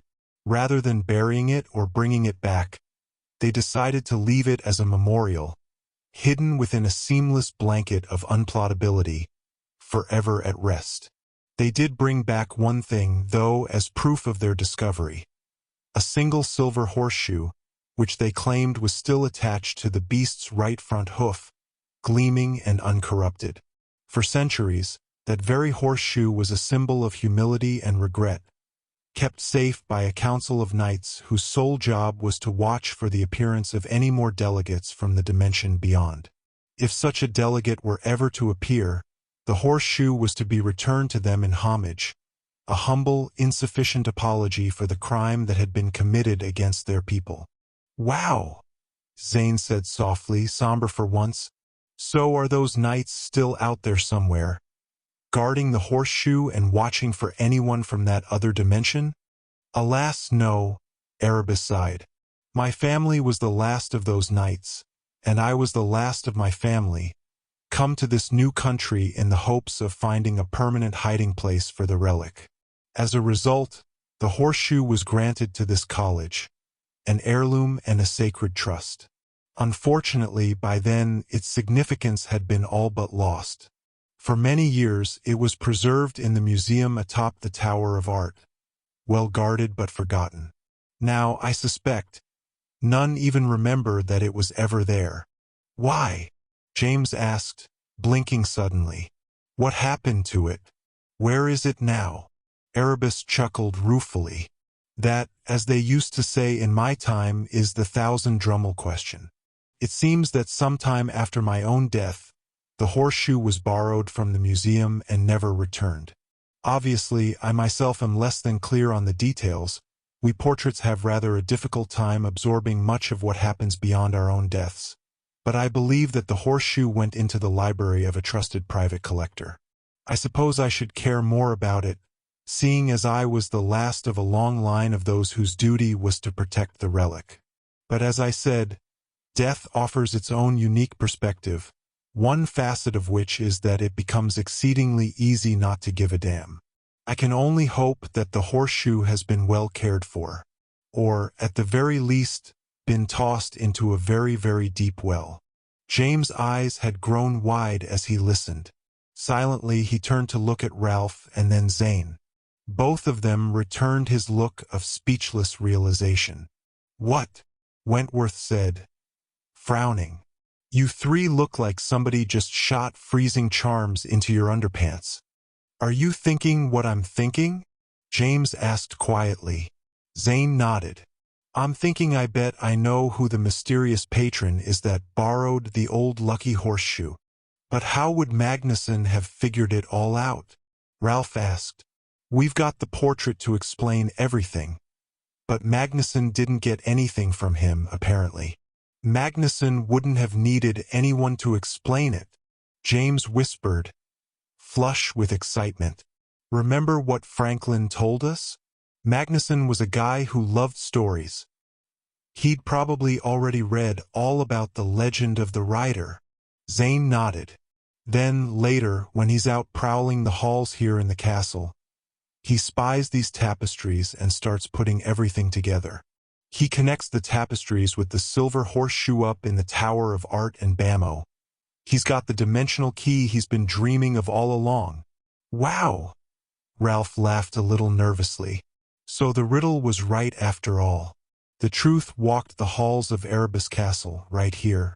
The truth was Magnuson and the tapestries put together.